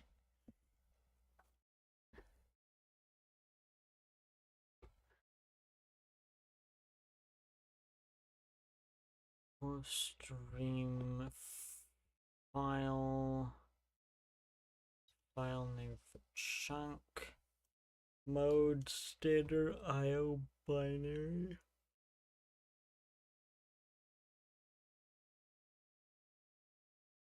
Okay, what are the modes?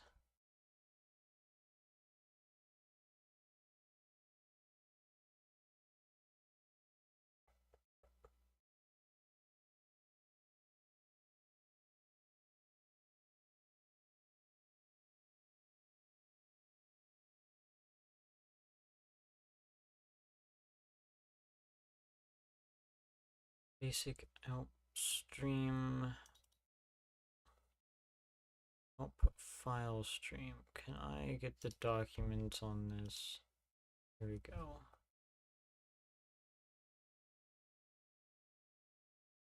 Open, close.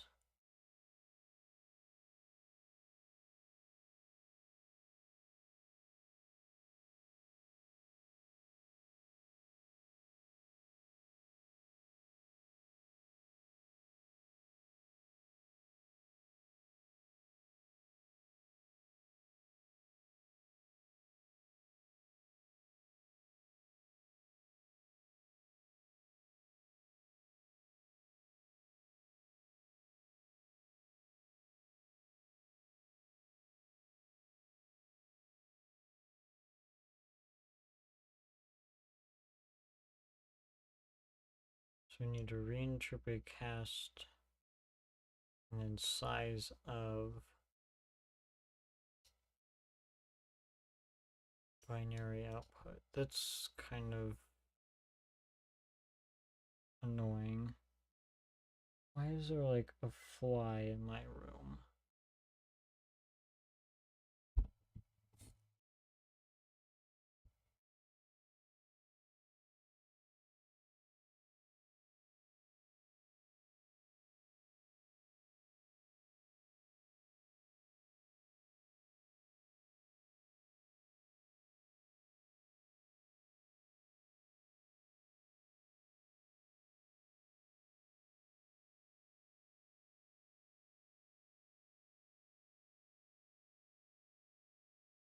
All right. Sorry,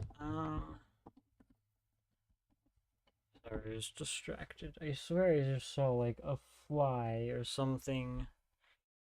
Okay, so we need to do this to write binary. I don't care about reading at the moment, but it's good to know. Okay.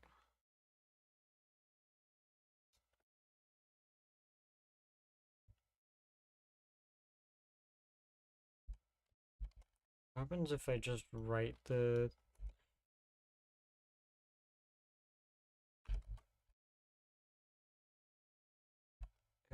Why would you use sizer without parentheses? File...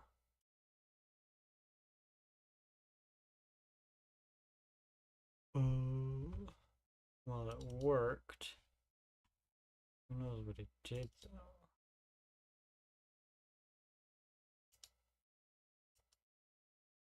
Okay, so I think LE and we're assigned integer. Don't go in here. So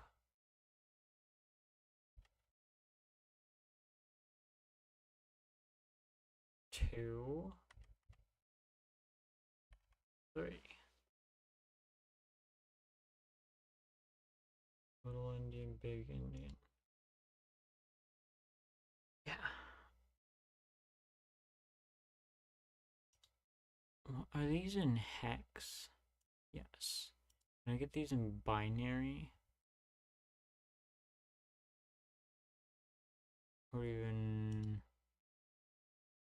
decimal?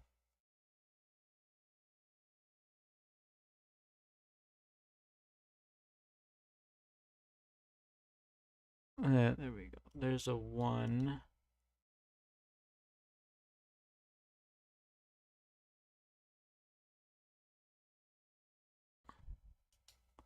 There's our 2.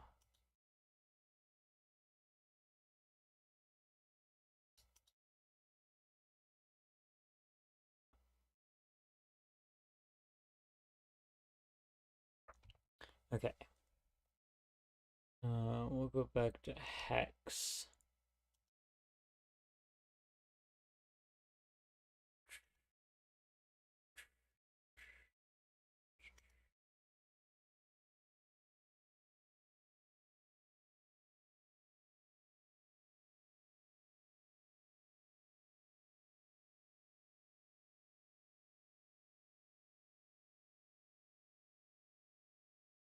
Okay, so pretty easy to just write the IVEC.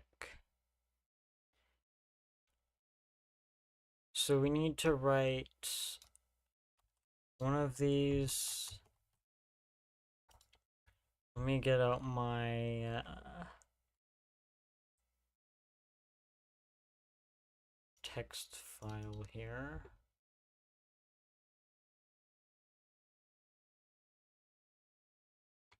So we have dimensions, which would be 64 by 64 by 64. This is also a UVEC.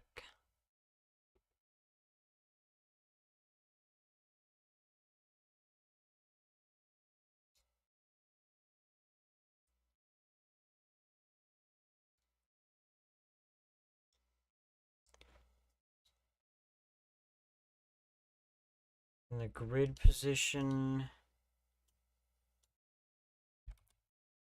And then we gotta do the update queue and all that. We probably want to write all that garbage gobble goo.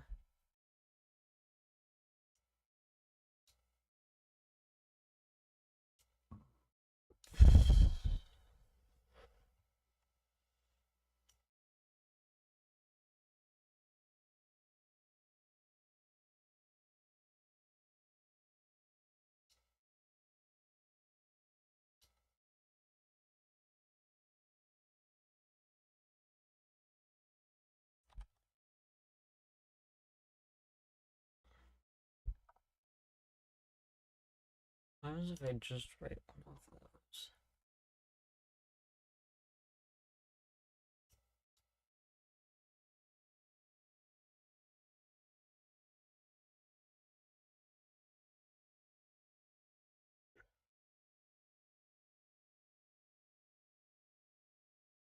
Let me find my bin file.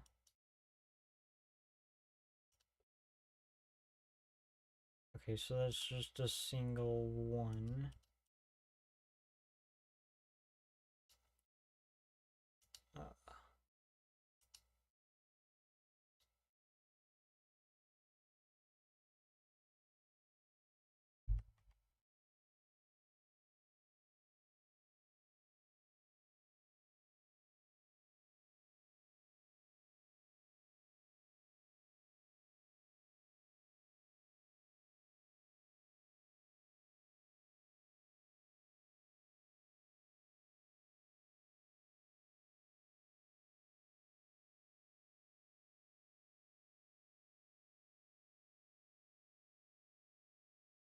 Okay, and then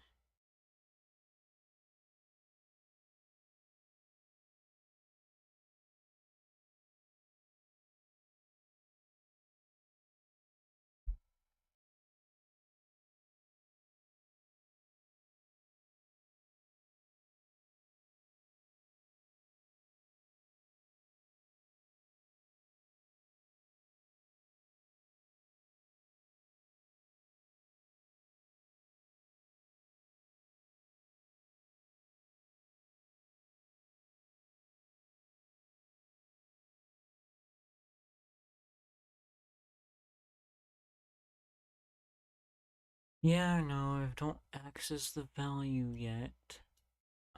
There is something flying around in here.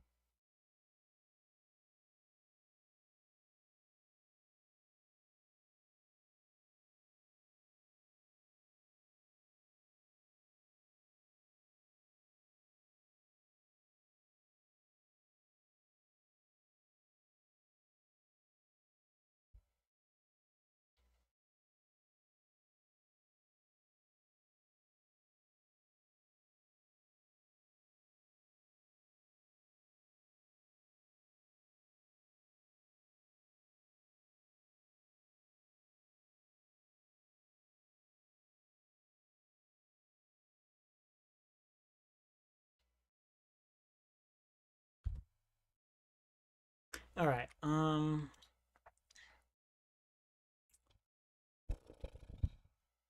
let's close that so I have a little bit of extra space.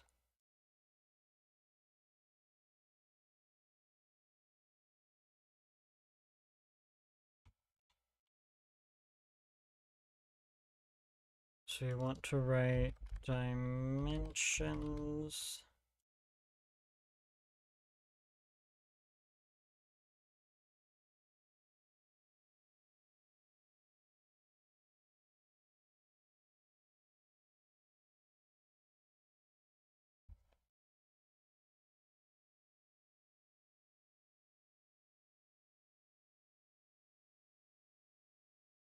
in the grid position.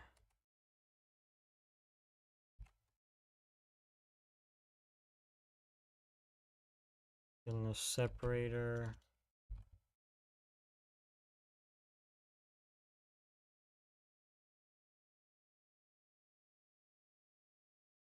Const. Not.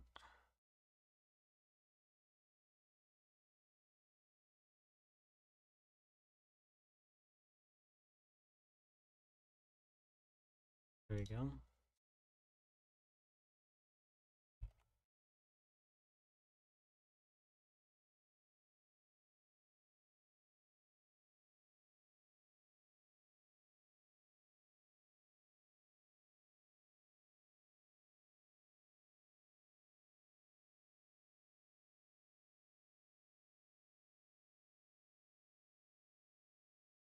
Can I reload this?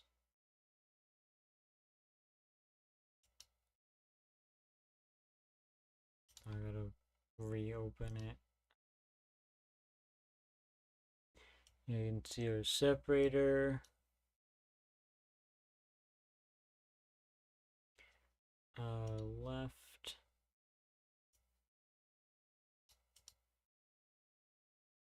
So there's our 64 by 64 by 64.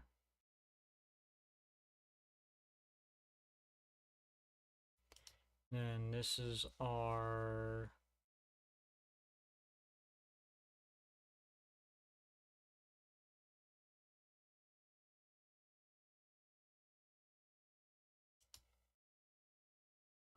grid position.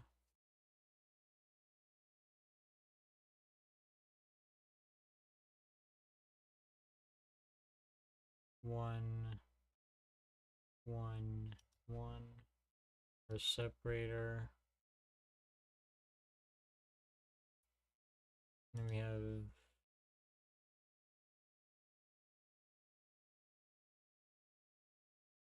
I guess I should make that all four, all 8 Fs, not 4. 2, 3, 4.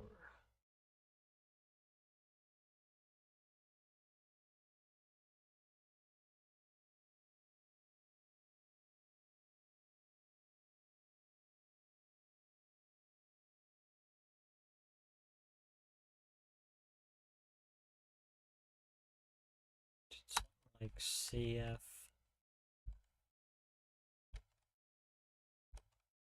Just to be funny. I don't know. It doesn't really matter what this is. Just needs to be something that we can interpret as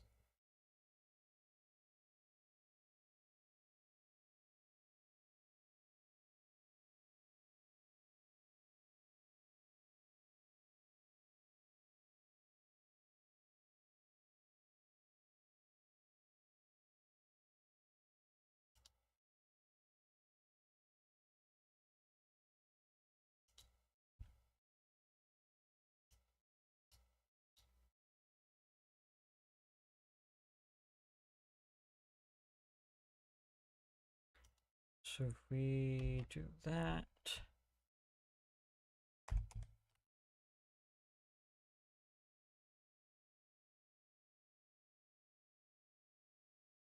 Now I'm just messing around.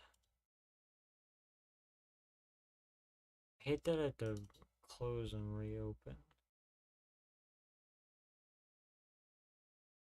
Okay, I see. Just trying to make this so it's like lined up.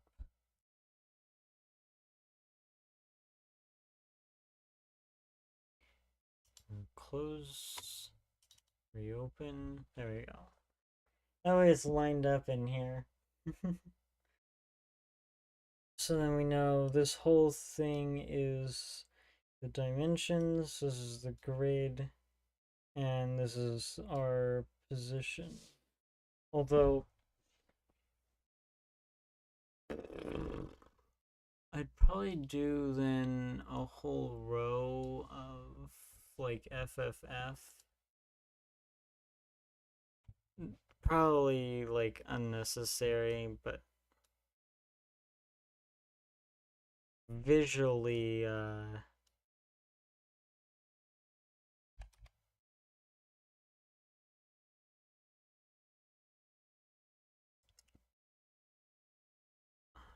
dimension separator grids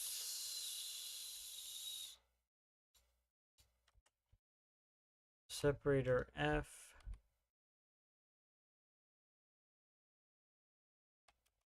Actually, I want that for that. Then you separator FFF.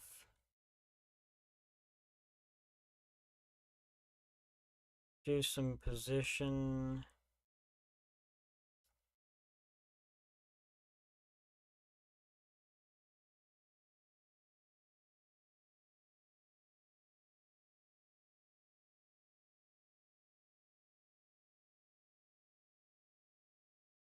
Then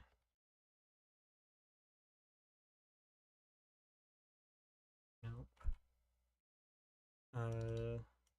Do this again. Not that. Just do that.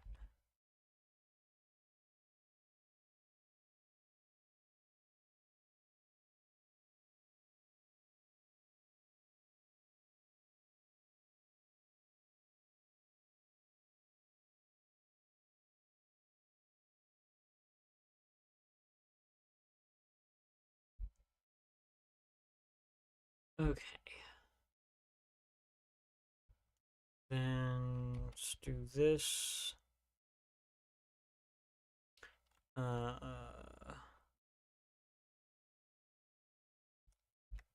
Vertical type. Say like 2. Size of unsigned.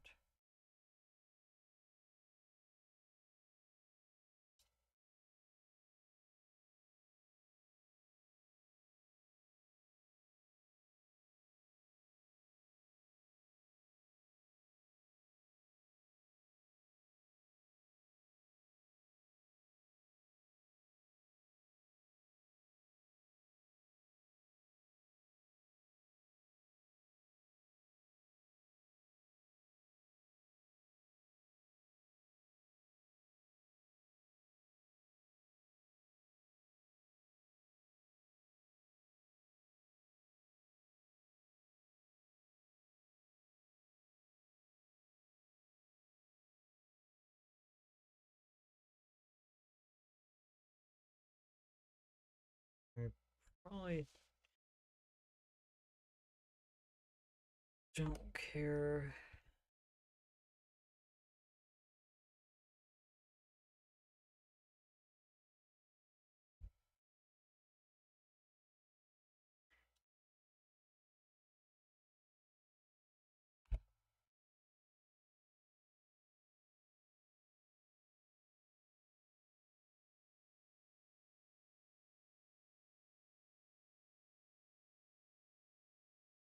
That looks amazing. Look at that. We've made our very own file format just for saving falling sand simulation data. Not that it was that hard, but yes, if we do this 64 by 64 by 64, and we have our random CF. Why am I not getting FFFs there?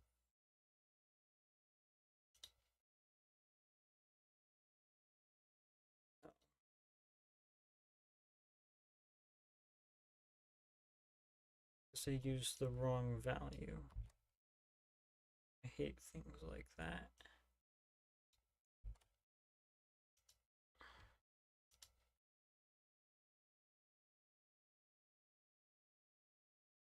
There we go. Now that's what I'm talking about right there. And this is our integer 12. Oh, it's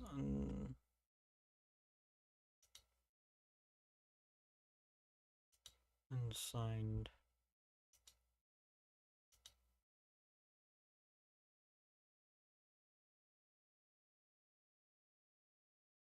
So you can see 3, 3, 3, and then our 2.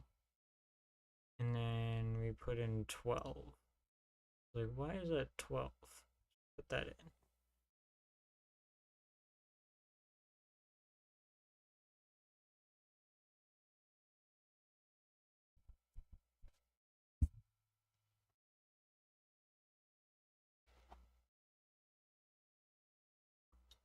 Oh, you can actually select this. A long, a word, a byte is an integer.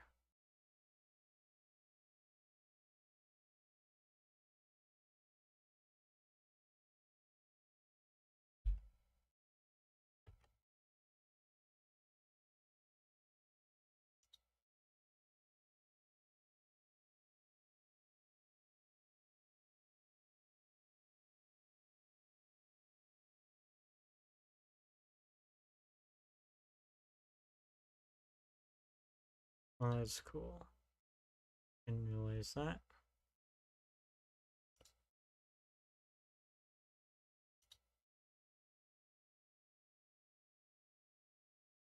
I need a better, like, hex editor. We can close this. Cancel. No.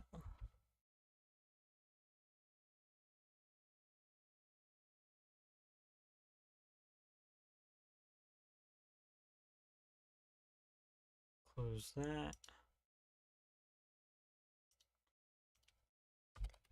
Hex. Binary editor.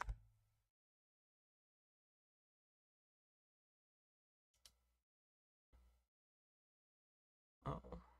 I don't want an online thing.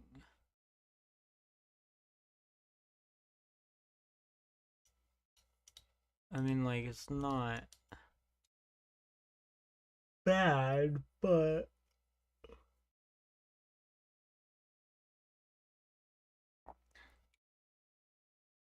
I want like an download thing. I don't know what's good or not.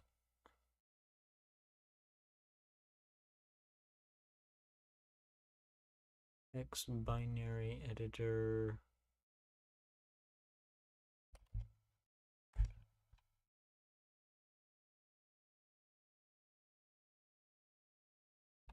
What are good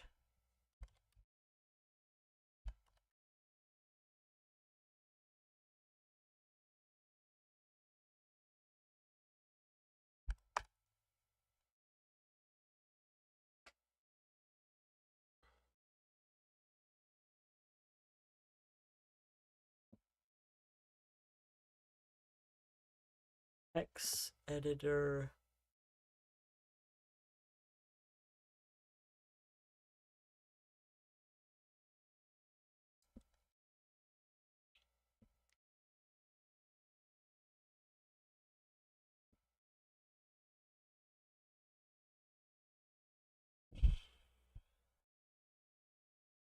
Okay. Okay.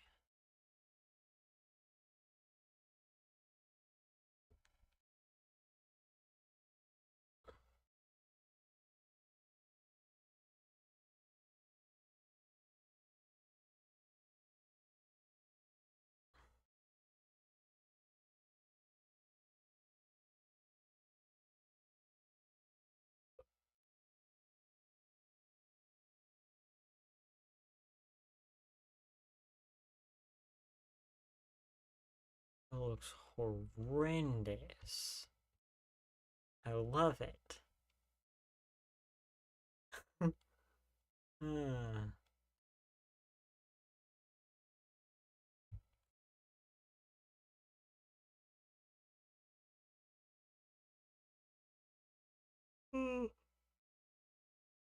Hex editor Neo.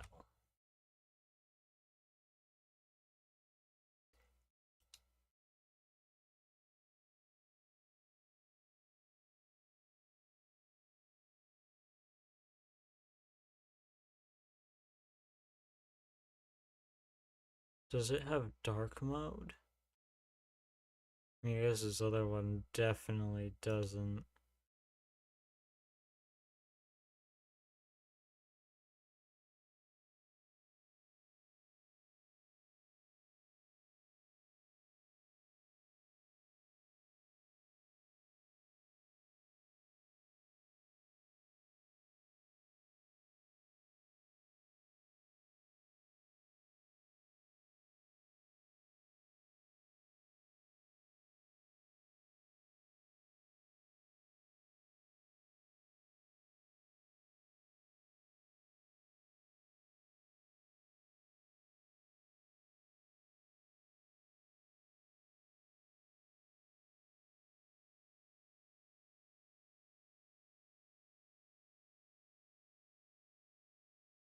Hmm.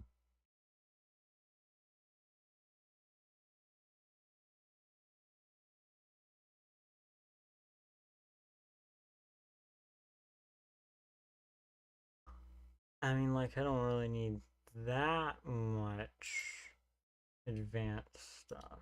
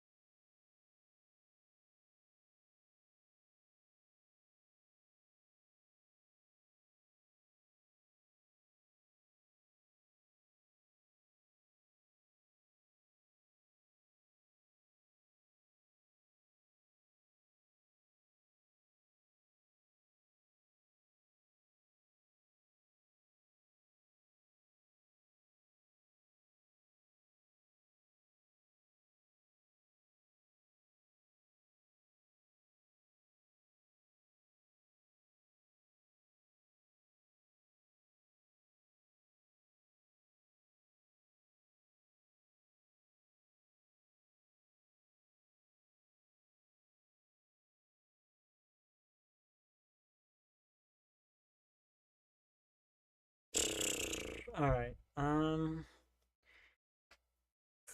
I am getting tired. It's 4 a.m. So I am going to end the stream there for the night. Let me restore main to its functionality. So I have a good place to stop for the night or day. Uh, I it didn't really accomplish that much. I mean, I added color back, but I feel like that's a little cheating because technically I didn't. Because water is also yellow. I just forced the color with the shader. But yeah, didn't really accomplish too much, but I had a good time. Thank you all for the help. Especially the chatters. So thank you and good night. I shall look. Water's moving around. Was interesting debugging. Thanks for the stream. Yeah, no problem. Don't forget to follow and like and subscribe if you're on YouTube. I forgot I was even streaming to YouTube. Oof. But yeah, thank you all. I should go to bed because I'm pretty much falling asleep right now. All right. I might stream this weekend as well. Just keep an eye out. Um, Hopefully I can actually get the file saving and loading done. I mean, technically I've already pretty much gotten it. I just need to actually make this not what it looks like to write these things. And I don't need to be like specific about it like I'm being, but other than that, I'm so tired. Also, the code is on GitHub, and you are free to look at it or send pull requests or whatever you wish to do, I guess. Sent the link in the chat. But yeah, okay. I said thank you like 10 times now. Good night. Okay. Now I gotta figure out how to end the stream. Where's the button for that?